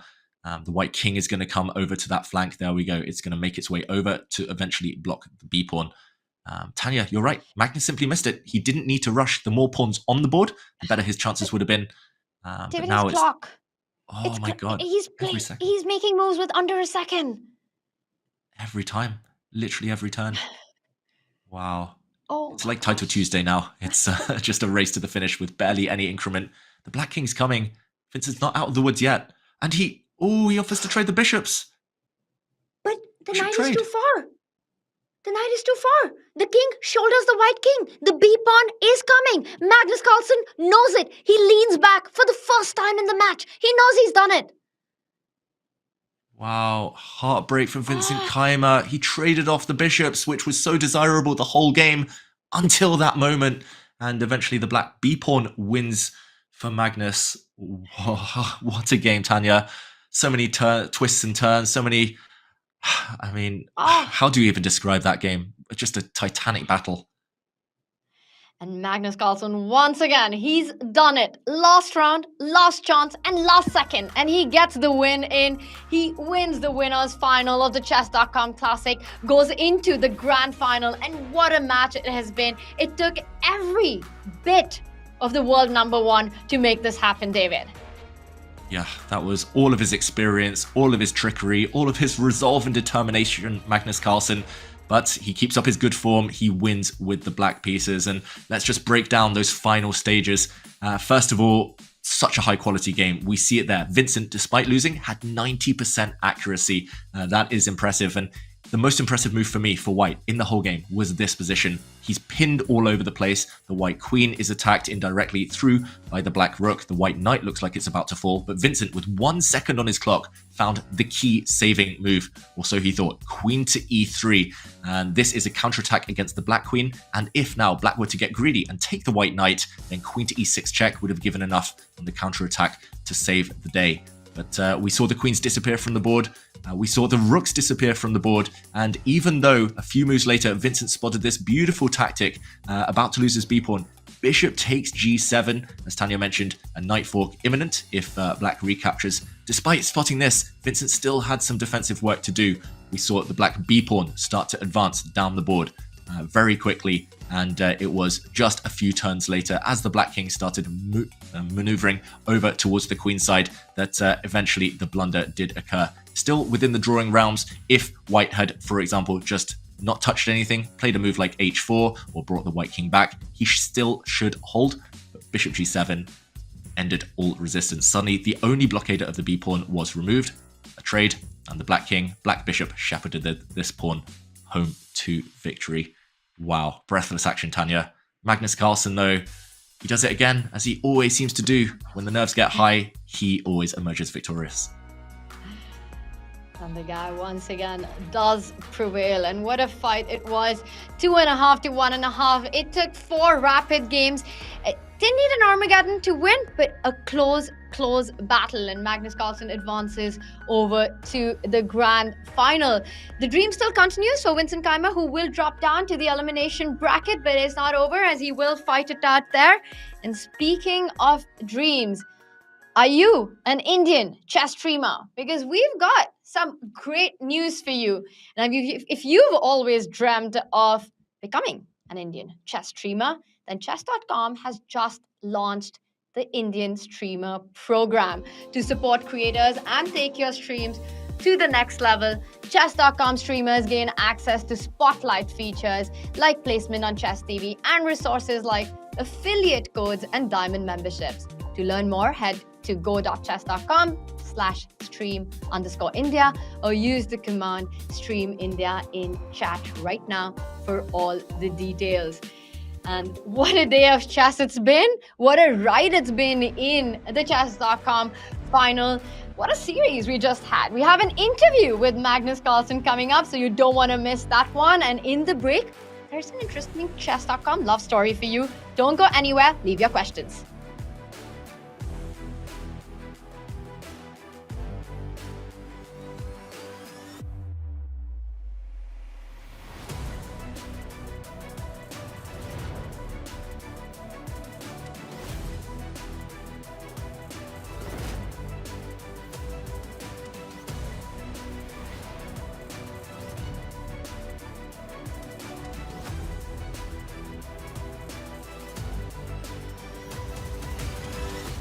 Looking for some cool merch or a gift for that person who loves chess?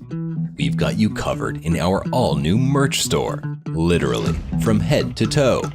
Whether it's a hot date or just hanging out, it's always chess time somewhere. Just ask Mittens. Okay, well, Mittens is just a stuffed toy, so maybe don't ask Mittens. But you can check it all out at chess.com/shop right now. In the chill of February 2022, Ralph Keller was procrastinating work in his hometown, Paderborn, Germany, and decided to play on Chess.com. Simultaneously in Como, Italy, Valeria Uman, while contemplating her life, also logged on the platform and clicked play. They were instantly paired up, and the course of their lives changed forever. Hi, Chess.com, I'm Valeria. And I'm Ralph. And we met on Chess.com after a game in February 2022. I blundered with the bishop. What shook me was that he blundered as well on purpose to be then even. Then we started talking German again because he was interested on why I was with the Italian flag talking German. I just had last week's the desire to get better in German since it's a long time I don't study it. We then started series of games in the following days, and we chatted after each game on the game chat. But then after some time, but definitely months, we exchanged the numbers. He came to Como. He said he had the possibility to take a holiday, and I said I can lead you around the city. I wasn't really sure about what I was doing. I'm not very used to meet people I met online on Chess.com, so doesn't happen every day. I was very nicely surprised because we spent many hours together. She brought me a pack of sweets to have on my travel bag, and that was something that really stuck in my mind. It was very nice sweets, but especially the gesture was very sweet. And when we first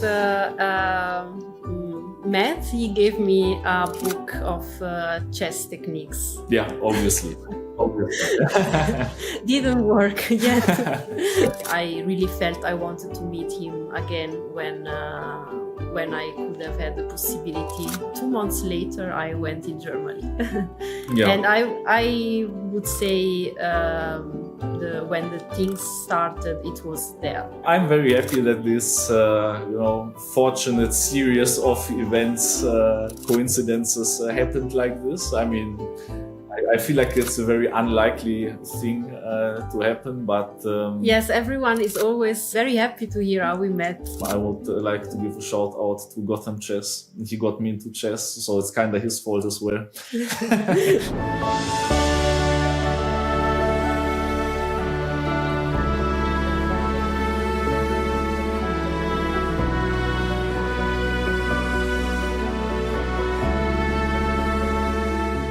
This May, explore the galaxy, meet new and interesting species, and bring them liberty, freedom, and our way of life, one chess game at a time.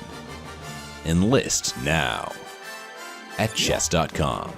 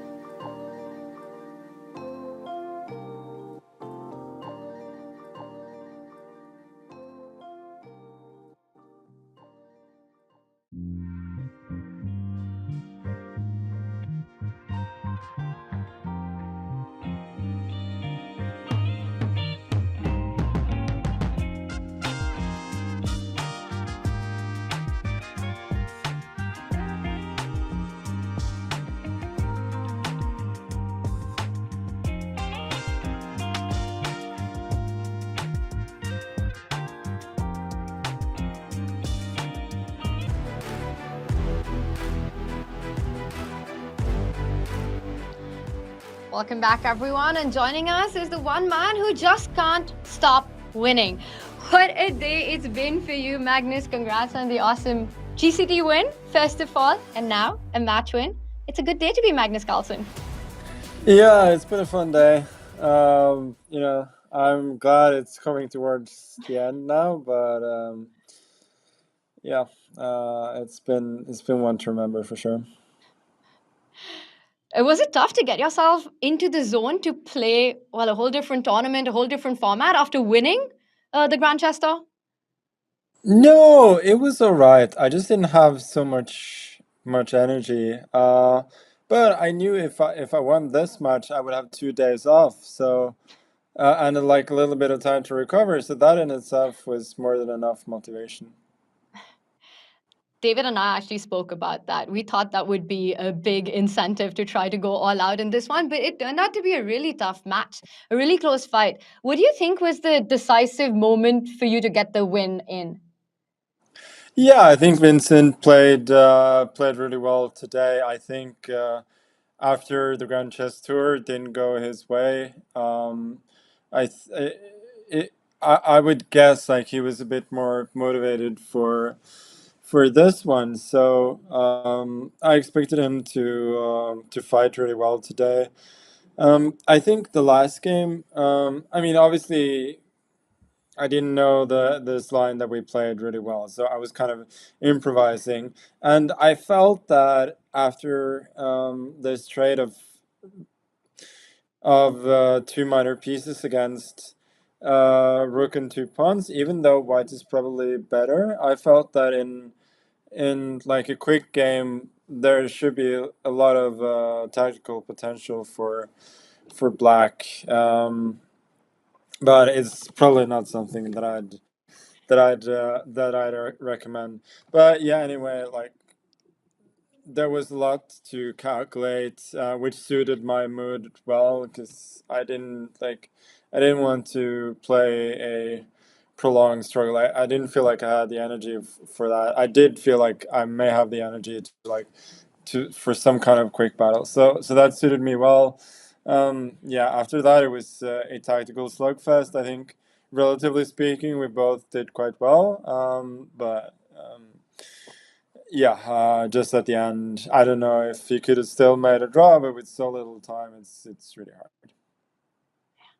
No, it was an awesome fight to commentate on and to watch. And Magnus, when you took this decision in the final game to sacrifice an e4 with your knight, it just felt like all caution's been thrown away, and this will be the decider. While we were kind of expecting that it might even go into an Armageddon, did you at this point feel that you wanted to end this match, and this was it? How were you evaluating your chances after knight takes e4?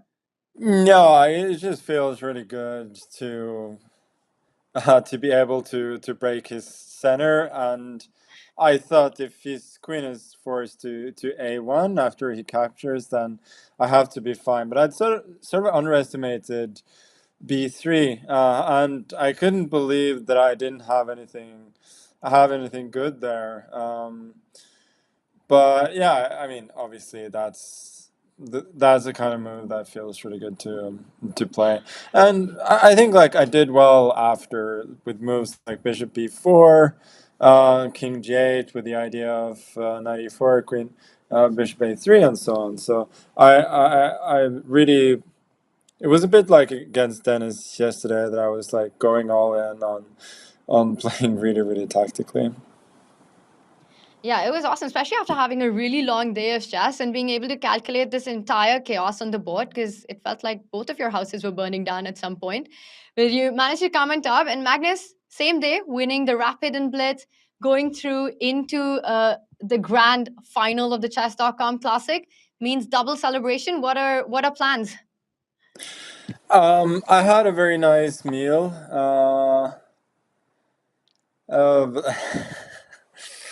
I had a very nice meal like in between the games, and I got some cheesecake to go. So now that cheesecake is going to be devoured. That's the plan. Sounds very sweet. So no takeaways today. A good dinner. No.